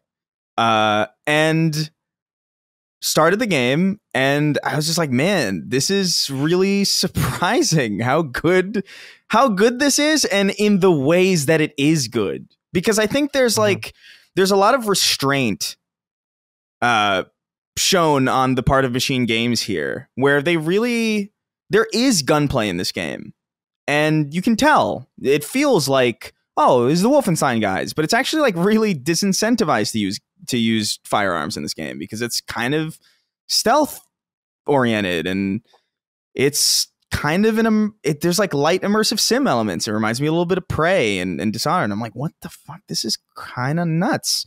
And the AI is like, the AI is dumb, and it adds to it somehow. It's weird. Like, because I think about Indiana Jones and like, oh, do I want this to be like a hardcore, like, Splinter Cell stealth game? The answer is no. The answer is I kind of want to be free to explore the vibe of Indiana Jones without being like necessarily punished because I didn't perfectly like hide my foot behind a telephone pole in the right way. And then it kind of reminds me of like just the movies where Indiana Jones is like looking out at like a bunch of Nazis, and there's no way they can't see him, but the script just determines that. So I think even the game's shortcomings in some way like add, because I feel like they could have fixed it. They really could have. They could have made this game like a really punishing stealth game where like you really had to sneak around and avoid any hint of making an impression. But then that really wouldn't be Indiana Jones anymore. And so I feel like their restraint really pays off, and the way they capture the tone and the writing. There's a scene specifically like with a in the Vatican, which is like the first area that you're in after the tutorial, where a fascist guy, you're disguised as a priest because there's a disguise system, and he wants to confess something to you, so he drags you into a confessional booth and makes you listen to his confession. And it is genuinely one of the funniest scenes I've seen in a video game in probably many, many years. And it's funny in the way that Indiana Jones is supposed to be funny. There's like the way that the sound design works, and the whip sounds cool, and the fists sound great. Sound effects. And even just when like a fascist sees you, or like when an enemy spots you or begins to spot you, there's like an alert sound, but it's like a George Lucas, it's like a Lucasfilm kind of, there's like a style and a flair to the whole thing. And I don't know, man. I think a lot of people would have been right to assume that like, oh, well, Indiana Jones in first person doesn't work. And I was one of those people. I was like, why the fuck would I want to, like, dude, you're the person, this is the IP that inspired Uncharted and Tomb Raider. Make that. Like, it wouldn't even be really ripping anything off. Like, you earned that. That's yours. Like, if anything, my mind is like, show them how it's done, you know? But then Machine Games takes this like weird, bold, they take this really bold path where they're like, no, actually, let's make it an immersive sim. Let's make it a light immersive sim, and let's make it really first person and immersive. And, you know, Uncharted and Tomb Raider, those are taking movies and making them video games. Let's kind of like play with that. You know, I feel like Tomb Raider and Uncharted are more like, they're more cinematic, and they want to emulate film a little bit more. And here's Indiana Jones inexplicably being like, yeah, we know this is a movie IP. Let's make this really fucking video gamey, though. A game-ass game, yeah. It's a game-ass game. And I'm just like, it's bold, man. It's because I really didn't expect it to work. And it works so well that I can't imagine this game not be like, it would fall apart if it was third person.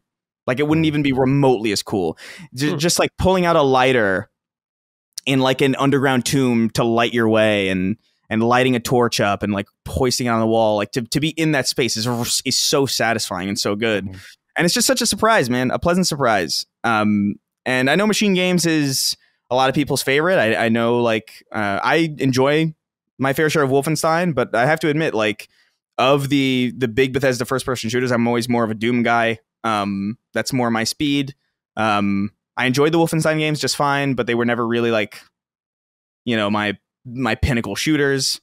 So I was kind of going into this game a little bit like, it'll be fine maybe. And they really blew me away. They surprised the hell out of me. I did not expect to care at all about Indiana Jones in 2024, and yet here I am, and I'm constantly thinking about it now. Nice. Excellent. Indie for me. Yep.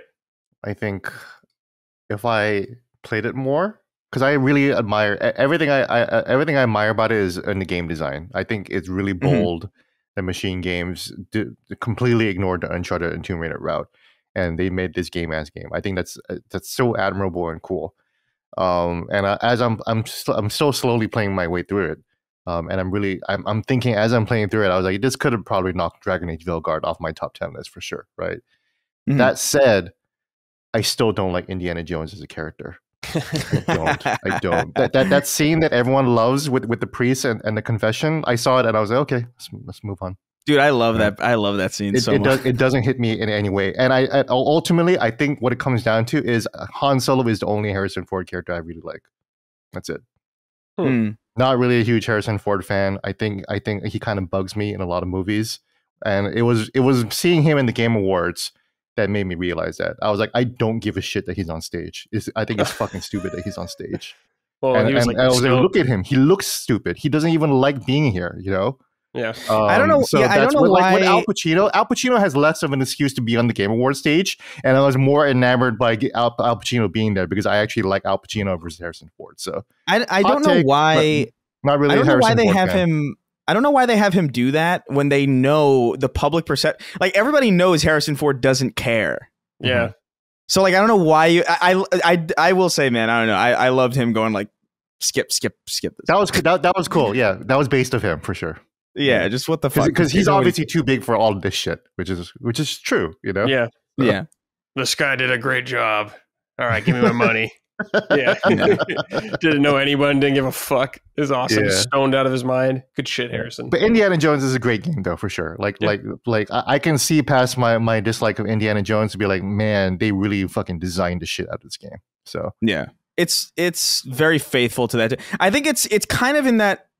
I actually think it's better in some ways, but like I do think it's in that vein of kind of Hogwarts Legacy and just kind of these games where like if you're into these IP, these are dream games because it's a dream game. That's exactly why I hated Hogwarts Legacy. I was like, I hate Harry Potter. I hate Harry Potter. So I hate playing this game, even though I know that it's pretty cool and it has some cool shit in it, you know. And but if I loved Harry Potter, then this would be my dream game. But I hate it, so I can't play this, you know. Yeah, it sucks. I only recently even realized that I do like Indiana Jones, so it's like I'm kind of like, oh, cool. This is all fresh for me in some way. I haven't seen the two movies where he's old because that's just depressing. Yeah, I just don't want to. I don't know. I don't want to see 92-year-old Spider-Man. You know, like I want my fictional characters to stay as ideal. Everybody else around, everybody that I know and love is already getting older. I don't need my fictional like escapism characters to do that as well. Like what the fuck? That doesn't do anything for me personally. But. It was already a bummer watching Spider-Man whatever home with all those other Spider-Mans and seeing 50-year-old Tobey Maguire try to be Peter Parker, like I don't. It's rough, cute. Man. It's cute. Like I like that scene where they're bantering. But I don't. I could have lived without it. Yeah. You know. Yeah.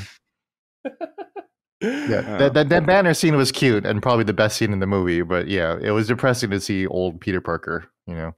Yeah, it's depressing to see old me. You know. Yeah. At least Goku doesn't age that much. Exactly.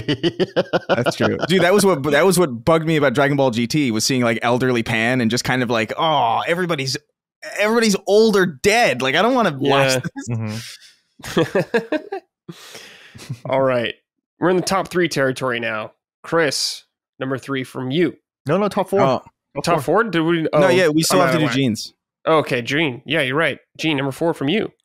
Oh, that's right. Number 4 for me. Yeah, even I'm losing my space, even though I know where we're at. Number 4, Final Fantasy VII Rebirth. Okay. Yeah, very nice. I call it the best AAA game of the year.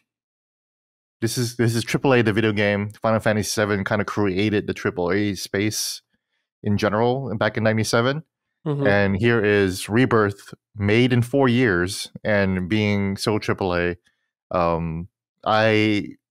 The only reason why it's not like number 2 or 3 or number 1 is that the writing towards the end is all fucked up, and they try to appease too many audiences, and it makes what they're trying to go for at the end of the game really, really hard to kind of feel like that they did it perfectly, that they nailed the ending. I have no issue with the mini games. I don't think it's bloated because I beat the game in 34 hours really. To me, Final Fantasy VII Rebirth was a perfectly paced, beautiful, and wonderfully written like adventure game. You know, everyone is like, "Oh my god, it's so fucking long." Colin has a mental illness that he can't get over, so he has to check off all. It's true. Like I'm not like making fun of him. Like it's like he can't get over that. You know, so it's like. He has to check all the boxes before he goes on to the next stage. Like I had no problem skipping everything, and that meant that I really, really enjoyed the story that I received. And my literal only problem with Rebirth is how they handled a lot of the ending and how they try to basically make all people happy in terms of newcomers and old folks like me. You know, but if you only focus on the emotions of what Rebirth is trying to tell you, and just try not to think about it, then I feel like it works really well as a JRPG and as easily the best Final Fantasy and the best Square Enix game made since 2006 or whatever, 2007, whatever the last time FF10 came out. So, FF10 way before that. Yeah, 2001. Yeah. So. All right, very nice. Okay, now top 3, Chris. Mm-hmm. Yeah. Down to the wire here. Okay, so my number 3 is mouthwashing. Yeah. Yeah, mouthwashing. For those of you who don't know, it's an indie game. It's very, very short. It's like maybe I think I clocked in at around. Actually, I have Steam right in front of me. 2.2 hours. So like it's not long, and I finished it. I don't even know how to describe this game, man. It is it's probably the best written game I've ever played, which I guess is technically kind of a cheat code or like cheating because it is only 2 hours. Like it's a lot easier to, I guess, write something a lot more tight and focused if you have that limited of a scope. But it is kind of a walking sim. There's some gamey elements in it. It's really more about delivering a narrative to you and presenting a vibe and presenting characters and telling a story. And it is so captivating in every single way. Like it really is kind of wild because this is the furthest thing from this is not a genre that I typically care about at all. Like I remember when Gone Home came out and I was just like, whatever, man.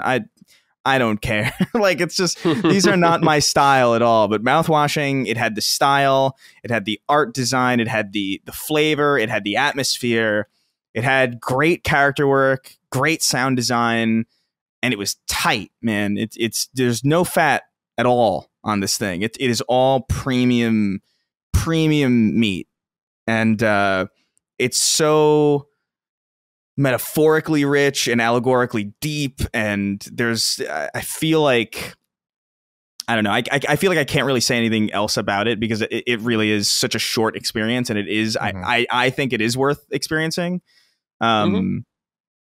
It's just really fucking well written in a way that I just couldn't deny, and it stuck with me. Like, since I played it at the very beginning of this month, and I've thought about it pretty much every day since. It's a really good fucking game. Some really striking visuals as well. I love the music in it. Yeah, the music's great. It's my number 3. It's fantastic. I definitely recommend it, even to people who like this might not be your thing. Because it's certainly not mine. It really is not. I can't even express to you. And my next 2 games are going to probably exemplify just how out of the ordinary this is for me. But yeah, man, really great. Really great script. Nice. Okay, Gene, number 3. Number 3 is Balatro. Oh, okay, sweet. Yeah, just the best gamey ass game of the list, I think. It's probably the best game of the year, over UFO 50. It's better designed than any game on UFO 50. It's better designed than all the mini games in FF7 Rebirth. It's a better designed than Queen's Blood. Better designed than all the mini games at Infinite Wealth. It's just better designed than Astrobot to me. I just think that it's a perfect little game. It's to be able to give your 52 standard deck of cards superpowers with jokers is the kind of thing that only video games can do. That to me makes Balatro special. The fact that you can just take a card and literally give them magical powers, that's something that you can't just do. That's what everyone who got mad about, like, oh my god, Balatro, a fucking card game, got nominated for Game of the Year. I was like, no, if you're saying that, you have not played Balatro, like, for even a second, because you need to play the tutorial, and the tutorial will show you exactly how Balatro is different. And you can't just pick up a deck of cards and just play this. This is a video game, and it is wonderfully designed. I think that the theme song, when I heard the theme song in the Game Awards Orchestra, I felt like crying. I was like, what the fuck? I was like, why does the card game music fill me with so much like sheer joy and nostalgia and everything? And I haven't even played the game that much. Honestly, it's not one of my favorite games of the year. I just think it's clearly easily one of the best games of the year. And yeah, if it won over Astrobot or Metaphor, I would have been perfectly happy too. I would, and the fact that it's just made by one dude, hell yeah, man. Yeah, good shit. Yeah. Now my number 2 is Mouthwashing. I can talk about that. So we we're just there. Yeah. So since we're at number 2 now, unless Chris has anything to say about Balatro. Did you ever play that? No, I did play it, and I liked it, but I could tell that it was disruptive. So I actually, like, I felt it becoming, like, how much time did I put into it? So I put literally exactly 75 minutes into it, and I was like, no, I can't do it, because this will consume a lot of my time. That's exactly it. I was a couple of hours into it, and I was like, man, like the hooks are deep in me already. I need to get out, because I have other games to play. I can't just fucking play Balatro all day, But it works. Totally works. I remember just being like, oh, I want to play this until 7 a.m. and being like, no, I can't be. No, I can't have one of these. You cannot be doing that. You made a couple of videos this year. If you would not have accomplished those videos. Oh, dude, I would have made even less. I would have deleted some, probably, if Balatro. Yeah, you'd be at negative content by now, Yeah. So yeah, I agree with Chris. Number 2, my number 2 game is Mouthwashing. Mouthwashing very, very closely became my best game of the year. I've already talked about it a bunch, and I definitely recommend everyone go read my interview with Johanna Kasurinen, who's the writer of Mouthwashing. And my interview has gone viral within the mouthwashing community. That the mouthwashing fandom is very, very divisive and very, very toxic. But it's to my credit that nobody in that toxic fandom hates me because of my interview. Everyone read the interview and they were like, "Holy shit, this is one of the best interviews I've ever read." It really, really goes deep into what mouthwashing is about, including what the kind of lessons that you're supposed to take away from it. But for me, I agree with Chris. I think this is the best writing I've seen in a game in years. I can't remember the last time. To go even further, I think this is the first horror game since Silent Hill 2 to really affect me this way. It's ironic that it came out in the same year as Silent Hill 2 Remake, because I have not felt this hard about a story in a game since 2001 when I played Silent Hill 2.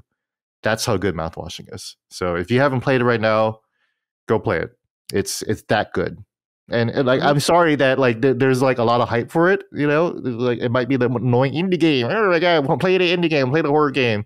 You know, like Susie Hunter, my one of my best friends and the horror game queen. She hasn't played it. I'm not pressuring her to play it at all. You know, because she's hearing it from all sides because it's just everywhere. But yeah, I guarantee you, if you trust me and Chris, just try it out, man. It's special. All right, Chris, you're number 2. I'm doing my part. My number 2 is Helldivers 2. I've put in some more hours. Chris Raygun the game. Helldivers, dude, man. It's literally just what I've been wanting for so long. It's just like it's an ODST ass game, and you're just like, hey, drop with your friends into this open-ended kind of map. Complete objectives, you're under complete attack and just a stressful combat the entire time. There's physics at play here. There's like there's emergent gameplay all the goddamn time. I just love the way Helldivers feels to interact with, man. There is something so purely fun about putting in even just the fact that, dude, I just appreciate the fact that there's a third-person shooter out there, or an action game in general of this style, where button combinations are a thing. Like, you have to do combos and shit. Like, that is so cool, man. Like, it just from like a tactile like nature of just like from the perspective of just playing the game, there's something really, really satisfying about that. Of being like, oh, we're in a gunfight. Oh man, you gotta hold the thing and like do your button combination and hope you did it right and hope you don't fumble. It's so fucking fun. And the fact that there's friendly fire in it too, so you can just completely screw your team over by accident or on purpose. It's a lot of fun. It really again reminded me of the just late 360 era of playing, Halo 3 ODST or Gears of War 2 Horde mode or just even Left 4 Dead. Just simple, chaotic, emergent fun. And the fact that the vibe of it is so Starship Troopers coded, and there is like a whiff of satire around it. I remember like playing it like in the opening weeks, and even just the way that people would ask me to play it was just, it would put a smile on my face. It would just be like, democracy. There's a vibe to it. It's so good. And yeah, I think they kind of fumbled the support a little bit, but to their credit, they did roll back a lot of the controversial changes back to the way that the community wanted it. And they just put out an update in the last week that we're recording this. And it's dope. I just played, I think I spent like 3 more hours last night playing.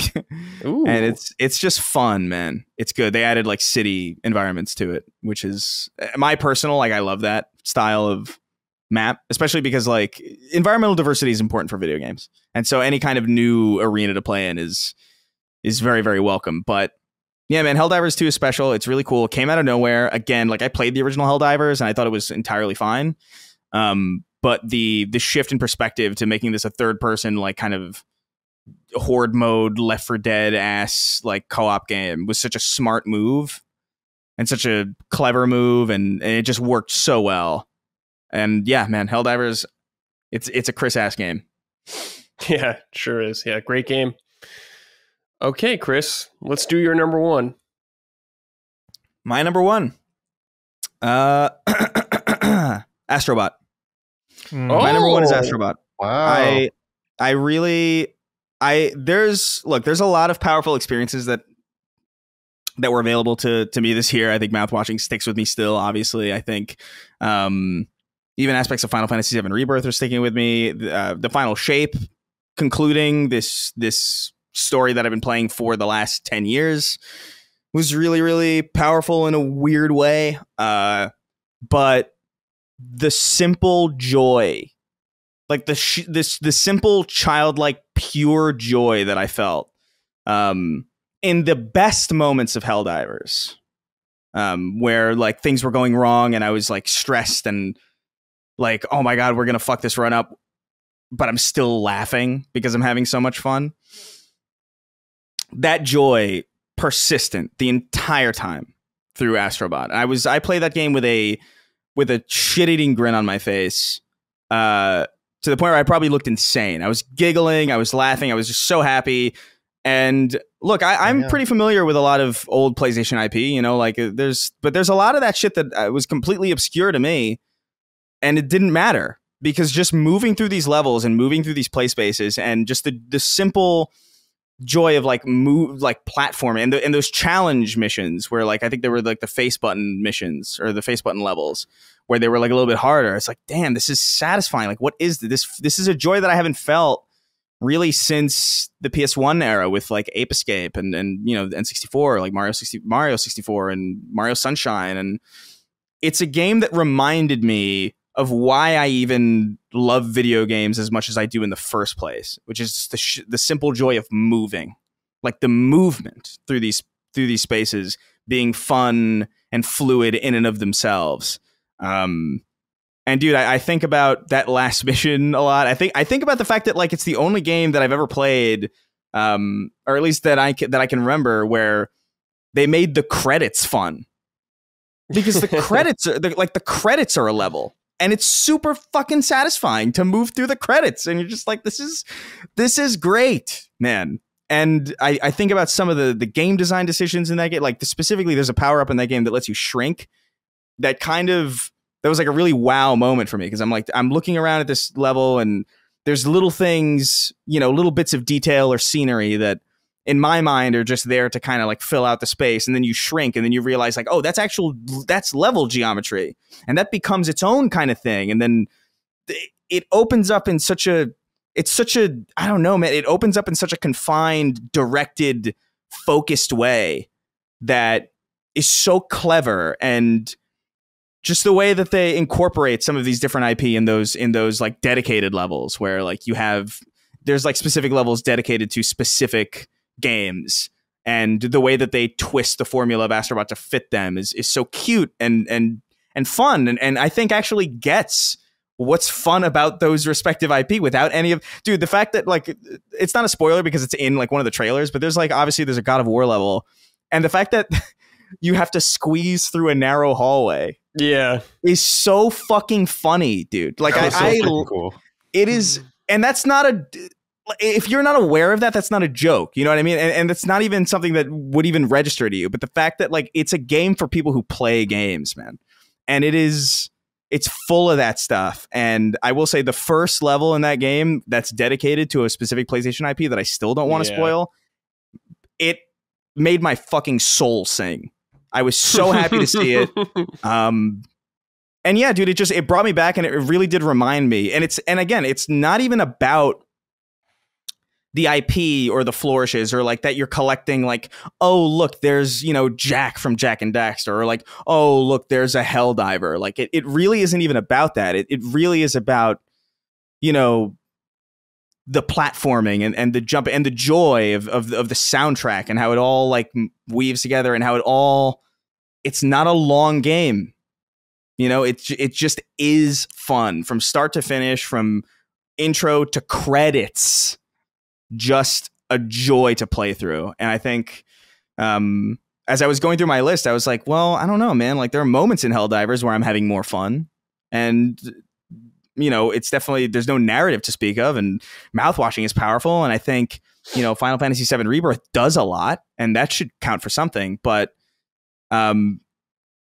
just consistent joy through the whole thing. And the fact that it's gotten support since then, and there's free speedrun levels, and, there's a new Christmas level that I did a little bit of that they just put out. And I don't know, man. It's a joy, and it's the only game on this list, I think, this year that I did platinum. That I finished the entire thing, no stone left unturned. And I don't know, man. It's a gorgeous game. I love it. I love it to death. And I didn't care about Astrobot really before this. I kind of didn't give a shit. I didn't play that. I didn't play the VR game. Oh, Rescue Mission. Yeah. Rescue Mission. I did play the pack-in with PS5 with the base PS5, but I didn't finish it. Like, I thought it was cute and fun, and like I liked it, but like it didn't grab me. And this grabbed me, man. It's good. I look forward to seeing like what is in store for this character, because I feel like Gene's right. Like, I actually don't think he needs any of the existing PlayStation IP, which is actually my main concern going into it, where I was just like, I don't know, are people going to care about Astrobot? It really, like, if you don't care about PlayStation, would you care about Astrobot? And like, I don't know. I still don't really know the answer to that, but I do know if like you're a fan of platformers, period, there's no flaw with Astrobot. Mm-hmm. Maybe it's too easy. Maybe it's too easy. That could be like an argument, but I don't know, man. It's just fucking good. Yeah. It's pure delight. And it has Gex in it now, so there's your Square Enix IP in there. Yeah. Finding us a square representation. Gex. It's so fucking funny, dude. That's amazing. Not Cloud, not anything else. Not Chrono. Nothing else. Dude, it's so much funnier that it's Gex. Yeah, it's just Gex. All right. I fucking cracked up when I didn't know until I actually played the level. And then when Gex showed up, I was like, "Oh my god!" There's a lot of fun ones. There's a lot of fun ones in that level too. I didn't finish it though. Like I'm kind of stuck on it. Like I got the last one. The level is huge. Yeah, it's a big ass Mario 64 level. It's massive. It's way bigger than I expected. It took me a while to finish it. I don't think I haven't finished all of it actually yet too. So yeah, nice. Yeah. Okay, Gene, your number one game of the year. It is Metaphor ReFantazio. To me, this the only reason why I still kept this over mouthwashing is because even though I think mouthwashing has better writing, like Chris said, that's kind of a cheat code, because you only have to write 3 hours, 2 hours of a game, as opposed to 100 to 80 hours, 80 to 100 hours of a new world that is trying to like redefine what racism and democracy and what government looks like. The fact that every layer of the art in this game is about this theme of unity. The fact that the music is in the language of Esperanto. Do you know? And Chris, you know what Esperanto is? I know the roots of that. Like, I don't know what it is though. The language of Esperanto. It's a language that some dude just made up in the 19th century to be like the language that anybody can learn. That this was supposed to be the unifying language of humanity. That's crazy. And then of course nobody learned it, because you actually have to have fucking culture around language, right? But the entire soundtrack of Metaphor is sung in Esperanto. It's just all this like so-called gibberish that you can apparently understand. I've not. It'd be cool to read a translation of it, but just the fact that the game goes through all of that just to drive home this force of like unity and unifying and why that's so difficult. It's just amazing. And the fact that it's a game-ass game. It is such a gaming game. The fact that it's not just turn-based, the fact that you can actually turn it into a combo-based action game with dodge rolls in it is amazing to me. That to me makes it more fun to play than Persona 5, even though we just had our summon sign where I compared a lot of Persona 5 to Metaphor. And if you want to hear my thoughts about why I think there are parts of Persona 5 that are much better than Metaphor, go check that out. But this is where I talk about how Metaphor is the best game of the year. And part of that is because I just think the game systems are a lot better in Metaphor. than in Persona 5. Persona 5 in general. All the job system is incredible. Combat feels great. The music isn't as good. We already talked about it in Summon Sign extensively. I think the cast is the best written cast that Atlas has ever made. I think I do like it better than Persona 5, Persona 4. At least, again, from my experience from Persona 5 and Persona 4, I like this cast better than that cast right there. I'll be checking out Persona 3 pretty soon. I'm very excited for that. But yeah, I just think that this is one of the best RPGs of the past 10 years. I think it's equal to Persona 5, which alone makes it the best game of the year. But to me, I like it better than Dragon Quest XI, which I think Dragon Quest XI is kind of like just one of the best RPGs of all time. And I think Metaphor just has a little bit more oomph. The villain in Metaphor is incredible. I couldn't get enough of all the villains in Metaphor. I thought they were also cool. Really, the only thing is that, like maybe some parts of the story just aren't as strong, and maybe some of the writing isn't as strong as like some parts of Persona 5. But I just think the whole sum of it is just so almost perfect. Yeah. And the fact that the game is that big, I just have to. It's just way better than Final Fantasy VII Rebirth at that point. That's for sure. Yeah, it's a very impressive game. All right, good stuff. That's a wrap on 2024 for you guys. Now let's look towards the future. 2025's coming up. We're going to have the boys give us their top 5 most anticipated games of that year. So, Chris, let's start with you. Number 5. Yeah, so I'm trying to decide. I have two that kind of flip back and forth. Are we going to do these in order for like fifth most? Most? Yeah. Okay, I can do that. No problem. Let me do that right now. I'm sorry, Chris. Go ahead. I'm gonna say, all right. I'm gonna give 2. One, just because I'm not even sure if this is happening this year anymore. But I'm very curious about what Marathon's gonna be. Just as a Bungie guy. But there's rumors that might be delayed. I don't know. So that in the background, my number 5 is Avowed. Oh, okay.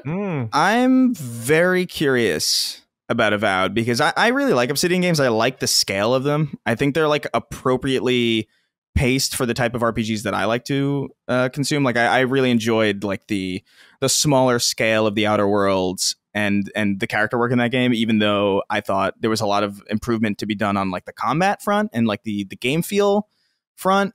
Obsidian's just a very interesting team to me, and they've always made things that, even though they're not always my cup of tea, I can just tell that there's something about them. There's something when Pentiment came out, I remember just being wow, that's really fucking interesting that the studio that made the Outer Worlds will make this, or the people that made Fallout New Vegas made this.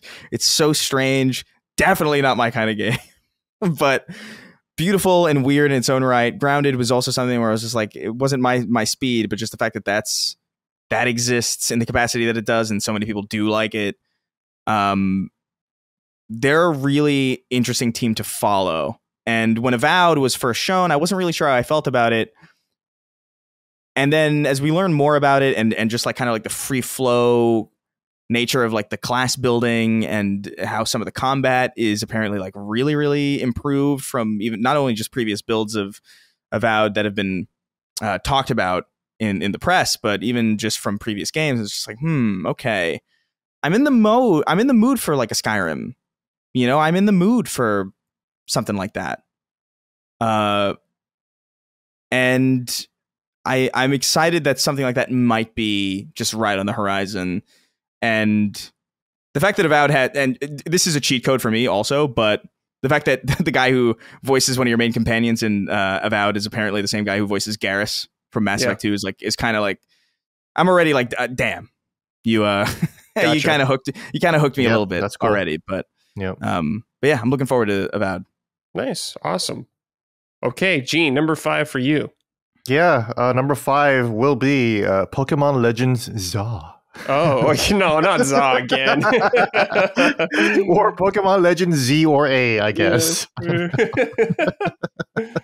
Pokemon Punching Up humor. We already talked about it on Punching Up, but the Pokemon Legends series is probably the most interesting that the Pokemon series has ever gotten.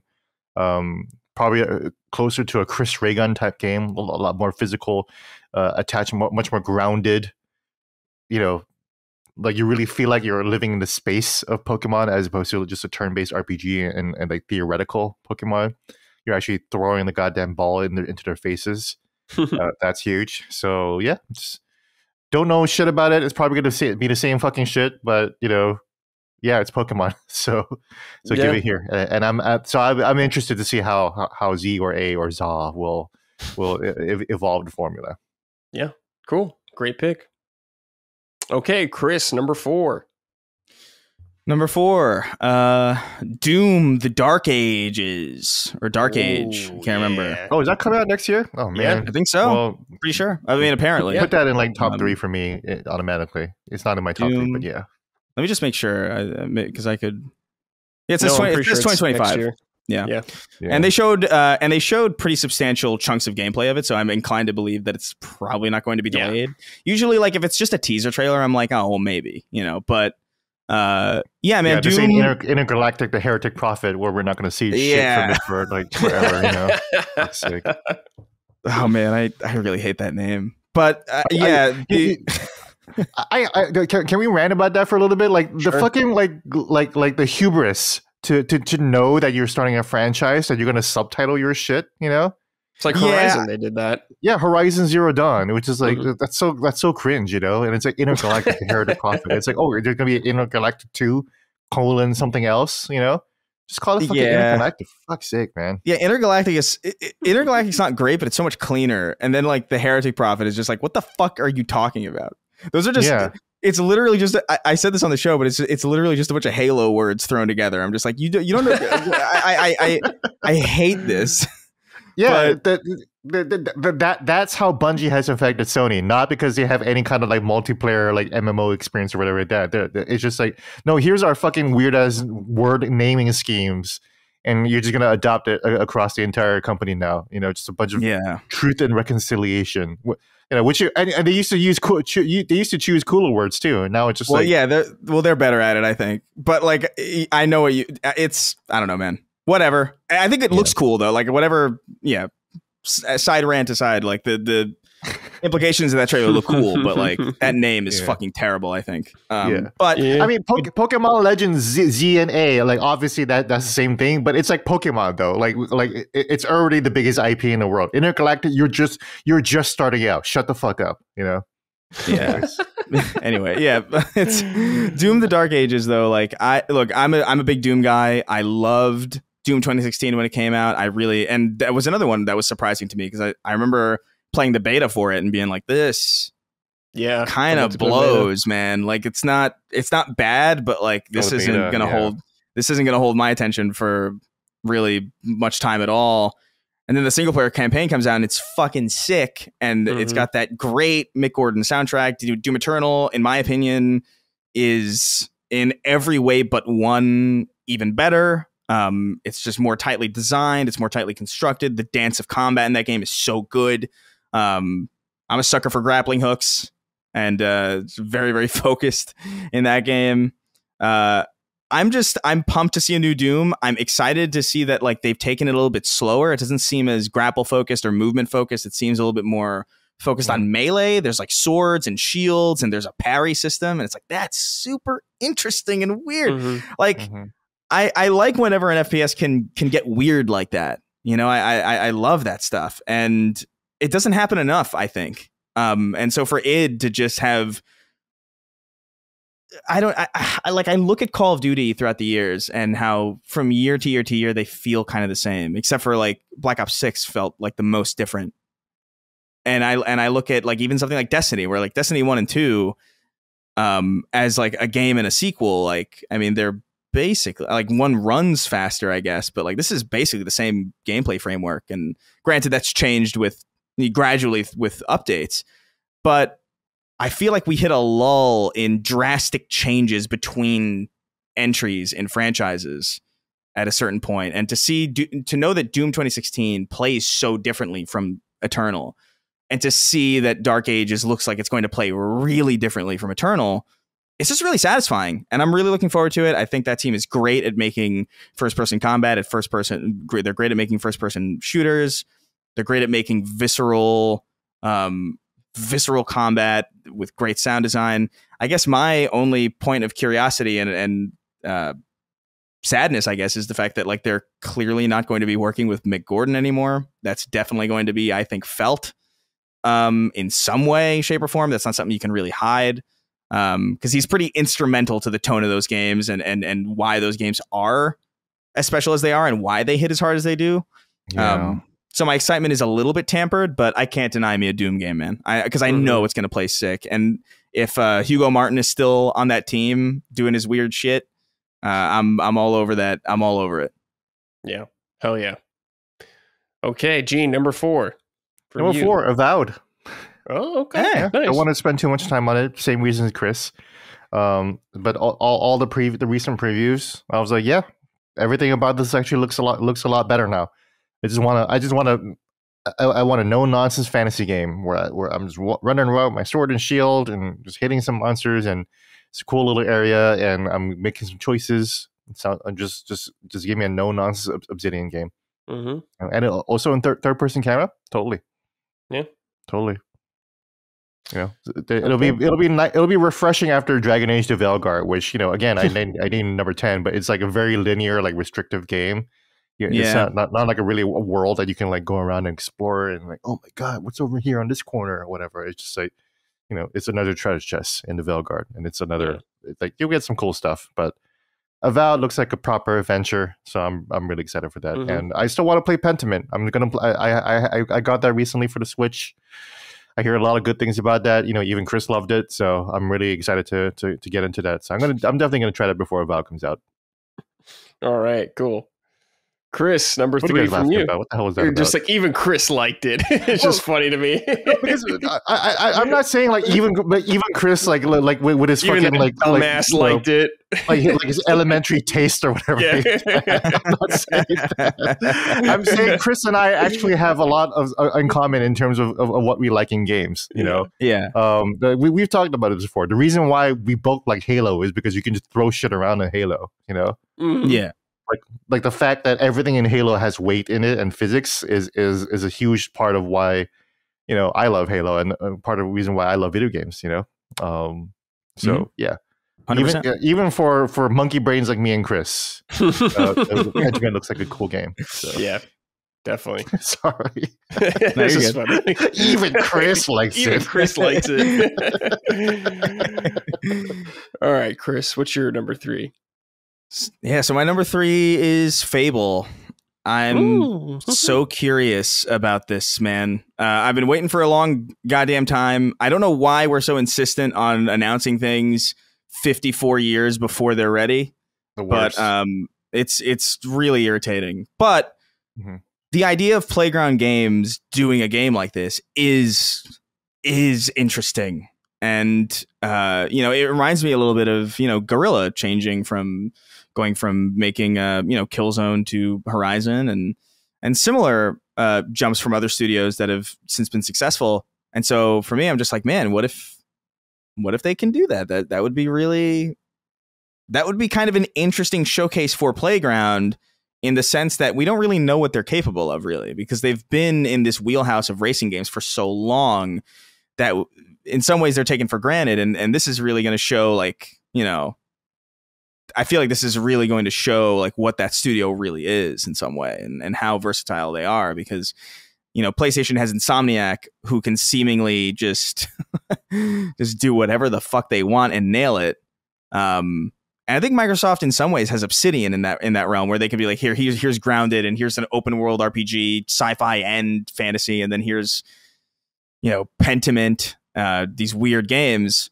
But like, to see Playground Games unshackled, I guess, is really, really exciting and really, really enticing. And I think for the most part, what we've seen from it looks interesting and promising. We haven't seen much of anything from it of any consequence, but what we have seen, at the very least, has me deeply curious and deeply enticed. I like Fable quite a bit. I loved Fable 2 specifically back in the day. Like that really was my jam for a while. To the point where like I have a save on my Series X right now that's loaded up from like it's like in the middle of Fable 2, probably early in Fable 2, where like you're chasing this. It's like the side quest where you have to like, or maybe it's a main quest. I don't even know. But you have to like chase this guy, and he's like, "I'm the fastest man in Albion," and his voice is all fucked up. And you have to chase him to this arch, and at the end of it, he's standing on top of like this archway, and he's like, "You go get the fuck away from me, you fucking piece of shit." And then you literally press Y and shoot him once with your crossbow. He flies back in slow motion, and then that lady says, "Well done." And I always like close the game right before it autosaves because I think that shit is hilarious. And if they can capture like that weird British humor again without getting too crazy, like I don't want to see like, I don't know. I don't want to necessarily see like What We Do in the Shadows. You know what I mean? But I would love to see, I don't know, like Peep Show or something, or like Mitchell and Webb, like that kind of like there's something about the Fable sense of humor that's really, really difficult to pin down. And from what we've seen, I don't know if they've nailed it, but I think they've gotten closer to it than I would have anticipated.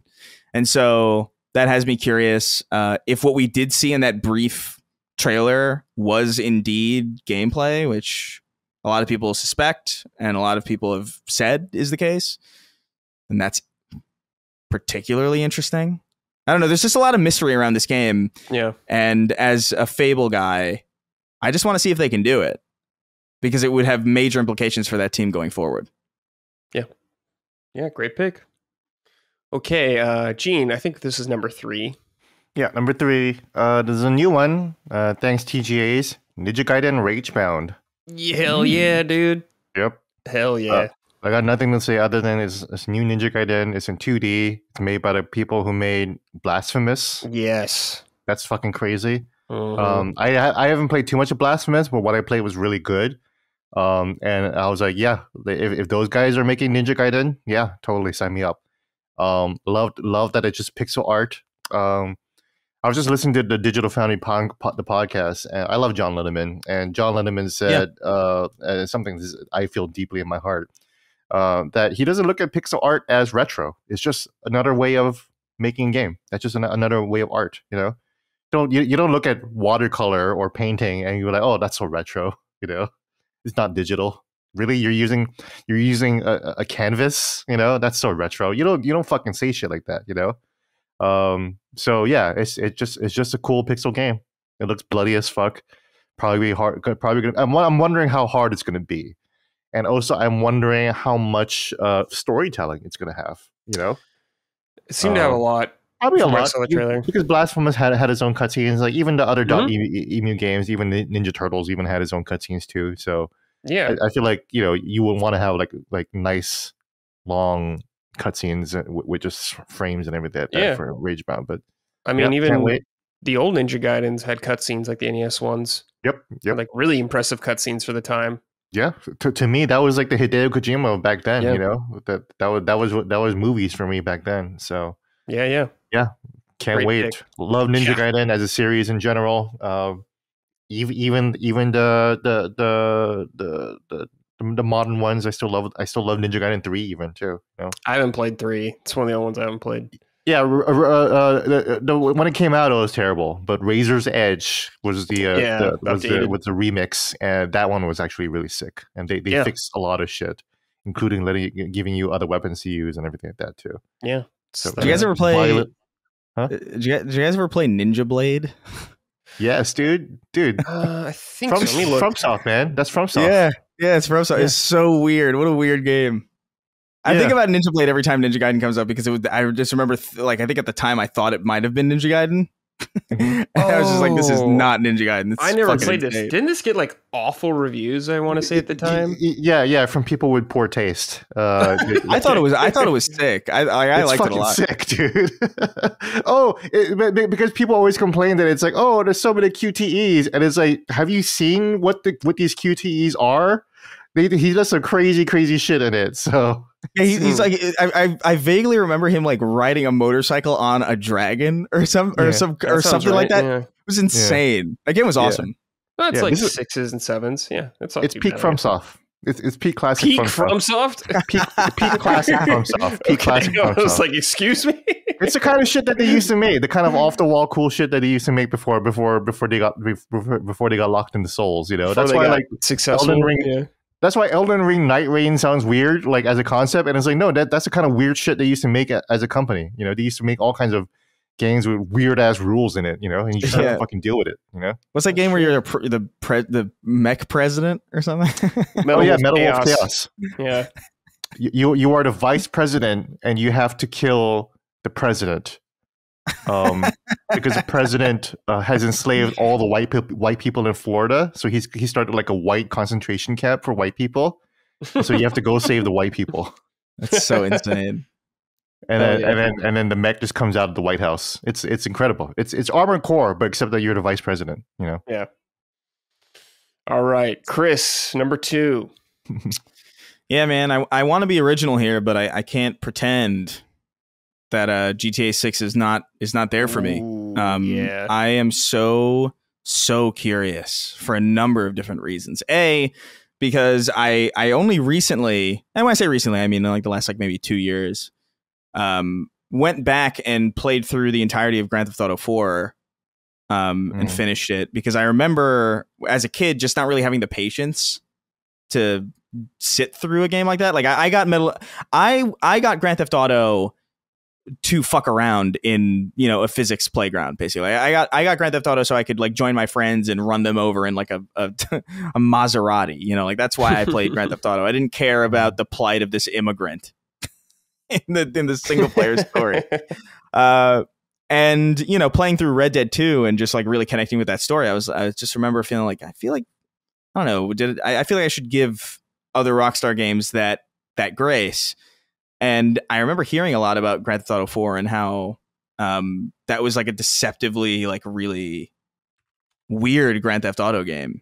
And I don't think I ever thought about it really. And so I went through and played through that entire story, and I loved it. I thought it was fantastic. I thought Nico Bellic was just such a well done character, and that Liberty City was just such an interesting place. And I guess my feeling for GTA 6 is just like, man, in a post Red Dead 2 world, what does a Grand Theft Auto look like? Like, what does can a Grand Theft Auto game have a narrative that even approaches that? Like, I don't know the answer to that. But what I do know is that game's going to be huge. It's going to do a lot of it's going to do a lot of stuff that I think people are going to be really surprised by. And I'm definitely just in. We don't get these games really ever anymore. Like these industry shattering. And if we do, it's usually a surprise. It's usually like a breakout hit, like it's usually like Elden Ring, where it's just like, oh my, what the fuck? Like, why this is selling more than every single Souls game combined? What the fuck what's going on? Like, why out of nowhere is this exploding? Or Helldivers, where it's just like, yeah, it's just like a fucking phenomenon all of a sudden. But so rarely do we have this thing. It's like, no, dude, man, like, there's this behemoth just lurking on the horizon, and we all know it's going to be successful. We all know it's going to make money. We all know probably that it's going to be very good. And I'm just curious about, like, you know, what does the story look like? Like, I know the lead writers and the lead architects of a lot of Grand Theft Auto and Red Dead storytelling have since left the studio, but this is such a big game. Like, did they leave before this was done or after it was done? Like, I really don't know what the specifics of this is. This going to be Dan Houser's final? Like, I really don't know. And that's what has me curious. And I'm sure the answer is out there somewhere. Like, if you care to look, but like, I'm genuinely like completely captured by the mystique of Grand Theft Auto 6 and what it could be and what it could mean. And so, yeah, it's definitely there. That's my number 2, I think. Nice. Huge pick, of course. And Gene, you're number 2. Yeah, I want to say that, you know, like mega big games, like Chris is picking all games that I'm most very much looking forward to. Like, I'm a huge Fable fan. Obviously, I think everyone in the world is looking forward to Grand Theft Auto 6. So I'm glad he's covered that. And I have a big game, and this is my number one too. But my number two game is Claire Obscure Expedition 33. Oh, yeah. Right, yeah. Yeah. The fucking Benstar turn-based French game, you know? Mm-hmm. Yeah. It's their first game ever, but I'm just really looking forward to, I'm really interested to seeing what a European-ass game is going to handle turn-based action. And it looks fantastic. It looks like it feels good. You know, like, the way Persona games feel good as a turn-based game when you press fight, and it feels good to see them do the action. You know, I feel like that's what Clair Obscur understands. You know, that even though you're not getting the immediate action of that tactile feeling of hitting something, like it still feels good to enter in the inputs and to seeing the inputs happen on screen. And that depends on the flash and the animation, the pizzazz of it all. And Persona does that well, and I think Clair Obscur seems to be doing that pretty well too. Looks really interesting, and they even have like Super Mario like elements where you're pressing certain things to time and guard everything, just like Super Mario RPG or Like a Dragon Infinite Wealth, or so. Sea of Stars, really I think had something like that too. That's gonna look like. I've had enough of Ben Starr as a voice. He seems to be everywhere now, but it'll be nice to see him do a turn-based game. I'm really excited to see it. So nice. Yeah, that's definitely like one that I'm really, because that was the first time that I'd seen a game like that looked like that looked like something that I would reasonably play. Mm-hmm. It seems like a lot of the weeb affects are a little bit toned down. Yeah. From that perspective, but yeah, dude, that game looks sick. Even just the premise of it. Like the idea of like this looming thing on the horizon, like totally, it's really fucking cool. Yeah. The story itself looks interesting too. So I'm excited to see what they do. Yeah, good, cool. All right, Chris, your number one game for 2025, most anticipated. Yeah, man. So definitely like more than a new Bungie FPS, more than a new Skyrim, like more than a new Doom, more than a reigniting of Fable, more than Grand Theft Auto. Judas. I gotta know what Judas is. I love BioShock. It's the only game that I've ever gotten a tattoo based on. And it's probably the only game that I ever will get tattooed on me, quite frankly. It was a seminal moment for me playing BioShock, and I loved BioShock Infinite, and I was a nerd, man. Like I watched Ken Levine's Narrative Lego GDC talk like more times than I care to admit, because he's so interesting. And what little we saw of Judas just felt like, man, what am I looking at? Like, what the hell is going on? This is so weird in a way that only a game from these people could be. Mm-hmm. And I can't deny that that is easily by a mile the game that I am the most curious to see, the most excited to see. It's been a long time, man. It's been 11 years since BioShock Infinite? Yeah, 2013. It's a long time, and I know that like there's a lot of there's a lot of revisionism about that. It's like, oh, I revisited BioShock Infinite, and it's not really as good as I remember. And it's like, yeah, it's fine. I played it like a year ago, and I loved it exactly the same. So I know that for me, it's just like whatever this game's going to be, I want to know, and I'm in on day one. Cool, excellent. Yeah, it's gonna be a good game. Gene, what is your number one most anticipated game of 2025? Yeah, my number one is... So Chris has his auteur in Ken Levine, and I understand BioShock is very cool. Mine is Death Stranding 2. Oh, yeah. Obviously, Death Stranding 2. What the fuck is going on? How did I play 90 hours of Death Stranding 1? No, actually, I played like 300 hours of Death Stranding 1. How have I played all of that game and I'm looking at the trailer for the sequel one, and I'm still like, what the fuck is going on? You know? I understand Death Stranding 1 completely as a story. I'm not confused by it at all. Why am I confused about part 2 of this game? But that beyond the story, and the story is actually the thing I'm least excited about. I'm just excited to see what the fuck is going to be in the story, in the gameplay. Yeah. You know, even the announcement trailer of Death Stranding 2 had all of these interesting locales, earthquakes happening, and the mountain is like having a landslide, and it's like, oh my god, is the earth going to change shape as you're walking? That's going to be incredible. Like you see Sam running down a highway towards like a lit up city, you know. What kind of environments are we gonna explore? You know, there was that weird fucking spaceship that's flying around in the distance. I'm like, this looks like the Pac-Man level and Secret level or whatever. But it's like a Kojima game, you know. This is Kojima's world that he's inviting us into. That photo mode with all the babes, you know, that's gonna change the landscape of gaming forever. You know, especially one of them is a pregnant woman. I mean, come on, guys, you know. Kojima knows what he's doing. What was that story where like the actress for Quiet was like, yeah, they asked to take 4K scans of my feet and stuff like. I feel like I remember reading something like that, and like, yeah, probably true.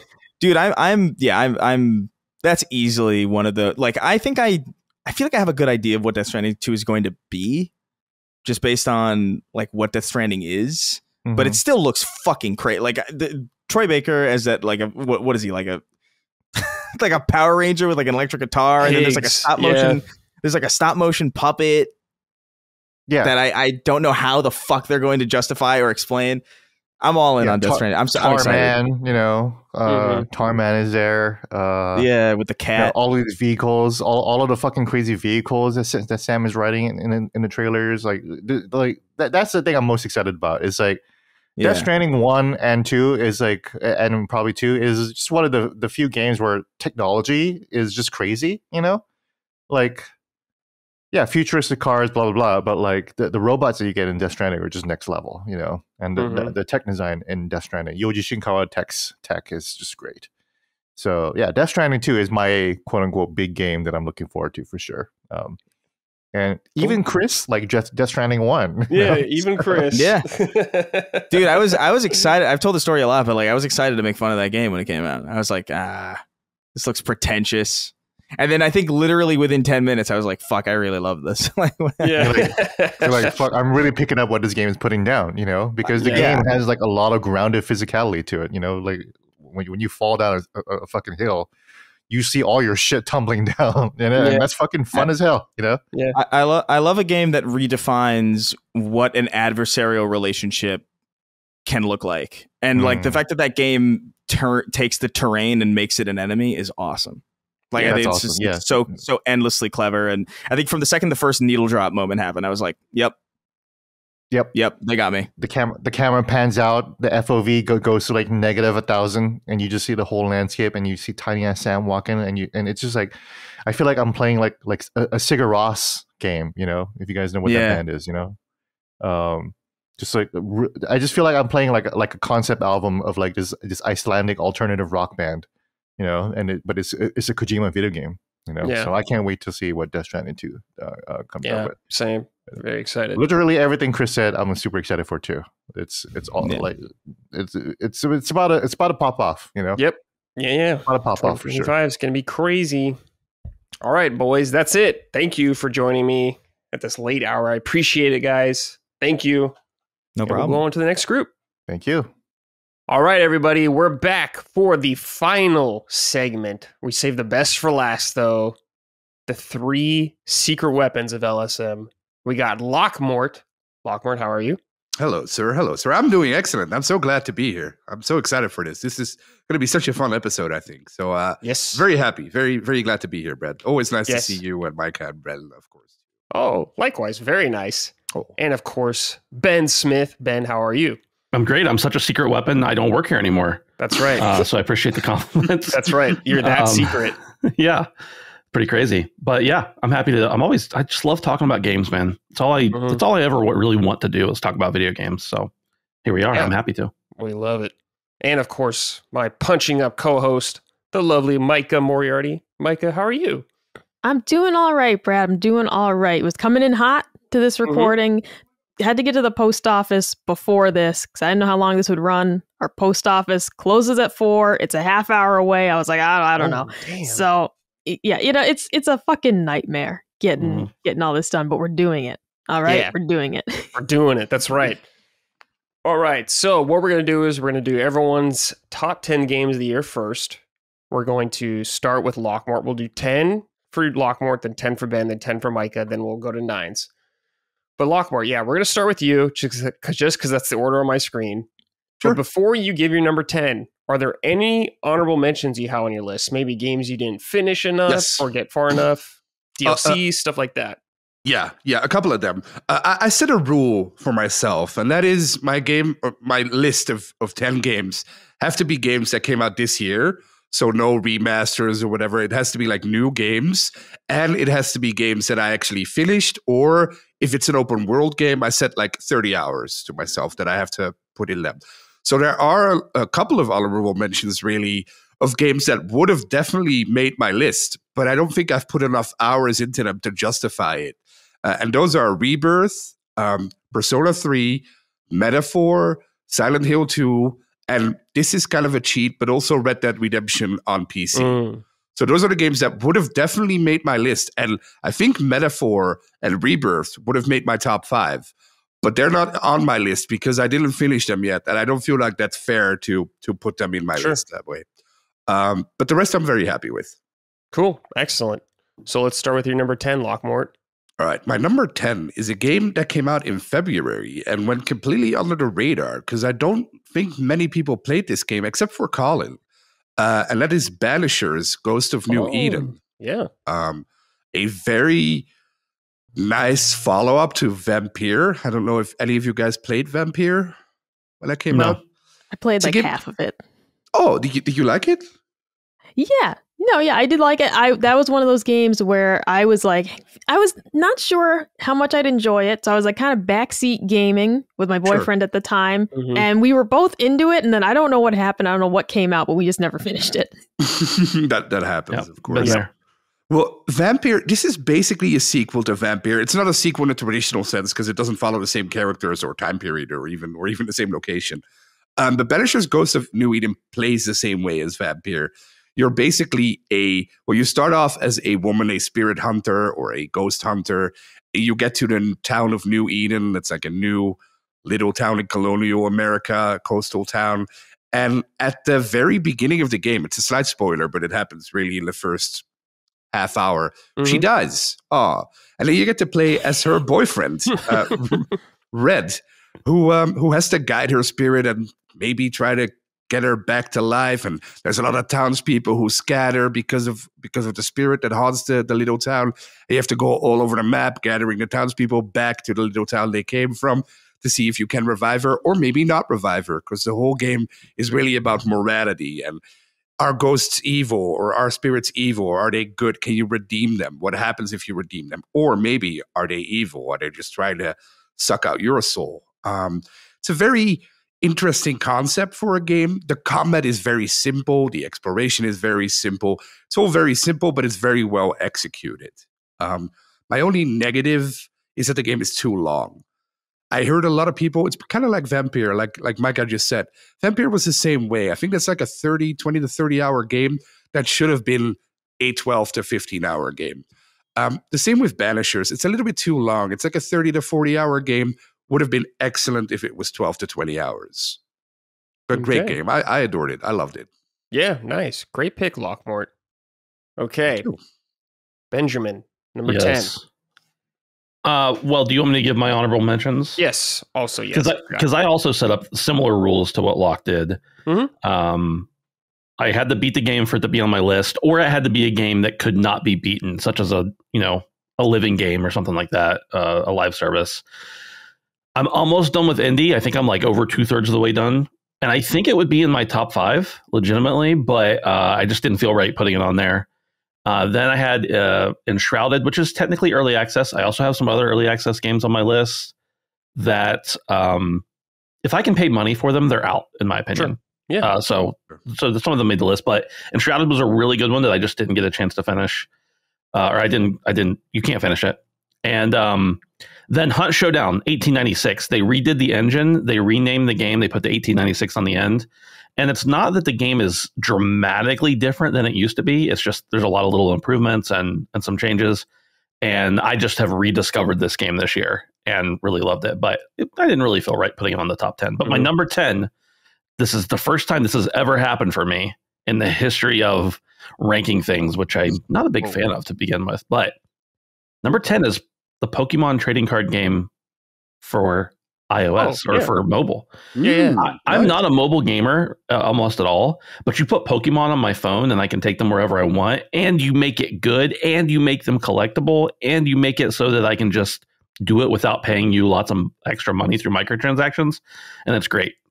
The battle system is really good. I think there's a little bit to be improved on with maybe the if somebody's a level 40 and I'm a level 15 and they have every card in the deck and I don't, maybe they can figure out a little bit. There's got to be enough people playing that they could figure out that ELO a little bit, but it's very engaging and I'm really enjoying it. And the the payments that you can make are not overly oppressing or anything. They're not in your face. And you just get to open so much of the stress about Pokemon cards and any trading cards for me is that I got to put them immediately in a sleeve. I got to make sure they're okay. I even get stressed out that my kids like collecting cards because I'm like, no, you touch. Oh, sorry. You bent the card. Like now it's worthless. It was already only worth $2, but now it's actually worthless. So just the fact that I'm like, hey, it doesn't matter. Like they're just images on my phone. They're even less valuable than the cardboard that we ascribe value to. But it's just been a lot of fun. And the battling is pretty good. They changed up some things from the normal actual physical card game to make it work on mobile. And I love it. They just came out with a new pack. Obviously, this is a game that can't be beaten per se. But I can't believe I put a mobile game on my top 10 list of the year. But I did. There it is. It would be the first one, in fairness. It would be the one to get knocked off if I had finished Indy. All the rest would stay. Cool. Excellent. Surprising pick, but I like it, man. I know. Great pick. Okay, Micah, any honorable mentions for you, or you just want to do number 10? Well, I have 7. Okay. Yeah, sure. But it's because I played a bunch of old games this year. I played Xenoblade Chronicles 2, and that's like that game takes forever, and then I played Link Between Worlds on 3DS, and I played Link's Awakening remake. Right now playing Ocarina of Time 3D. So for me, this was the year of the backlog, the year of old games. I replayed The Order 1886 at one point just for the fuck of it. So I spent a lot of time this year replaying things or going back to old games. So my list of favorite new games is a bit short. My honorable mentions for this year, though, Paper Mario Thousand Year Door. I liked it. I'm glad I experienced it. I really didn't fall in love with it, but I'm still glad I got to play it. So it does not crack like a top 10 list for me, but I am really stoked I got to play it finally. And but I didn't fall in love with it. And it's the same feeling for Dragon Quest III HD 2D remake. I'm really glad I played it. I'm glad I experienced it. I liked a lot of the things it did, but I didn't love it enough to say, oh, that's a top 10 game of the year for me. I just didn't click with it the same way Brad and Colin do. So my number 7, if we're going in descending order of what we liked, or does it matter? Yeah. Well, so I'm saving my favorite for number 1. Okay, so are these your honorable mentions, right? Still? No, now I'm gonna. This is like my actual favorite. So do you want me to wait till you're down? No, we're gonna wait till we get to number 7 with everyone else. You have 7, right? Okay, yeah. We'll do 8, and then we'll get to you, or 9 and 8. Okay, so Lockmort, number 9. I do have a question. Do we get your top 10 too? You already gave that in another I did mine with the boys already, but I can find my list and tell you guys. Maybe you don't have to explain, but you can just tell us the name. I can. Yeah. I'll look for it. But in the meantime, Locke, go ahead. Sure. My number 9 is a game that got a lot of flack, and rightfully so, at launch. And it's not the Veilguard, but it is Star Wars Outlaws. I really like Ubisoft games, but I really like one Ubisoft game a year. And this year, this was my Ubisoft game. When it launched, the stealth in this game was horrible. It was kind of broken. It wasn't fun, but the way the rest of the game played and the way the rest of the game looked was incredible to me as a Star Wars fan.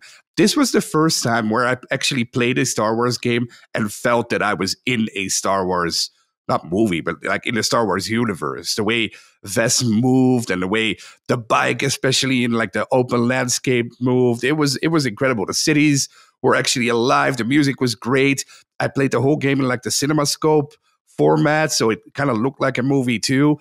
So I know this game isn't very good. It has a lot of elements that weren't working well. They fixed it later in a patch and supposedly made it better. I don't know. I didn't went back to it, but a lot of people seem to like it more. But at the time of release, when I played it, I thought the story was pretty fun, but it was mostly the vibes and the feeling of this game that really got me to love it. The music, it breathed Star Wars, but the good kind of Star Wars. Everything looked like the 80s, like how the Star Wars used to look before Disney got their hands on it. The main character, Vess, she was okay. I didn't have a huge problem with her. I know that a lot of people have issues with her because she didn't look as beautiful as the actress looks in real life, but I thought she looked okay.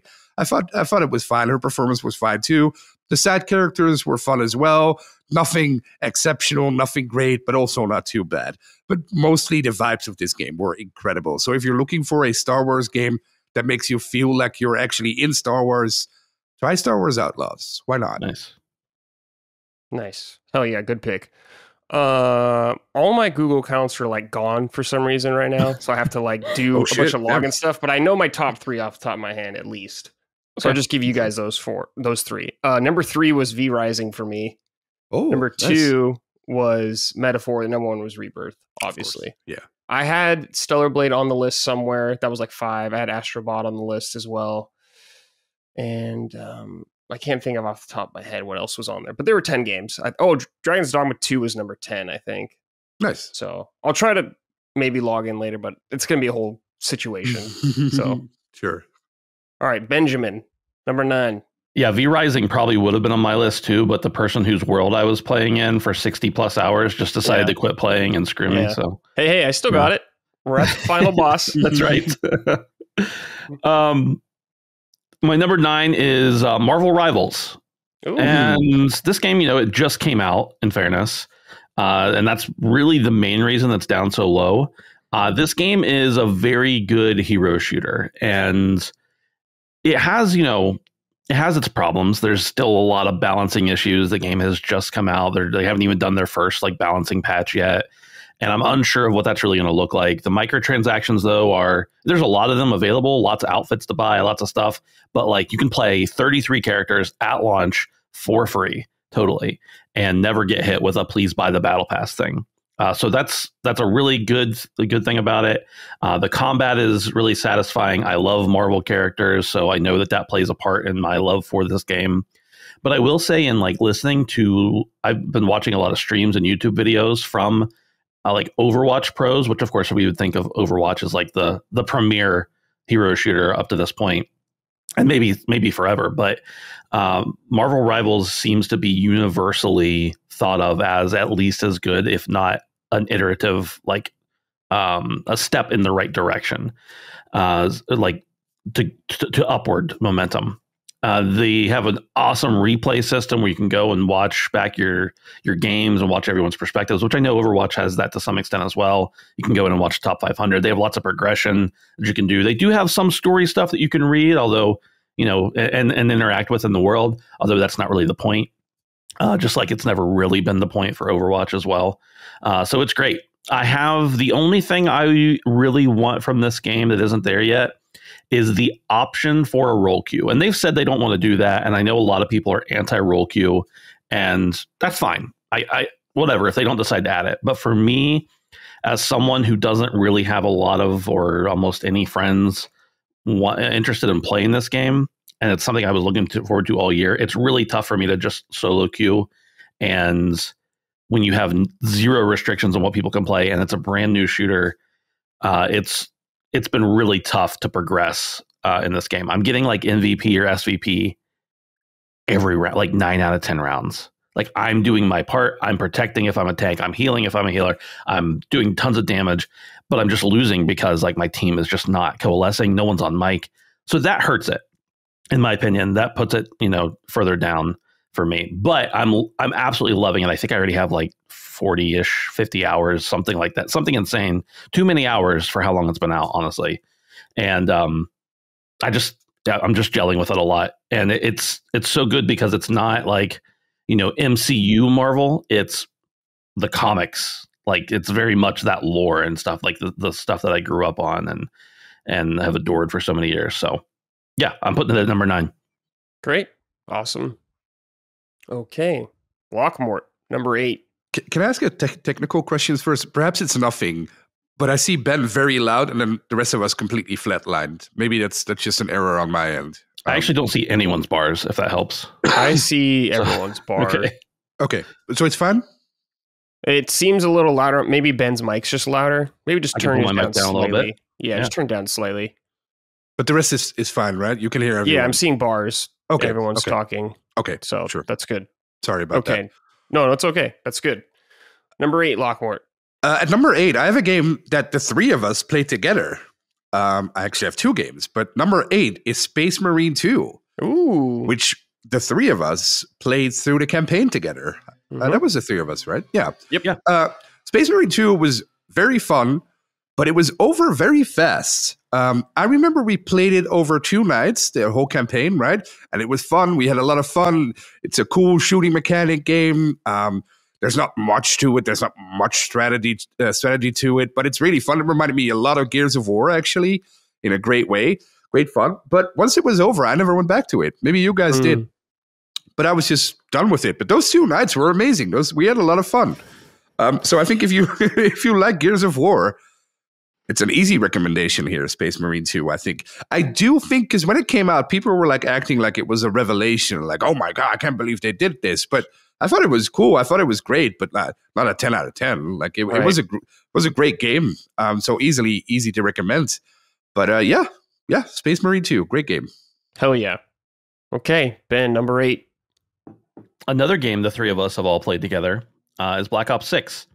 And I thought that Black Ops 6, for me, I didn't play last year's Call of Duty, and I normally play every year. But for me, one, it was a nice return to getting in and playing Call of Duty.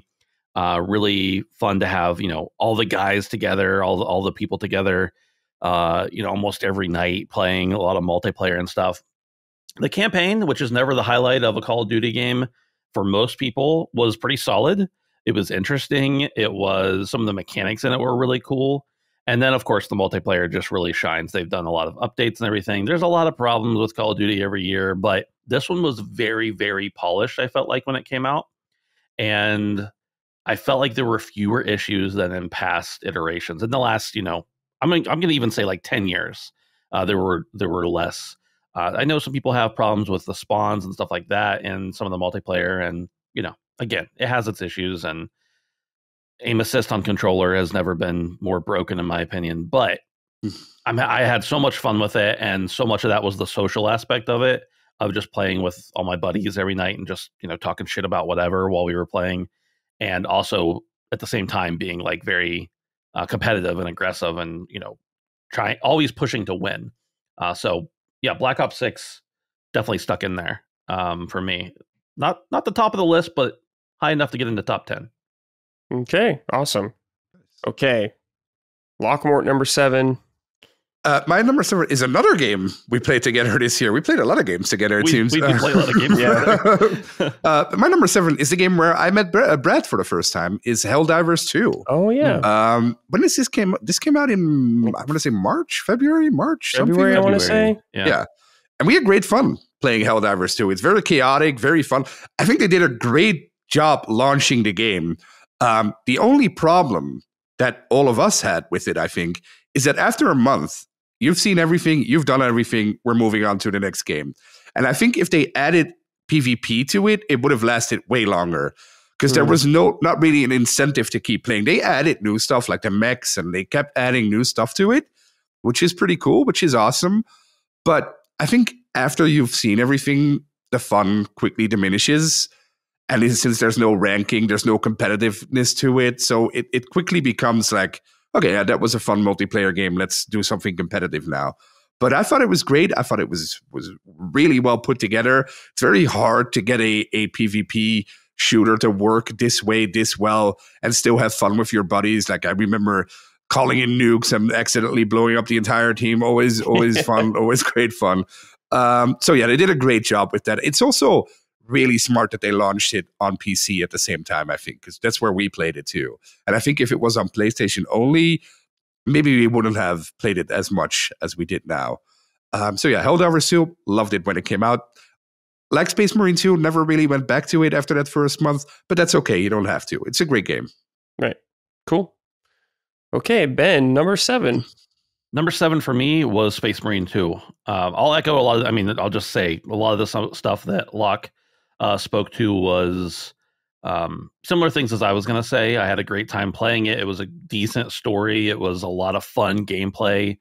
The atmosphere in the game is just, very bro-esque. And that's not really who I am as a person, but it is who I am as a gamer. And I had a lot of fun with it. And I will say that I do regret a little bit. Like, we played literally those 2 nights, and I think I maybe hopped in one other time for like an hour. I have a little bit of regret that I didn't go and do any more of the co-op stuff, that I didn't really put any more time into the multiplayer. We played like 1 or 2 rounds of multiplayer, and it was fine. I'm not saying it would have been good, but I just wish I would have experienced it a little bit more. But still, Space Marine 2, a great enough game to play. I think this was enhanced by us playing it together and having a lot of fun. I also think, though, if I were playing this with computers, this still would have been a very fun game to play. And Space Marine 2, yeah, I was very much looking forward to it, and I think it at least met my expectations when it came out. Cool. Awesome. Nice. Okay, Micah, what is your number 7 game? I miscounted. I have 6. Okay, we'll go around one more time. Because what happened is I had Pikmin 1 and 2 on the list, and that came out last September. I played it this year, but that didn't come out this year. So that's my bad. Okay, fair enough. All right, we'll go one more time then. Lockmort, 6. My number 6 is a game Ben already mentioned too. It's another game we all played together, Call of Duty Black Ops 6. I'm not a huge Call of Duty guy. I used to be in a day, like you, Brad. Remember, we grew up playing Call of Duty 1 and 2 on PC with like the Rhine Valley, when you still had cars to drive in and stuff in those big old World War II maps. And I loved Call of Duty back then. But then after, I want to say Modern Warfare 2, the original, I was done with it because it kept me too. Feeling the same. And, yeah, kept feeling the same. And it was just a lot of kids. Well, we were getting older, I guess. But I played Call of Duty over the years occasionally with the guys, like with Ben and Dustin and Justin and the other guys.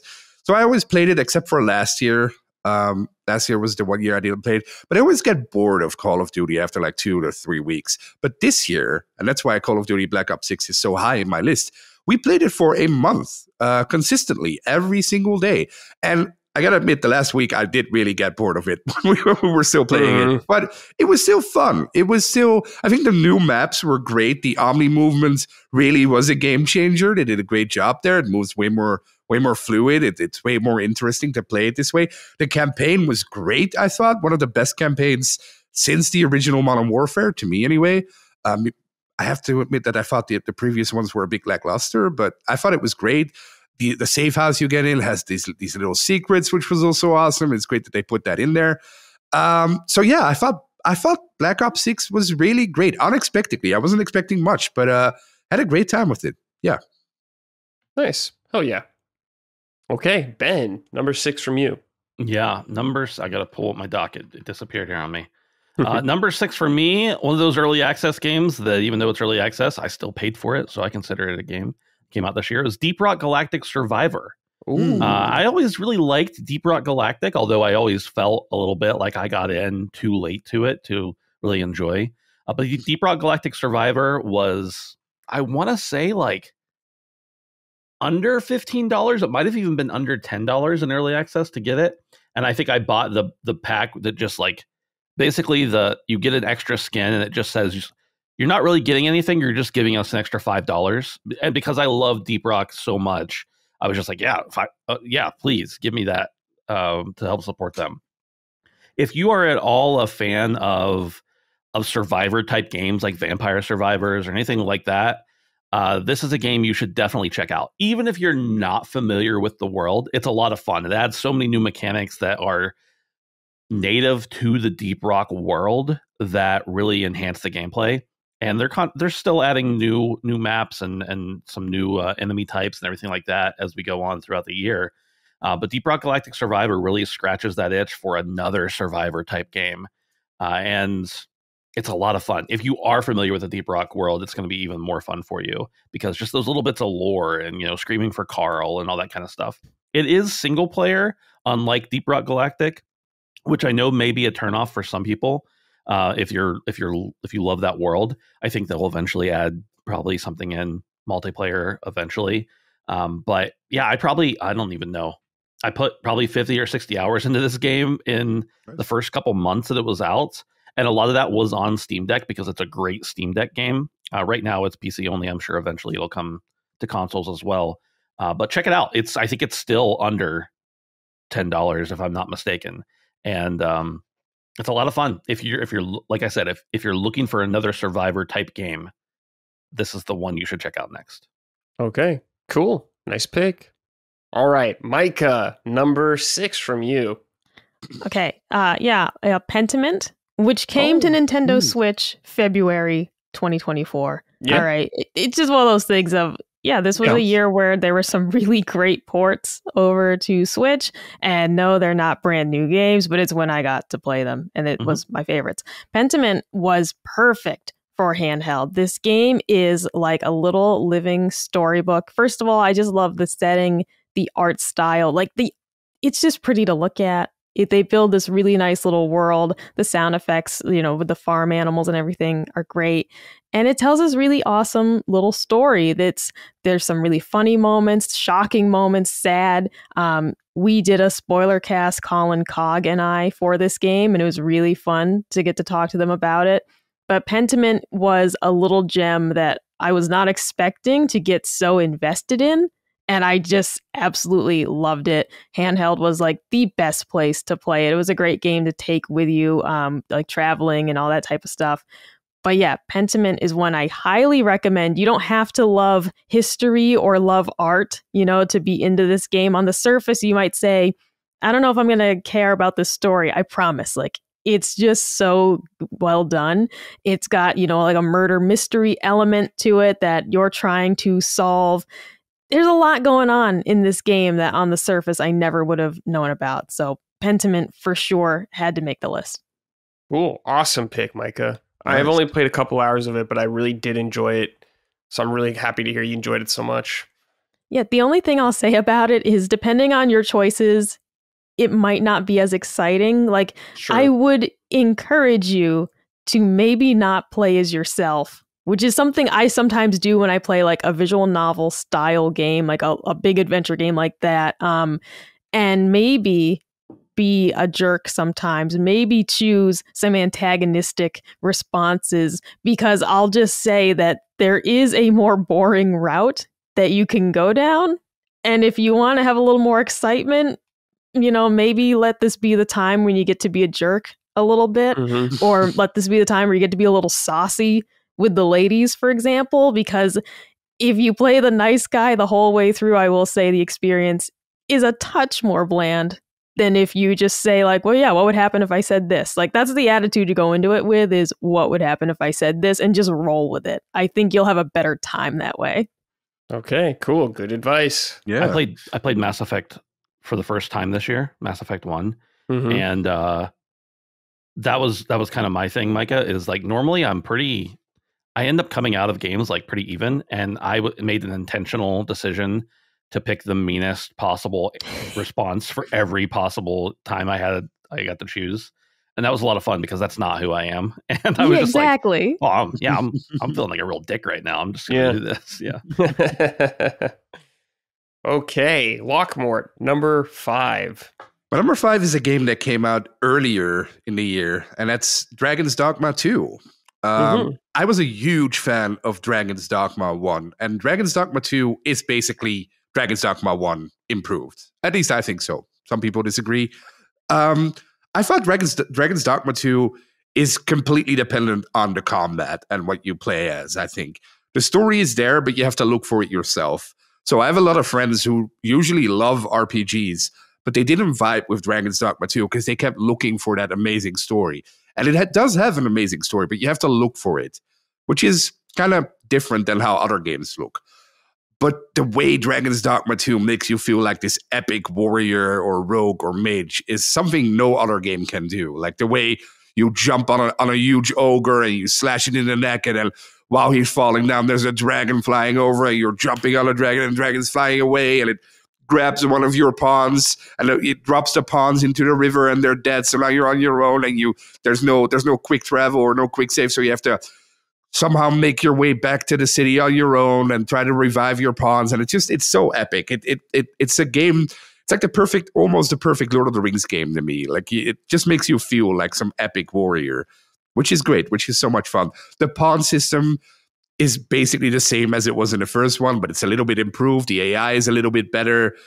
Pawns are basically little minions that you create, and you summon them, and then they can help you. But you can also summon your friends' pawns from the online servers, and then if those pawns of your friends already were in an area that you just been in, they will give you advice, and then they don't shut up, but it makes it kind of fun. And yeah, I love Dragon's Dogma 2. It also didn't run very well. I think it was 30 FPS on the base PS5, but on the Pro, it runs in 60. It just had a major patch. It runs on PC at least really well. So it's one of those games I will definitely go back to also this year. I think it's one of those games that will benefit greatly from having like a year of patches, maybe some DLC here and there. I love Dragon's Dogma. Great game. Nice. Yeah, I played it on PC when it came out, and it was pretty rough when it came out from a techno standpoint, but it's probably way better now. So yeah, definitely worth checking out. Okay, Ben, number 5. Number 5 is one that I would be surprised if anybody else has on their list, and that is TCG Card Shop Simulator. Ooh. I love sim games, as you guys know, and I love trading cards. So this game, I saw it and I was like, yeah, I got to play that. Like, sure. And it seems very stupid, but it's very, like, I told my wife about it and she was like, are you kidding me? And I was like, yeah, it's great. And she's like, no, it can't possibly be. And I'm like, no, it's really great. You start your own card shop. You start from the very bottom, the very smallest shop. You have like a couple $100 in your pocket, and your first month rent is paid. And you go in and you start building up a card shop empire. You can, buy lots of cards for people to buy, and open them yourself, of course, which is a whole different mechanic I'll talk about in just a second. But people can come into your shop. They buy all sorts of stuff. There's a rating system that people can leave you, like reviews. You can start putting up tables for people to come in and play games and compete in tournaments, and you can charge them money for that as well. And then the real part of this game shines, I think, when you can actually open the packs and you get cards out of them. You can complete your own collection, or you can choose to take those cards and sell them as well to your customers. They have introduced a trading mechanic that you can trade with your customers as well, and that they can trade with each other. I haven't really got to extensively test that out because they added it after I had spent dozens of hours in the game. But this is just an addictive loop where everything that you do feels satisfying. Of putting stuff up on the shelf, and of people coming in and buying things, and you have to scan them through the register. Eventually, you can hire employees, and they are very expensive employees, but you can hire employees that will do some of the stuff for you, so you can focus more on whatever other task it is that you want to focus on. And it's just such a gem of a game. I think it's only like $15. It is technically in early access still. They have a whole roadmap filled out. I think it's a very small team working on it. But this is one of those games that just like the right streamer got a hold of it. It kind of went viral, and it was just everywhere for a little while, and it's still doing very well. So I would highly encourage you to check it out if you're at all interested. I don't really often recommend, like, you should spend your money on this thing that I like. but with very specific instructions. Deep Rock Galactic Survivor, if you're looking for a Survivor game, it's worth this. I looked it up. It's $7. Card Shop Simulator, if you like trading cards and you like sim games, it's the easiest $15 I can recommend that you ever spend on a video game.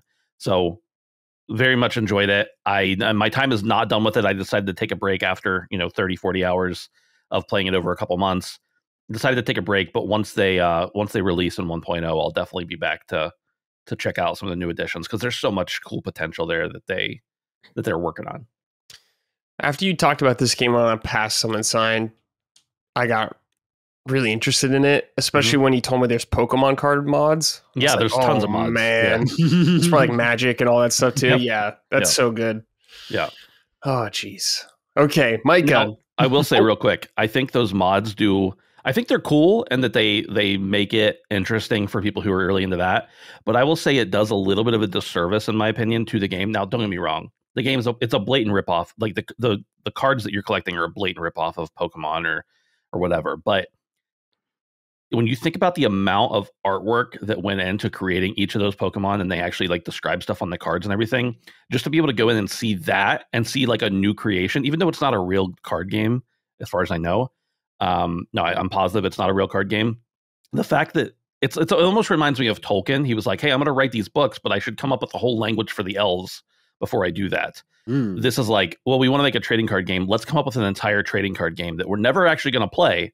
And maybe the game doesn't actually work very well, but they created art for hundreds and hundreds of cards and characters and everything. And I think that alone is very, very cool. And they're good looking cards too. Okay, cool. Nice. Okay.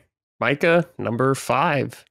Number 5. Okay. Persona 3 Portable. My limited run games copy shipped in January of 2024. Okay. So it counts. Because it was like literally they shipped. I double checked the email. So I was like, when did this come out? Well, they didn't ship them. Like they didn't start shipping these till January 24. So I said, well, I didn't play it last year. I thought I played it this year. And Persona 3 Portable works really well on Switch. Of course, I wanted to play Reload, but it's a whole thing. And so I was just like, let me get the portable version. And it translates really well to this visual novel style, kind of just going quickly from location to location instead of having to walk there, or like take the train in quotes. It's like, yeah, let me just, ping right over here, go between the locations. It streamlines the game quite a bit. I liked the story a lot. I liked the characters. It's definitely not my favorite Persona game that I've played, but I did enjoy it. The funniest thing was just that all the way through to the ending, I was like super enthusiastic about it. And then I had this like one moment where I was like, I don't know what the hell's going on here, but I still wholeheartedly recommend the game and the experience. The like dungeon in Persona 3 Portable is not great, but you get through it. You put on a podcast. All right, this is the perfect example of a podcast game. Yeah. All right, there's like 100 floors you got to get through in this thing, and they mean it for this game. Yeah. They fucking mean it, all right, and you got to level up a lot. So this is a perfect podcast game. I listened to Game Grumps playing Supermarket Simulator and such. Great to, of all this like games to watch someone else play, the sim games, you think it wouldn't work, but watching them play Gas Station Simulator and Supermarket Simulator, it works. But yeah, Persona 3 Portable, very well done, runs really well on Switch. I kind of still want to play Reload, but then I'm like, well, I really want to experience that whole story again. I don't think so. So this is fine for the way I like to play games, and I love playing handheld titles. It works really well, and I would recommend it to a Persona fan on Switch, because there's no way Reload's going to run on that fucking thing. This was fine. Okay. Get a Steam Deck. Oh, sorry. It's too much work. Everyone says that, and they're like, no, it's easy, I promise. And I swear to God, all right, I'm on Reddit a couple nights ago, and this guy's like, I can't get Metaphor to run. And I was like, I fucking knew it. I knew it. That's because he's trying to do mods and modify it and change the frame rate. He's like, I had the settings all turned down to low, and I'm like, I don't know what the fuck that means. That's a tough game to run, but the games you play, I know you... whatever. It's too much. I guarantee you, Micah, if you bought a Steam Deck and just played the games that you wanted to play already, but you played them on the Steam Deck, it would open your world up so much to being able to play other games. You don't have to do that's any one of the games, though. Want to. That's one of the games. Metaphor's on the list. Final Fantasy 16 on the list. Yeah. Like the games I want to play, are just games that I don't get to use the TV for. It's a shame you don't have 3 PlayStations in the house and couldn't buy a Portal. I tried. Yeah, I tried. I don't.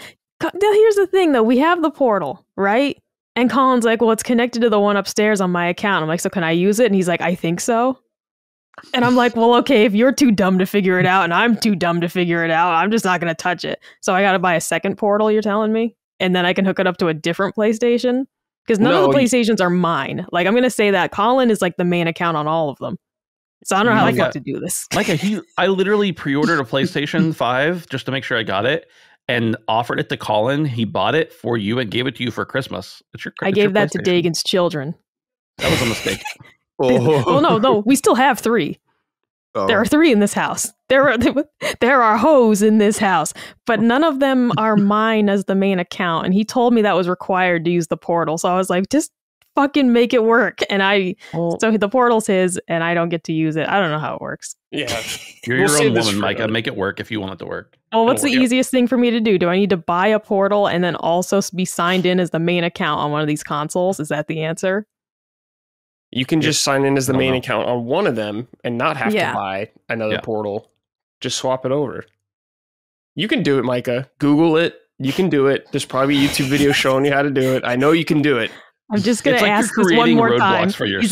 I'm asking one more time. Is it easiest if I buy my own Portal? Probably, because then you don't have to compete for time on. All right. See, okay. All right. There we go. There we go, everybody. Because, you're telling me buy a Steam Deck, but then you're like, but don't buy a Portal. And it's like, well... One of these costs money. Well, I mean, one of these costs money and the other one costs money. So one of these is money. The Portal is cheaper. I'll say that, I guess. But the Steam Deck gives you more games. Because I'm just going to talk for myself here. But if you buy a Steam Deck, Micah, you can play Kingdom Come Deliverance and Baldur's Gate 3. 2 games you still have to play. And those run beautifully on the Steam Deck. And I don't know if they run well on the Portal. I guess they do, but it's in 30 FPS. So... I can't see frame rate, though. Don't think about that. Ignore frame rate.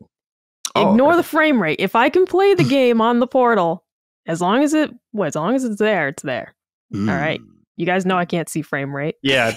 Locke, she's been playing on a Switch with like a giant scratch on it for a big scratch on it, yeah. All right, Portal then. Portal, yeah. Okay. Lockmore, number 4 for you. My number 4 is Fallout London.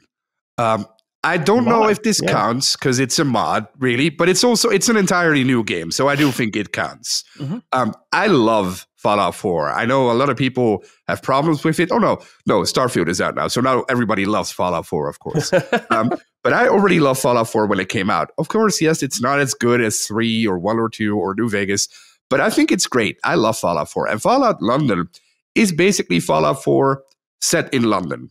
Title says it. A whole new story, whole new NPCs, new enemies, new weapons, new country, new environment, of course. It's set in London, in Britain. Every NPC has a British accent. It's very funny. It's made me laugh a couple of times. The story is great. The voice acting in it is superb. The weapons are awesome. It is basically a whole new Fallout game. Took me 70 hours to finish it, too, so it's long, too. All you have to do is buy Fallout 4 on GOG or Steam, downgrade it, and then download the mod for free, and you're done. They're releasing a new patch somewhere this month, or maybe next month if they delayed, which enhances everything that's already in the game.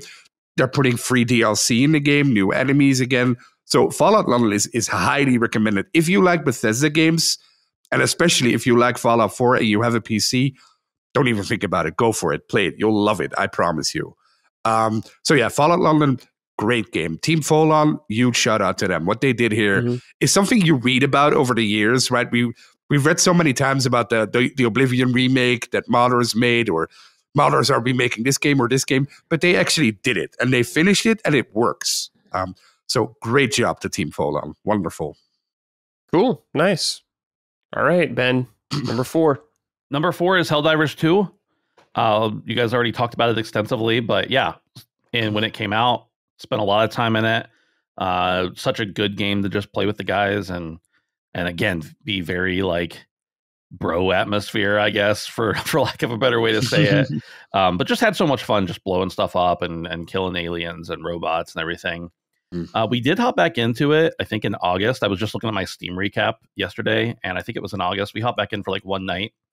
And I got the feeling bad about, I was like, man, we had so much fun with that game, and I haven't hopped back in, and I have no desire to hop back in.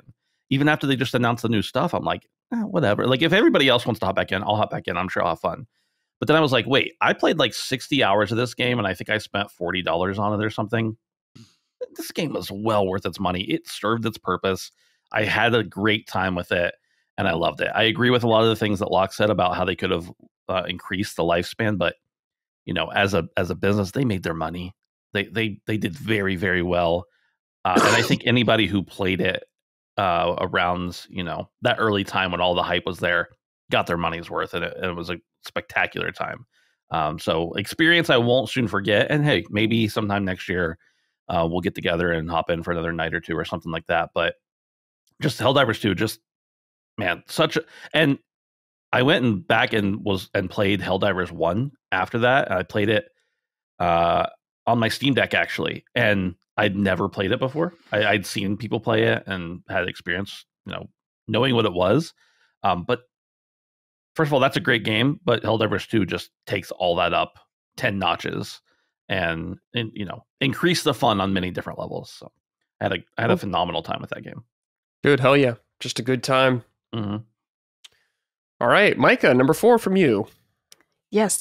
Oregon Trail, which got its physical release on Switch in 2024. This was the first time I ever played real Oregon Trail.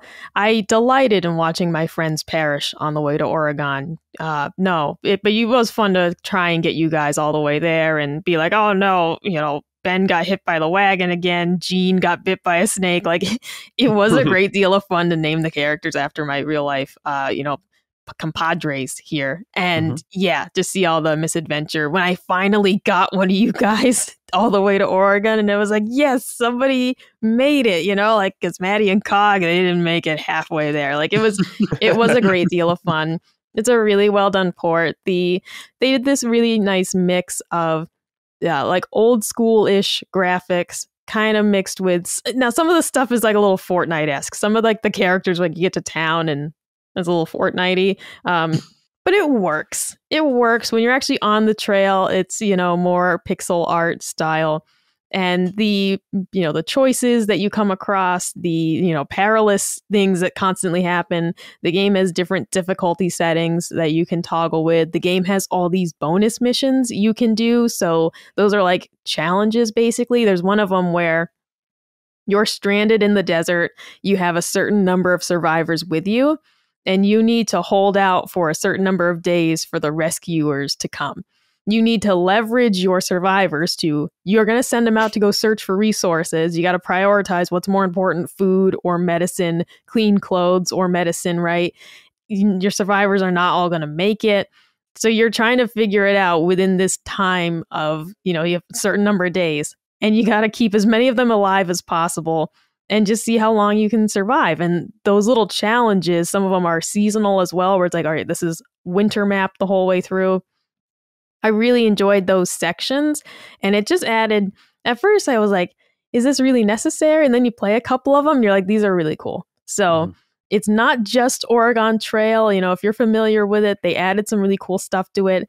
The educational element is still there. And as a 31-year-old woman, those were the parts that were a little boring. It's like, yeah, they're signing a peace treaty. Who gives a fuck? But it's, if you actually have children, that would be good for them, I guess, to learn about. I was just like quickly skipping through those parts so I could get back to putting my friends in danger. But Oregon Trail on Switch, this is a really great way to play it. And I'm itching to do another run soon because I played it through so many times and just had a blast with it. Nice. How long does a run take? Is it like a couple of hours, or is it like depends on how fast everybody dies? Yeah. Right, exactly. like a successful run might take like 3 or 4 hours. And you unlock different things each time you play. So you'll unlock different characters you can start with. This is a little different than like classic Oregon Trail because you pick all 4 party members and they have their personalities and all that. They have their professions and you will unlock more of them as you go. So when you start out, you might not have the carpenter yet, but if after you do a couple runs, eventually you unlock the carpenter. He has like toolboxes as his starting item in the wagon. So you can save a little money that way. And of course they do classic things like the banker has more money for you to buy things, you know. So they still have those elements to it. But yeah, this is something that each run you do might take you, it could take a half hour if you're like really fuck it up. It could take 2 or 3 hours maybe to get all the way there, depending on how you play. Oh, that's good. Is it like addictive then? Is it like a roguelike almost? Yeah, I can tell you. I mean, yeah, it's super addictive, especially when you unlock like the higher difficulties, because you'll be like, oh, I mean, I did a run on the, normal mode. Well, let me try the expert mode. And then it's like shit gets real. So I definitely got addicted to it. And like I said, the element of naming, the first like party I didn't name it after real people, I don't think. And then once I started naming it after you guys, and it was like, well, now I really want to keep them alive. And I was more motivated than ever to make good decisions. And like, I swear to God, I can't remember if it was like Matty who kept getting like, he got hit by the wagon and then he stumbled and like got bit by a snake. It was like Matty was just having a time.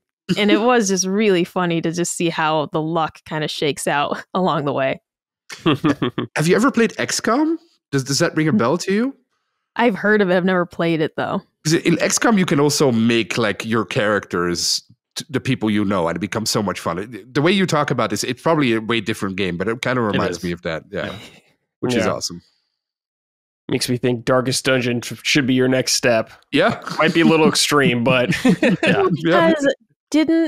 Was it, I don't know, it was one of the Nintendo Directs, Brad. They had like Darkest Dungeon 2 come into Switch, but you told me that it was really difficult. So it is very difficult, but it has like Oregon Trail vibes, like you going through on a wagon through areas, and stuff could get rough real quick, I should say. Real quick in Darkest Dungeon. It's a very tough game.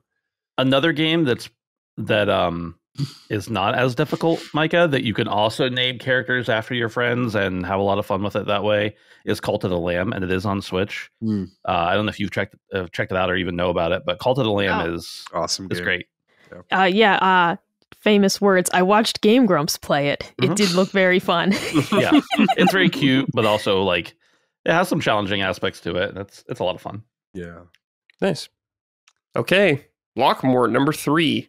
Number 3 is a game I never thought would be in a top 10 list of mine, and that's Astrobot. When the PS5 came out, packed with original Astrobot. I don't know what's the name. Playroom, yeah. And I remember everyone raving about it back then. I was like, what are you guys talking about? So I played it for like 20 minutes on my base PS5. I was like, oh, yeah, this is cool, I guess. I never grew up with platformers. So I played Mario way later. I thought it was fine, thought it was cool. But everyone has a real reverence for these games. So when Astrobot came out and I saw the reviews and everyone was like, this is one of the greatest games ever. This is amazing. It's like, yeah, sure. Yeah, all right. I'll give it a try. So I bought it with my PlayStation points. And I started it up, figured I would play for 20 minutes. And I ended up playing all night. What an adorable, fantastic, beautiful, funny, hilarious, just great game. I loved every second of it, which is something I've never had before with a platformer. So this game really made me want to go back to like the Switch and try out Mario and other stuff that I obviously missed because I was completely wrong about this genre. It's amazing. The music in this game, I still play it. I still have it in my Spotify playlist. So every time, it's not like I go anywhere, but every time I pretend to go anywhere, I listen to it. But it's also in my YouTube playlist, so I listen to it there all the time. The characters, like the PlayStation characters from all the other games, are so cool. They did such a great job making them look adorable and have their little gimmicks. I thought the gameplay itself was so much fun. You learned new techniques in every new level. You could get smaller or stronger or have these little attributes. I thought that the sound design in this game was impeccable. The way the little robots make like their little noises. Then when you have to find them, you can hear them like yell at you with their cute little voices. Incredible. What an enjoyable, adorable, fun little game. If it wasn't for my other two, it would have been my number one. But yeah, it's a great game. I love it. Fantastic. Yeah, just delightful. Yeah. What a time. Yeah. Okay. Ben, number 3. My top 3 are probably interchangeable depending on the mood I'm in that day.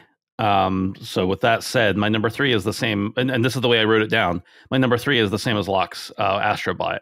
I echo so many of the things he just said about it. It's great. And I'm someone who's always been platform agnostic as far as I didn't care. I did grow up like at one point the only console that was modern that I had was a PS1, and then at another point the only one I had was a PS2. So just having so many of those experiences and getting to see them, and then also I'm a big fan of like looking stuff up in history and everything else like that. And so even though it's video game history, just going back and being like, I don't actually know who that character is, and going back and finding them and remembering, oh, I didn't play that game, but I remember my buddy Seth had that game and he would talk about this, and at the lunch, at lunch in school and everything like that. Just a fun journey through time. And like you said, I am a big platformer fan, and it was a lot of fun. It was sometimes pretty challenging, other times too easy. So it was a weird mix. It was fun. I did get the platinum because I'm a real gamer, unlike Lockmort, who struggled through it. I had to get at least one slam in on Lock for being for something. Well, let's talk about Overwatch, and then we'll see. That's fine. We'll talk about Overwatch. I'll just say I'm not good at it. But that doesn't offend me at all. Sorry, I don't have 3,000 hours in the game. But no, I think Astrobot was a phenomenal addition. I do think so much of our perspectives, I know Locke and I are both guilty of this, in that I can really think something's great, and then when people online overglaze it, like, it kind of turns me off a little bit. And that did happen with this game a little bit. Even though I was having so much fun, I was like, shut up. Like it's an ad for Sony at the same time.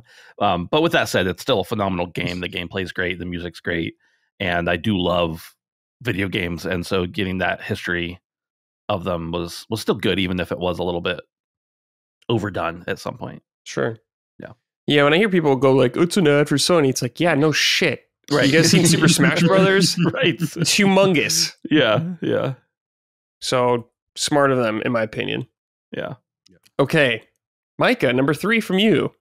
Yes, Emio, the Smiling Man. This was a new entry to the Famicom Detective Club series, which had, laid dormant for 30 years or something. So people who were fans of those games were really excited. For me, this was the first time I ever played one, and it was excellent. As a visual novel fan who normally does not like mystery games, this hooked me in so quickly.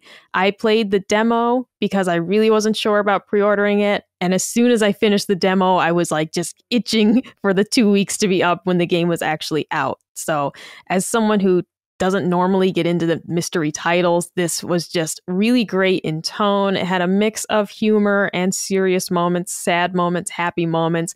It wasn't a downer to play. That's what I was worried about. The premise of the story, this is not a spoiler, the premise of the story is that a middle schooler, is murdered and you're a detective figuring it out. So it's a downer. And they really do have the talent in the way this was written to not make it a depressing play, the whole way through. There are definitely moments where it hits you. There are times that are very sad. The game also really does a great job painting nostalgia, for these characters that are in it. And it looks beautiful. The voice acting, very well done. Has a really cool recap feature that you can use anytime you close the game and then boot it back up. You can do a recap of where you are right now and get all the bullet points of the story so far. It was just really well done. And it's hard to talk about it because it's a mystery game. You don't want to spoil anything. But I'll say, if you're someone like me who typically doesn't like detective games because, if you miss something and then it's you lose, or then what happens? This game is very good about hints, and it's just one of those, the way you play this, it's almost impossible to end up missing something. You can click on a button to kind of receive a little nudge, and you won't end up, losing the court case, right? Because you didn't have all the evidence. Like, it just doesn't let you fail in that way. You might not like that if you want more of a challenge, but for me, as baby's first detective game, I thought it was excellent, and the story was so good. It kept me guessing the whole way through. There's a great reward for finishing the game. The cutscenes are awesome. So I highly recommend this to any visual novel fans. And, people who maybe aren't sure about playing a mystery game like this, I'd say give it a go. Cool. Awesome. Very happy to hear you enjoyed it. Okay. Lockmort, number 2. My number 2 is also a game I didn't expect to be on here, or not this high anyway. But my number 2 is Indiana Jones and the Great Circle, a game that only came out 2 weeks ago, I want to say, 3 weeks ago. Mm-hmm. And I started it up, and as soon as I started it up, I knew I need a new PC. So that's what I did. I bought a new PC. Yes, he did. For this game, because this game is magnificent. Wow. I'm a huge fan of Indiana Jones and a huge fan of Dishonored 2. And this game is Indiana Jones Dishonored, which is not something I expected, because from all the trailers, all the previews, I thought it was going to be a Machine Games action game like Wolfenstein. But it's not. The level design here is so intricate. It's almost Dark Souls-like, where you open like new pathways to older sections, and you get a couple of hubs. I'm not going to spoil which hubs there are, but you have a couple of them. And the first one took me 10 hours to complete. While you also can get through it in like 2 or 3 hours, I think. But this is one of those games where you want to do everything, because it's so cool the way the puzzles work. It's never too hard either. The puzzles are pretty simple. I put it at the highest difficulty. It's still pretty simple. What can you do in a video game? It's literally put the circle not in the square hole. Like that's basically what it is. But it's the way the characters move. Troy Baker did such a tremendous job as Indiana Jones. He sounds just like him. I just watched the first 3 movies again over on Retro Rewind with Matty in anticipation of this game, and he does such a great job. The story itself is also so much fun. It's so much better than the last 2 movies, than the Crystal Skull and the Dial of Destiny. If this was the 4th actual Indiana Jones movie, I would have been ecstatic. I would have been super happy, because the story is so great. The villain is fantastic. The sidekick you get annoys me a little bit from time to time, but they always do in Indiana Jones, except for Sean Connery, who was amazing. So yeah, I thought this game, it almost made me cry of happiness. That's how great it was as an Indiana Jones fan. It's not perfect, but I would give it, to me, it's a 10 out of 10 for an Indiana Jones game. Sure, yeah. I only played 3 hours of it so far, but I really liked it, Locke. If I played more, it would definitely be on my list. But like you guys, most of us, we're all big Indiana Jones fans, so I think they did an excellent job with this game so far. I can't wait to play more of it. It's also crazy, because when they announced it, it always looked like a VR game to me, and I was like, that's not gonna, that can't be good. But then when you actually get to play it, you realize like, the marketing around this was just all wrong. If they somehow could market this more as Dishonored 2, I think maybe it would have done better. I don't know how it's doing. On Steam, it's not doing all that hot, but maybe everyone is playing it on Game Pass. We don't know. We don't have the data there, but I hope everybody tries this game. The one negative I do have to mention here are the PC specs, which are ridiculous. I had to buy a new I had a 380 before this, which is a decent card. It's getting pretty outdated now, but it was a decent card. But I had to play it on like low to medium. Now I have a 1490, so I can just up everything. But but it's not the type of game that should make you want to buy a new system. So I think the optimization wasn't very good here. They should have done better there. But it runs great on console, I hear. So, and it's on Game Pass. So if you have an Xbox and you have Game Pass, please try it. It's so good. It's so cool. Yeah. It's beautiful too. Yeah. The AI, I will say the AI is pretty dumb. It's really bad. Of course. Yeah. Especially really with the companion. It's really bad. Yeah. Okay, Ben, number 2. Number 2 is Rebirth. Yeah. as a giant childhood fan of Final Fantasy VII, I was very much anticipating Remake. And I got it and I played it and I was like, I didn't play all of it. And I was like, you know what? I don't know what it was, but I just couldn't. It didn't jive with me. Like I was like, no, this isn't how I remember it. I had just played, Final Fantasy VII for like the 19th time again right before that. And I was like, there's just something that feels off. And I dropped it and I didn't pick it back up until like a month or two before Rebirth came out. So by the time Rebirth came out, I loved it. I don't know what I was thinking, but I was amped for Rebirth and I got it and I played it. And I don't think I played almost anything else until, well, that's not true. Multiplayer games with the boys. I think Helldivers was out during that time I played, but any of my single player time was pretty much strictly Rebirth. And I think I ended up putting like 110 hours into it. I didn't go for the second playthrough or the platinum because I played the first playthrough. I did literally everything I could possibly do. And man, just, I don't know what really there is to say about Rebirth that hasn't been said, but it is everything I could have wanted. But the problem is there's an and more. There's a little bit of bloat in it. Now, I know what people will say. They'll say you don't have to do it. And I agree with that. I am very much the person who's like, if it's taking you too long, don't do all the extra stuff. But I wanted to see it all because I love the world so much. So I was happy with it, but I understand the complaints from some people because there is a lot of stuff in that game that's just a little bit too much. With that said, I loved every moment I had with the game, even the really, really challenging parts. Some of the challenges are pretty tough. So Rebirth for me was, man, I didn't think anything was going to top it. And like I said earlier, depending on the day of the year, maybe nothing would have. But the reason it's at number 2 instead of number 1 is because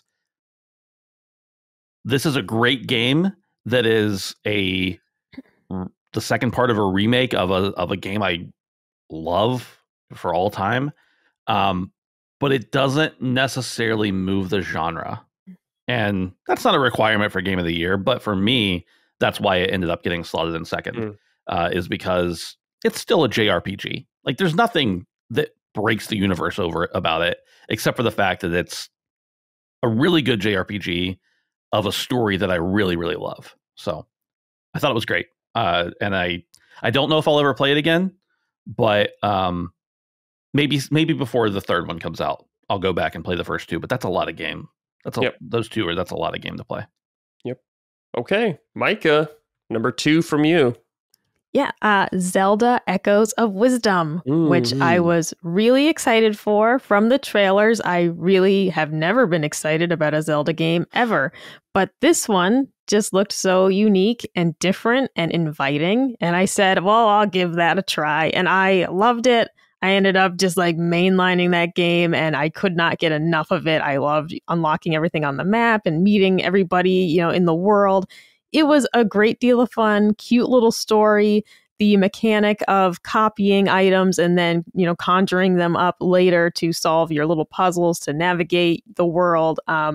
They do put like a limitation on it, essentially, of like you only have so much magic power. Each thing costs so much. So it's not like ridiculously easy because there will be puzzles where you say, I just can't figure out how to do this with this many magic points. And, you just got to tinker with it for a bit or look at the guide on IGN because sometimes I got really stuck and I was just like, all right, the 10 minutes is the limit on figuring this out. And then we're going to look it up. But it was an excellent game. I really enjoyed my time with it. This is a game I thought was also the perfect length. By the time I started to feel like I'm ready for this adventure to be wrapped up, I was at the end of it. So this is a game I felt wasn't like overdone. There wasn't too much to it, like in terms of, man, I'm getting fucking bored of this. I didn't feel that once. And it had a great little mix of like boss fights. The dungeons were cool. And it kicked off me trying all these other Zelda games. So it was tough to not put that in the number 1 spot. But it definitely, I love the game. And it's one that I say, wow, that might be a game I go replay and experience again. I don't replay games very often. But that's one that I adored so much. I say, yeah, I might go check that one out sometime. Yep. It's good to have you among Zelda fans now, Micah. You're one of us. You're with us. Yeah, Ben's holding up his copy of Echoes of Wisdom right there. I've still got mine sitting. I'm a huge Zelda fan, as we've talked about before, and I was so much looking forward to this, but it's still sitting here on my desk because I've played like 10 hours of it, and I'm jealous of your I don't see frame rate thing, Micah, because it was just it was so rough for me, man. And I don't normally put games down because of technical stuff, but for this one, I was like, I don't know if they're going to do a patch or if I'm going to have to wait till Switch 2, but I don't know. Maybe I'll revisit it again first of the year, but it killed me. It was killing me. See, this was a genuine example of, like, I promise I'm not trolling. I just don't see it, because I was shocked when Dustin wrote on Twitter, the game is fun, but man, it looks like shit. And I was like, he didn't say it exactly like that, but that was the gist of it. And I was like, I think it looks great. And I genuinely just like, I can't see it, and it was just like, well, all right, this is a win for not having frame rate eyes, because everyone who has a little more sophisticated, palette could tell the difference. And I was just like, this is excellent. I'm over here thinking I'm eating prime rib and it's really steakums, but to me, it was fantastic. Oh, I love what I've played of the game other than that. But I think that, Micah, the frame rate thing might be genetic, because my 11-year-old, 10 at the time, was playing it and he was like, what's wrong with it? And I was like, what do you mean? He's like, it's all jumpy. Like, he doesn't know what frame rate or anything is, but he's like, why is it all jumpy? And like, sometimes it moves really fast and sometimes it seems like it's slowing down. I'm like, oh no, he's infected. I passed on the bad gene to him. Yeah, he's found it. Yeah. Okay, Lockmort, your number one game of 2024. Yes. This is a game that got a lot of flack, and everyone was wrong about it, but I was right. Suicide Squad killed the Justice League. No. Everybody was right. I was wrong. This game sucks. We played it again a couple of months ago. Yes. Brad and I tried to play it. I think Ben, you were there too. Horrible, but I was wrong. Yeah, bad game. But again, when I played it at the time, I played through it with Jimmy. We had fun, so I figured, well, it was pretty fun. But no, if you enjoy it, it's not a bad game. Well, right? the second time, I played through it twice now, or the second time a little bit, and that's when it became apparent to me, like, oh, maybe it's not as good as I thought. So I'm sorry about that one. But my real number one wasn't on my list until today. It was in my honorable mentions until today, because what happened today is they released a patch that basically fixed my issues with the game and made me put in another 10 hours, well, let's say 8 hours today. And that game is Stalker 2. Stalker 2, when it came out a month ago, it released in a playable state, but it had a couple of issues that made me stop playing it. And mainly, the main issue that made me stop playing was the absence or the not working of the A-Life system. We talked about it back on Summon Sign back then. A-Life is basically, it simulates a persistent world. So the NPCs travel from one place to another. You can run into them. They attack other NPCs. There's a whole intricate system at work, but it wasn't really working. So after 20 hours, I put it down a month ago. And then I figured, well, I can't put it on my list because I only put 20 hours into it. But then this morning, out of nowhere, they released a huge patch, 110 gigabytes on Steam. Basically, we downloaded the entire game. And they put in the fixes for A-Life, the initial fixes. It's not completely fixed yet, but it's very playable now. I immediately messaged Brad. I immediately messaged Chris. Like, this is the time, jump back in. They were both asleep because it was 9 a.m. my time, but still, if you're seeing this, this is the time to start playing Stalker 2. Wake up. Yeah. That's usually the message I get from Lockmort at weird hours. Wake up. And it's if you're like on iPhone, it has that option to be like, do you want to send this as like an emergency text? It's like, oh, absolutely. Yeah. Do you want to bypass their do not disturb? Yes. But Stalker 2, the best way to describe it, I think, is Fallout for adults. Stalker 2 basically works the same way as Stalker. It just doesn't basically works the same way as Fallout. It just doesn't have like the humor, or it doesn't have like the, I want to say, American American version of it. Stalker 2 is Eurojank, but in a good way. I know Eurojank is like a joke and it gets like a lot of flack, rightfully so, because it oftentimes it's shitty games that are fun. But this is a really great game. In Stalker 2, you play as a stalker and you're in the Chernobyl zone where the disaster with the nuclear power plant happened. And I'm not going to spoil the story, so you're basically dropped into the zone. You have to find someone. Stuff goes wrong. There's different factions who you can pit against each other, or you can work with one faction. The other ones become hostile. There's dogs, there's mutants, there's soldiers, there's other stalkers. There's a whole religious faction that's against you. The whole world is so interesting and unique. It's also super scary. It's also part of a horror game, really, because you go into these caverns and caves and there's huge mutants and you never know where you're going to come across. Even today, I played it for 30 hours now. I came across an enemy that I've never seen before who stalked me, which is basically the title of the game. It's really hard. You have to, it also has like immersive sim elements. You have to like eat, you have to sleep. You have to have weapon maintenance. It's so great, man. When that patch came out this morning, I figured, I'm just going to start it up, see what it's about, see if they fixed it, and then I'll get back to it later. When I played it a month ago, at the very start of the game, you come to a cabin, and there's and when I played it a month ago, there were 3 bandits attacking the person in the cabin. So I had to sneak around them, take out the bandits, and that was it. Save the person in the cabin. This time, same scenario. I got to the cabin, but the 3 bandits were under attack by another faction, which is the ally system in play. So I sided with the other faction, took out the bandits, and then followed those 3 new guys basically to a whole other area. I haven't been there before. I went back. I did the quest there, went back again, saw those 3 guys doing other stuff. It's wonderful. It's basically, you can kind of compare it with the same system in Bethesda games where like NPCs have their own cycles and they do their own stuff and they can walk all over the map. You can run into them again. It's wonderful. I love Stalker 2. It's such a great game. It's not for everyone, though. I don't think if you don't enjoy Bethesda games, if you don't enjoy Fallout, if you don't enjoy dying a lot or hard games or shooters, maybe it's not for you. But if you do, God, check it out. It's on Game Pass too. Xbox is coming to PS5 too, I think, in 2 months. By then, it'll have a lot more patches. But if you're on PC and you waited to have a life in the game, now's the time. Christmas break, jump into it. Perfect timing. Great job. Great game. I love it. Nice.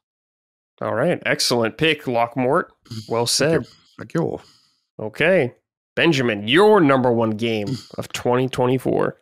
My number 1 game is Balatro. Ooh, nice. I get it, guys. It's a card game. It's poker, whatever. Yeah, everybody. But again, this could be anywhere from number 1 to 3, given my attitude at the time. And I think part of my attitude right now is, it didn't get Game of the Year at the Game Awards, so I'm giving it my Game of the Year. But the other part of it is it's just really good. And when you first start playing this game, you're like, oh, okay, it's a card game. It's kind of like poker. I get it. So what's so special about it?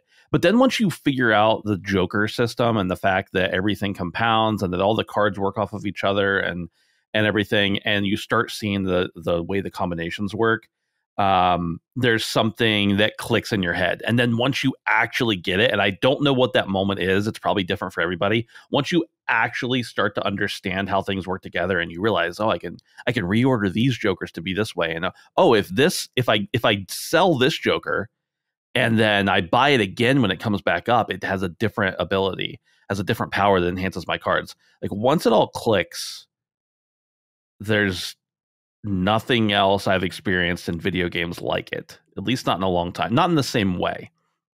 And I think this moves the medium so far forward. We've had so many other, roguelike games. We've had so many other card games that are roguelike. We've had so many other things that are so much like this, but nothing is exactly like this. And that's what really sets it apart, is like, this is a game unlike any other game that I've ever played. And I keep coming back to it all the time. It's one of those games that at the end of the night, when I'm going to go to bed in half an hour, I might as well, just settle down. I'll just pop on Balatro for like a couple, for 1 round. Although sometimes that turns into 4 rounds, depending on how long they go. And I'll just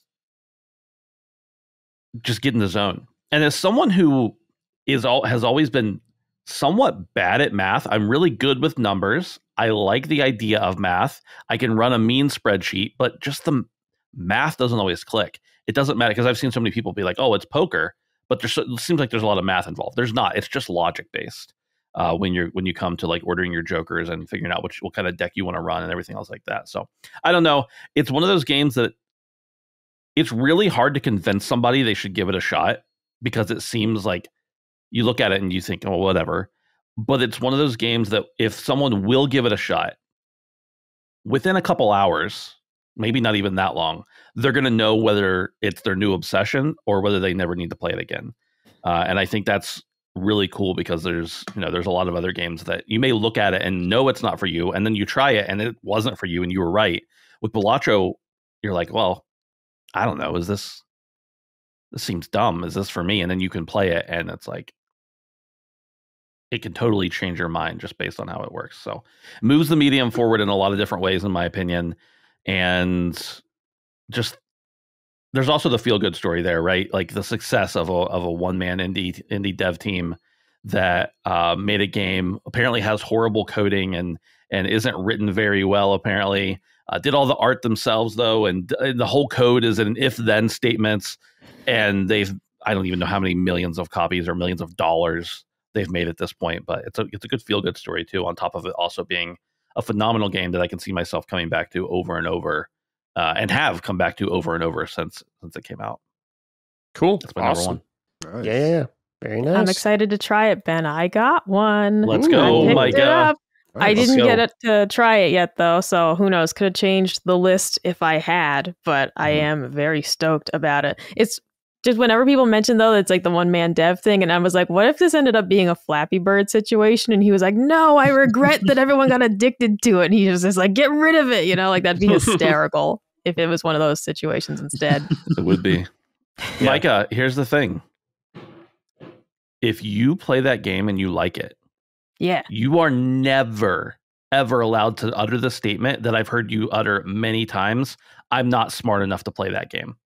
Oh, I'm probably not. Any other game. We're going to find out, though. I'm saying if you enjoy Balatro at all, you're never allowed to use that phrasing again, which I already don't agree with it, because I don't think intelligence has a place in games all the time. Like there's different types of intelligence, but if you can figure out Balatro, I have confidence you can figure out any other game.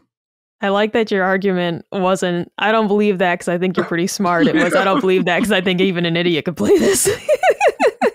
I think an idiot can play any game and enjoy it. It just depends on what they make of it. No, yeah. Well, I'm excited. I am the person who I was so obsessed with Gwent in Witcher 3. I spent hours and hours just playing Gwent. I did not like the standalone version. They fucked it all up. But in Witcher 3, it was excellent. And I would just, it's like me and the bloody bear. And he's like, can I go to bed? And I'm like, one more. Like I would just play that guy all night. Okay, Micah, your number one game of 2024. I've been talking about it for months. It's Unicorn Overlord. Yeah. It has, the thing is, from the moment I played it, I knew this game was exceptionally special to me. All right. I saw people saying like, I don't get it, blah, blah, blah. And it's fine.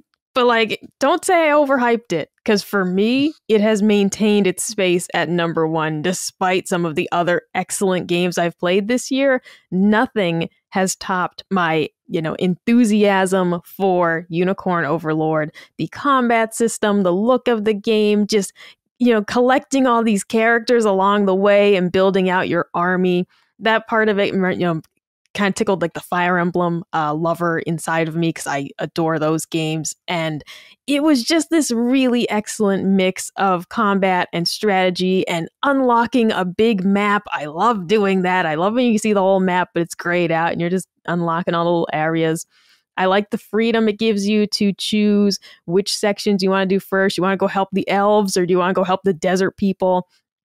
It just gives you a lot of freedom in those regards. There are areas that are sort of off limits because it's like, whoa, you go over there and that's like level 40 territory. You're not ready for that yet. But I like that you can see it. I always like when you can kind of see the end goal on the map and that's what's coming. That's what you're working towards. And the game just has a ton of great things if you like to unlock things, leveling up all your characters and everything, getting new gear and optimizing everyone's loadout. This is also a game where you're optimizing, like, okay, you want to put your archers behind your spear guys so that they're protected while they're firing. You want to put your wizards behind your swordsmen, and you're kind of optimizing everybody on their little grids. I love a grid system in a game. So it was a ton of fun, a game that I just really highly recommend to any Fire Emblem enthusiasts out there. If you love fast-paced action games, no, I'm not recommending this to you. But if you love strategy games, if you love taking your time to figure out, if I put this guy over here, no, that's not going to work. If I put him over there, if you enjoy that as much as I do, Unicorn Overlord is just a top tier example of that type of gameplay. And on top of that, the style. I mean, it's just like gorgeous to look at. I didn't watch all the battle cutscenes strictly for time. It's a long game already, and you can streamline the animations so that you just don't have to watch them all. But man, watching those first few battles play out, it's gorgeous. And the world you get to explore is just so pretty. So it doesn't have the greatest story. It doesn't need it, though. This is a game that still has some twists and turns, still has some things that you'll say, oh, wasn't expecting that. Has a little bit of a romance element, always a nice addition. But the story is light. You're not going to get saddled with 20-minute cutscenes. It's not that type of game. It's gameplay first. And I just had so much fun with it. I've never stopped thinking about it since I finished it. It was one of those games that I could not stop playing it, but I didn't want it to be over. And that would definitely has not been, topped this whole year with any other releases. Cool. Awesome pick. I want to get back to it. I've played like 10 hours, but I don't know. But it was great from what I played of it. I'm very interested in this game, especially since you're such a huge Witcher fan. Does it have like choices and consequences too, or not? I mean, the main choices you're going to get are like who you choose to recruit and not. I'm trying to remember how much. I don't think there's a lot of choice, honestly. Not in the way of like, oh, am I going to kill Kira Metz or not? Like it's not like that. Okay. But you are going to have choices in terms of there is some romance. There are these like, so you need to build your bonds with your fellow party members, and they need to build bonds with each other as part of like being a more cohesive unit. That's a very, Fire Emblem-esque portion of it. And so you will make choices like that along the way in terms of who you buddy up to, who you spend more time with, who you choose to promote to higher classes, who you choose to let go from your army, for example. There's a lot of choice, but it's mainly focused on how you structure your army and not as much in terms of, oh, I'm gonna, make this big decision that like affects the whole world. There's a lot of player freedom, but I'll say not a lot of like choice in that regard. And do you play as like one set character, or do you have multiple characters you play as, or how does that work? Yeah, the main character is the prince of the kingdom, and you're battling, the overlord who has, taken over, basically, right? So you and your like main companions start the game, and then you progressively build out your army. So that main unit, he's always going to be there. And then you will keep acquiring more and more characters. You'll have a mix, basically.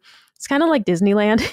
You'll have a mix of your face characters who are like the people you can, like romance and like they're like definitely more important to the story. And then you have like, you can hire random archer number 5. And you can just hire that guy as a mercenary. He doesn't really have a story or a background. But you can just hire that guy to build out your army. So it'll be a mix like that of, okay, I went to the desert land and this dude needs help. I'm going to help him out. He'll join or not. You can deny people joining your army. That is part of it. So there are choices along that way too. But then there will just be like, I need an archer right now for this battle. I'll just go hire one. And you can do things like that as well. Can you customize them? Can you like rename them and like choose their equipment, or is that all set? You could buy equipment for them, I'm pretty sure. Oh yeah. You choose their equipment and there's a lot of equipment because each person can have, I believe, 2 like accessories that'll be like boosting, strength or boosting defense, for example. So everybody has their weapons, shields, armor, and then you can build out the accessories. And there are a lot. And you will just be constantly trading things down the line. It'll be like hand-me-downs, basically, because you want the best stuff on your main, 3 units, let's say. And then it's like, okay, well, the archery unit needs new stuff. They get all our hand-me-downs. And you'll just keep passing equipment along. There's a lot of loot to find across the world. There's a whole system of resources as well. It gets pretty deep because you are not only kind of like liberating these towns from the evil, overlord, but you're also revitalizing them. So you're going to go along and find resources along the way. You're going to give those resources to the towns. Okay, you've rebuilt the town. Now the general store is open, blah, blah, blah. And that's on the whole nother section of the gameplay. It's why it was so easy to get lost in it, because it's like, man, this is like half Harvest Moon, half Fire Emblem, half this. And it was amazing. Sounds awesome. Cool. Yeah. Okay. Good stuff. Now we're going to do 5 most anticipated games of 2025 or whatever you got. If you don't got 5, it's totally cool. But Lockmore, let's start with you again. Number 5. I cheated, Bradley. Okay. I cheated here. Because my number 5 are actually 3 games, but they're so similar that I didn't want to pick between them. And those 3 games are Avowed, The Outer Worlds 2, or if it releases next year, Exodus, the trailer that just released yesterday. That's big cheating, Lockmore, but I'm going to allow it. I know. As I told you, I was cheating here. And why those 3? I love RPGs. I was never a huge fan of Obsidian until The Outer Worlds 2. I'm not a huge fan of Pillars of Eternity, which is what the universe of Avowed is based on.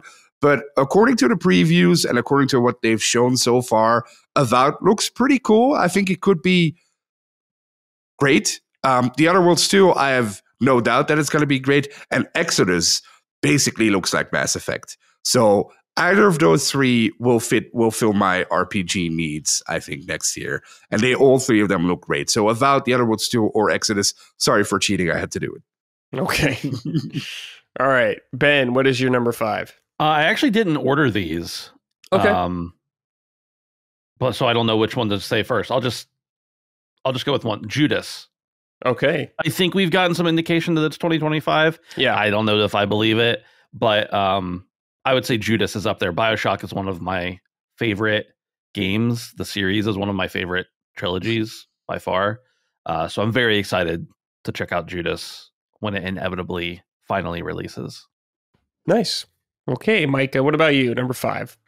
I just want to say first, BioShock's great. You just got to skip all those pesky audio logs. You just want to skip right over those. You want to hear that. She just get right back into the gameplay. Micah just says things and pretends like she believes them sometimes. That is truthfully how I played it. Colin's talking about the story of BioShock, and I'm like, you're supposed to listen to all of those? They're everywhere, and they take forever. I was like, no. I was too busy shooting things and firing off things. No, but it is how I played it. It was fine. I like BioShock just the way it is. My number 5 is Civ 7.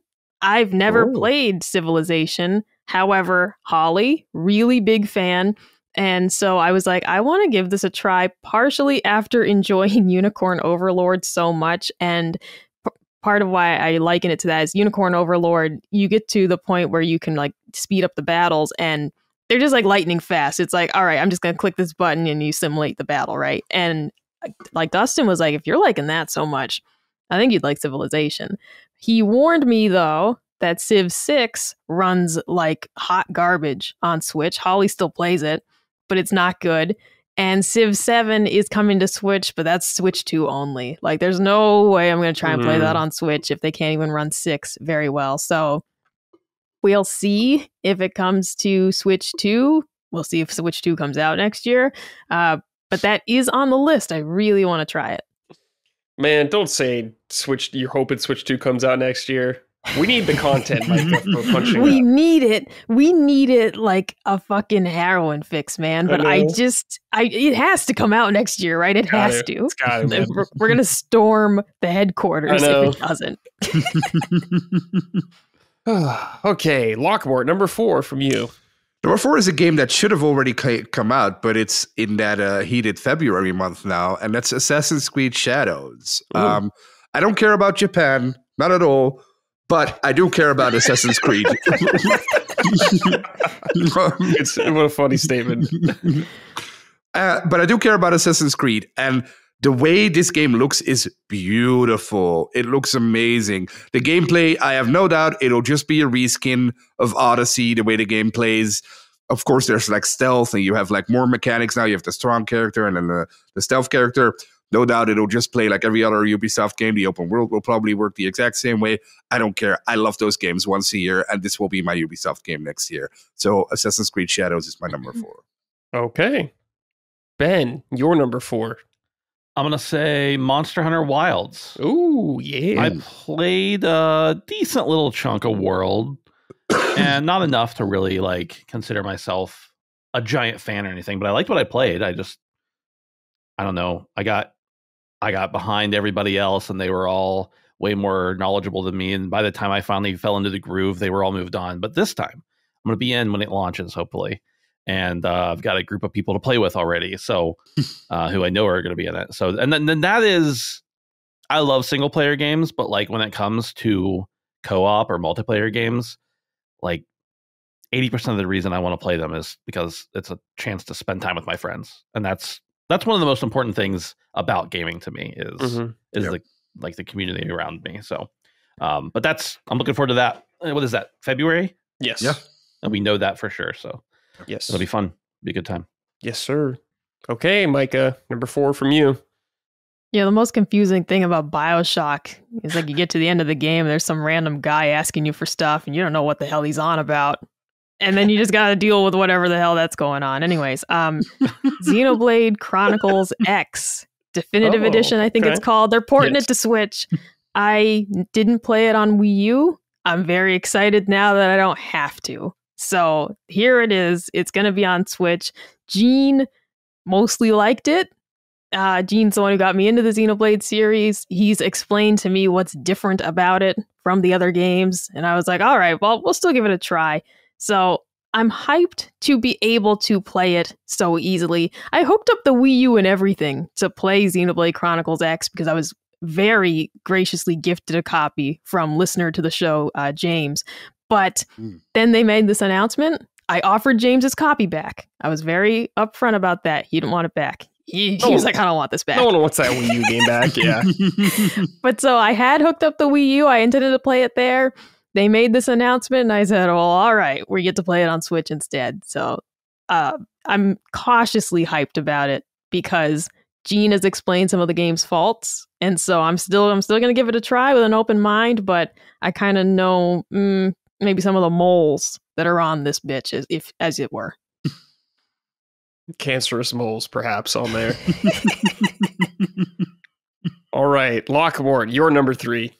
My number 3 is a game I've been waiting for years and is a sequel to what was once my most anticipated game and most disappointed game ever, which was Mafia 3. But I'm very excited for Mafia, the Old Country, because I think they learned their lesson and they're going back to what made Mafia 1 and Mafia 2 such amazing games. The trailer we saw at the Game Awards blew me away. I thought it looked magnificent.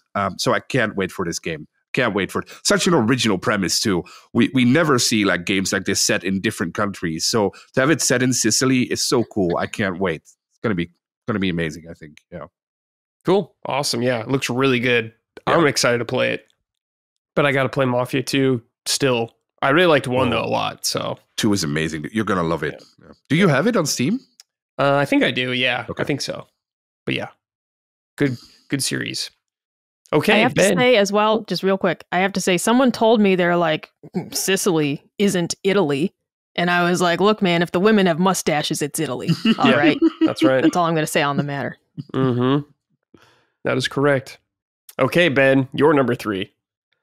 Doom, The Dark Ages. Mm-hmm. I'm just such a huge Doom fan. I have been since literally I was a very small child. Like, I think I was 6 or 7 the first time I played the original Doom on PC, which is probably not. I probably wasn't allowed, but I did it anyway. And I've just loved Doom. Yeah, of course. I've just loved Doom forever. And I don't know. It doesn't really matter what this game's about, or honestly, if it's even very good, it's Doom and I'm gonna like it. That's if I don't like this game, there's something so incredibly wrong with either the game or with me, which the second is probably more likely, that that we might as well just call it quits on gaming, honestly. Yeah, I agree. It looks awesome. I can't wait to play it. Hell yeah. Okay, Micah, you're number 3. Yeah, Suikoden 1 and 2 remake. Ooh, I have no experience with this series. I don't really know much about these games, but this is the era of the remakes, and I'm all for it because I get to play all these games easily. It's coming to Switch. Bam, I'm going to play it there. I can't say too much about it because I really don't know, but I'm hyped. Hell yeah. Okay, Lockmort, number 2. Number 2, my second favorite game of all time is Red Dead Redemption 2. And when I played that game, I was like, anything Rockstar makes is going to be art. So I cannot wait for GTA 6. I'm pretty positive it's not going to release next year, even though they still pretend it is. But I think it's pretty weird that we haven't seen anything so far. And Rockstar never hits their initial release date. So I presume this is going to be 2026 or maybe 2027. But the one trailer they showed last year already looked amazing. I can't wait. Lucia looks like such a fun, original, cool character. Can't wait to play as her. Can't wait to see more. I'm super hyped for this game. The one thing that has me worried is that they'll release it, and they're probably going to do it, just release it for console first and then a year later on PC. So I'll probably play it a year later, but that's okay. I'll wait for this game forever. No, you'll play it on the Pro. I know you will. Probably. You will 100%. We'll all be playing it. Lockmort, I had this on my list as well. And I said, this is just a cultural phenomenon when this game's going to come out. It's going to be like the biggest game of all time. Everyone's going to be talking about it. It's going to be really fun. Yeah. And like you said, when a Rockstar game comes out, pushes the industry forward. So can't wait to see what they do in this one. Yeah. Okay, Ben, you're number 2. Yeah, I think I actually had 6 on my list. And since one of them is GTA 6, which we've already talked about, I'll go ahead and skip that. Okay. Even though I'm disappointed it's going to be on consoles, most likely only, I'm definitely going to play it because I'll buy it twice, whatever, because it's, like you said, it's a huge cultural phenomenon. It's not even just gaming. It like supersedes gaming. Yeah, it's pop culture. Yeah, exactly. Can't imagine not being there at the launch of a new GTA game. Yeah. I'm gonna say Ghost of Yotei. Nice. I love Ghost of Tsushima, and I don't really know if this is going to be very much the same or if it's going to be very different. But either way, I have confidence in the team to put out a good game.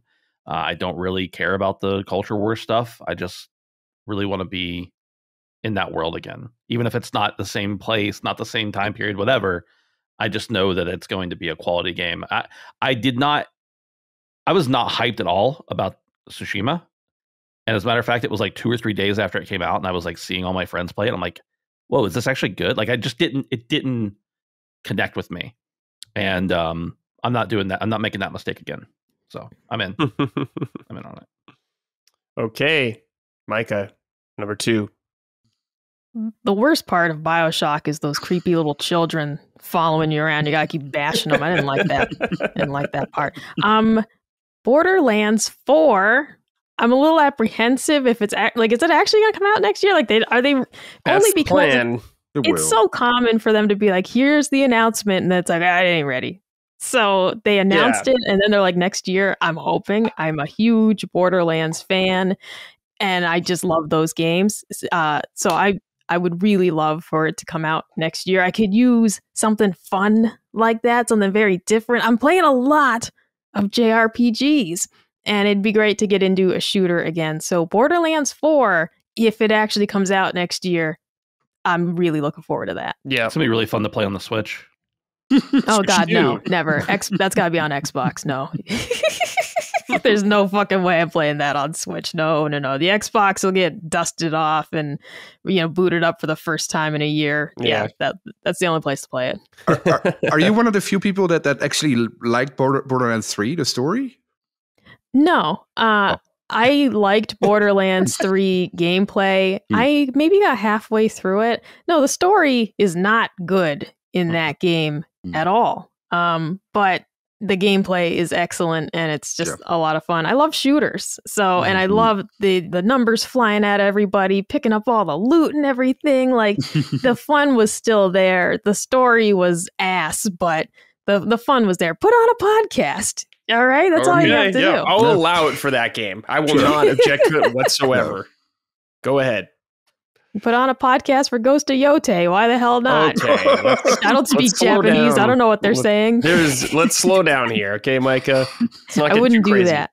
I wouldn't do that. I loved Ghost of Tsushima. The only part I struggled with was you got to climb up those really high places. And the game looked so good that it kicked in my fear of heights, and I was like sweating profusely trying to climb up those shrines or whatever. Like I was like barely able to do it. That's awesome. Okay, Lockmort, your most anticipated game of 2025. At the time of recording, we're only 46 days away from the release of this game. And I am counting the days because this game, I think, it's a bold prediction, but I think this game will do what Baldur's Gate 3 also did and revolutionize the genre and also make people play it who would otherwise never play it. And that game is Kingdom Come Deliverance 2. Why is that? I think Warhorse Studios learned a lot from the first one. And the first one, when you look at Metacritic or OpenCritic or whatever, where you want to look at the scores, got pretty mixed reviews. And that is because the game launched in an abysmal state.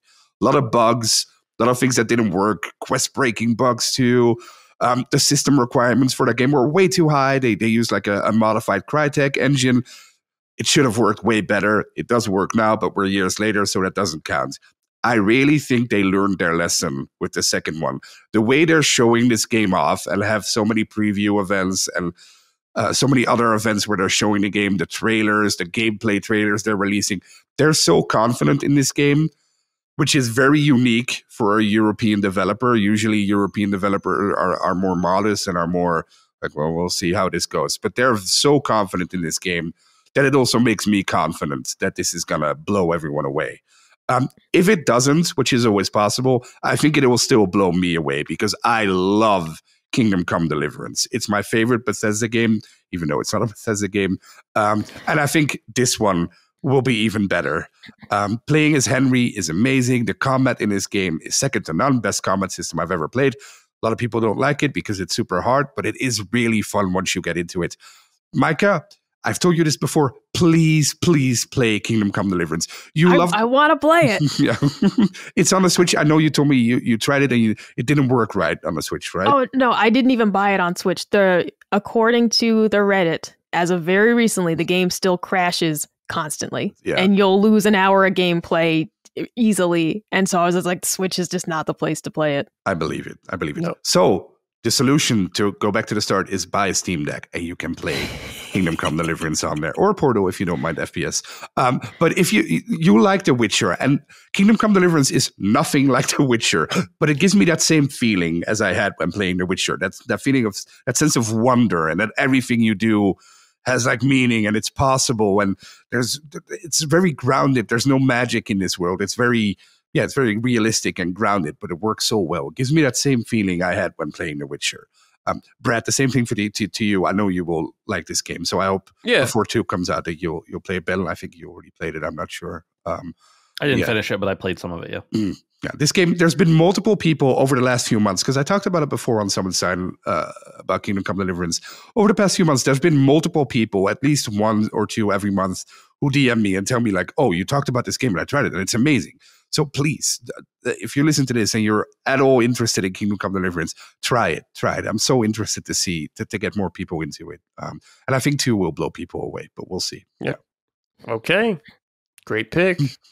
Okay, Ben, your number 1 most anticipated game of 2025. Well, first, I just want to say I just realized, because I was sitting here looking at my list, that 5 of my top 10 games combined for 2024 will cost you less than $40 total. Granted, one of those is a free-to-play live service. One of them is a free-to-play mobile game, so you could discount those if you want. Even 30% of my top 10 list will cost you less than $40. I think that's pretty crazy. And a lot of the other ones are not full-price games. So gaming is an expensive hobby, but turns out most of my favorite games of the year were not full-price games. I thought that was interesting. Yeah. This isn't necessarily my most anticipated game. It's just the order I wrote it down in is Death Stranding 2. Listen, I have no idea what the hell is going on. I don't know what's going to happen. We didn't have any idea. I still don't really fully understand Death Stranding, the first Death Stranding. Like, nobody, even if you pretend like you do, you're just being pretentious. It's Kojima. You can't possibly tell me you understood everything that happened in that game. But Death Stranding 2 is going to be amazing. It's going to be another cultural phenomenon. It's going to be really interesting to see how the industry, what kind of like reactions we have to it. And I'm just in for the ride.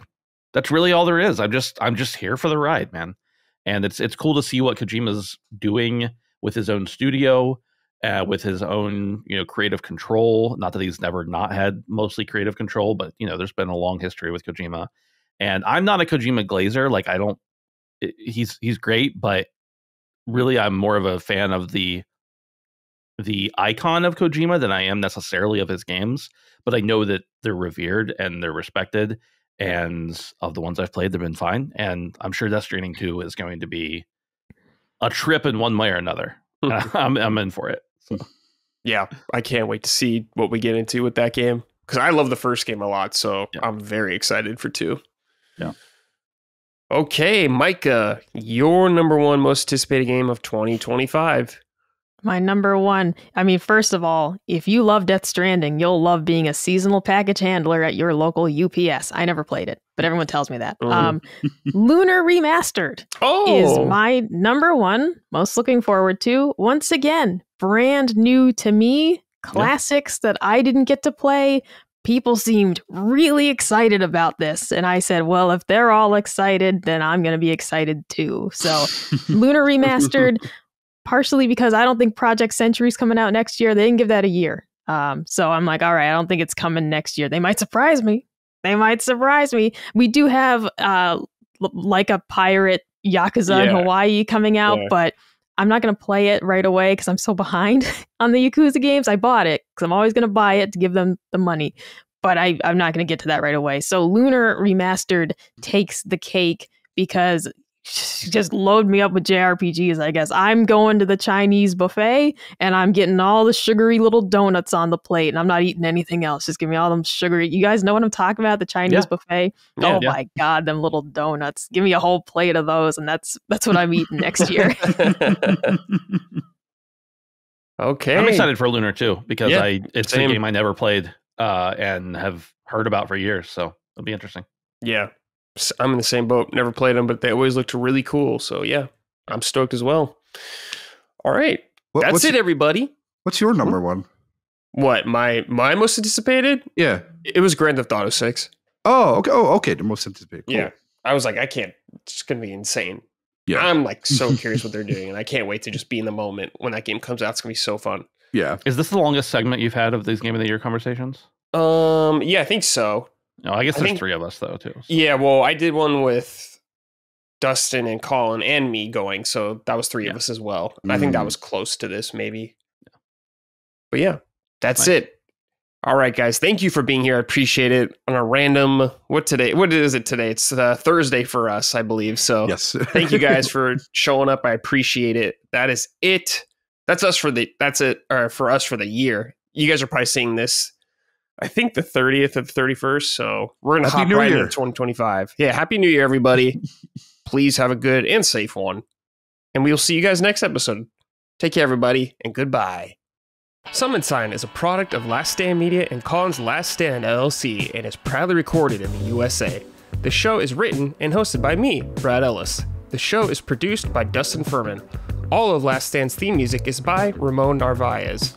Summon Sign, along with the rest of Last Stand's media shows, are fan-funded on Patreon at patreon.com/laststandmedia. The following names are at the producer level on Patreon, our highest tier, and we are grateful for your kind contribution and generosity to our independent endeavor. Thank you.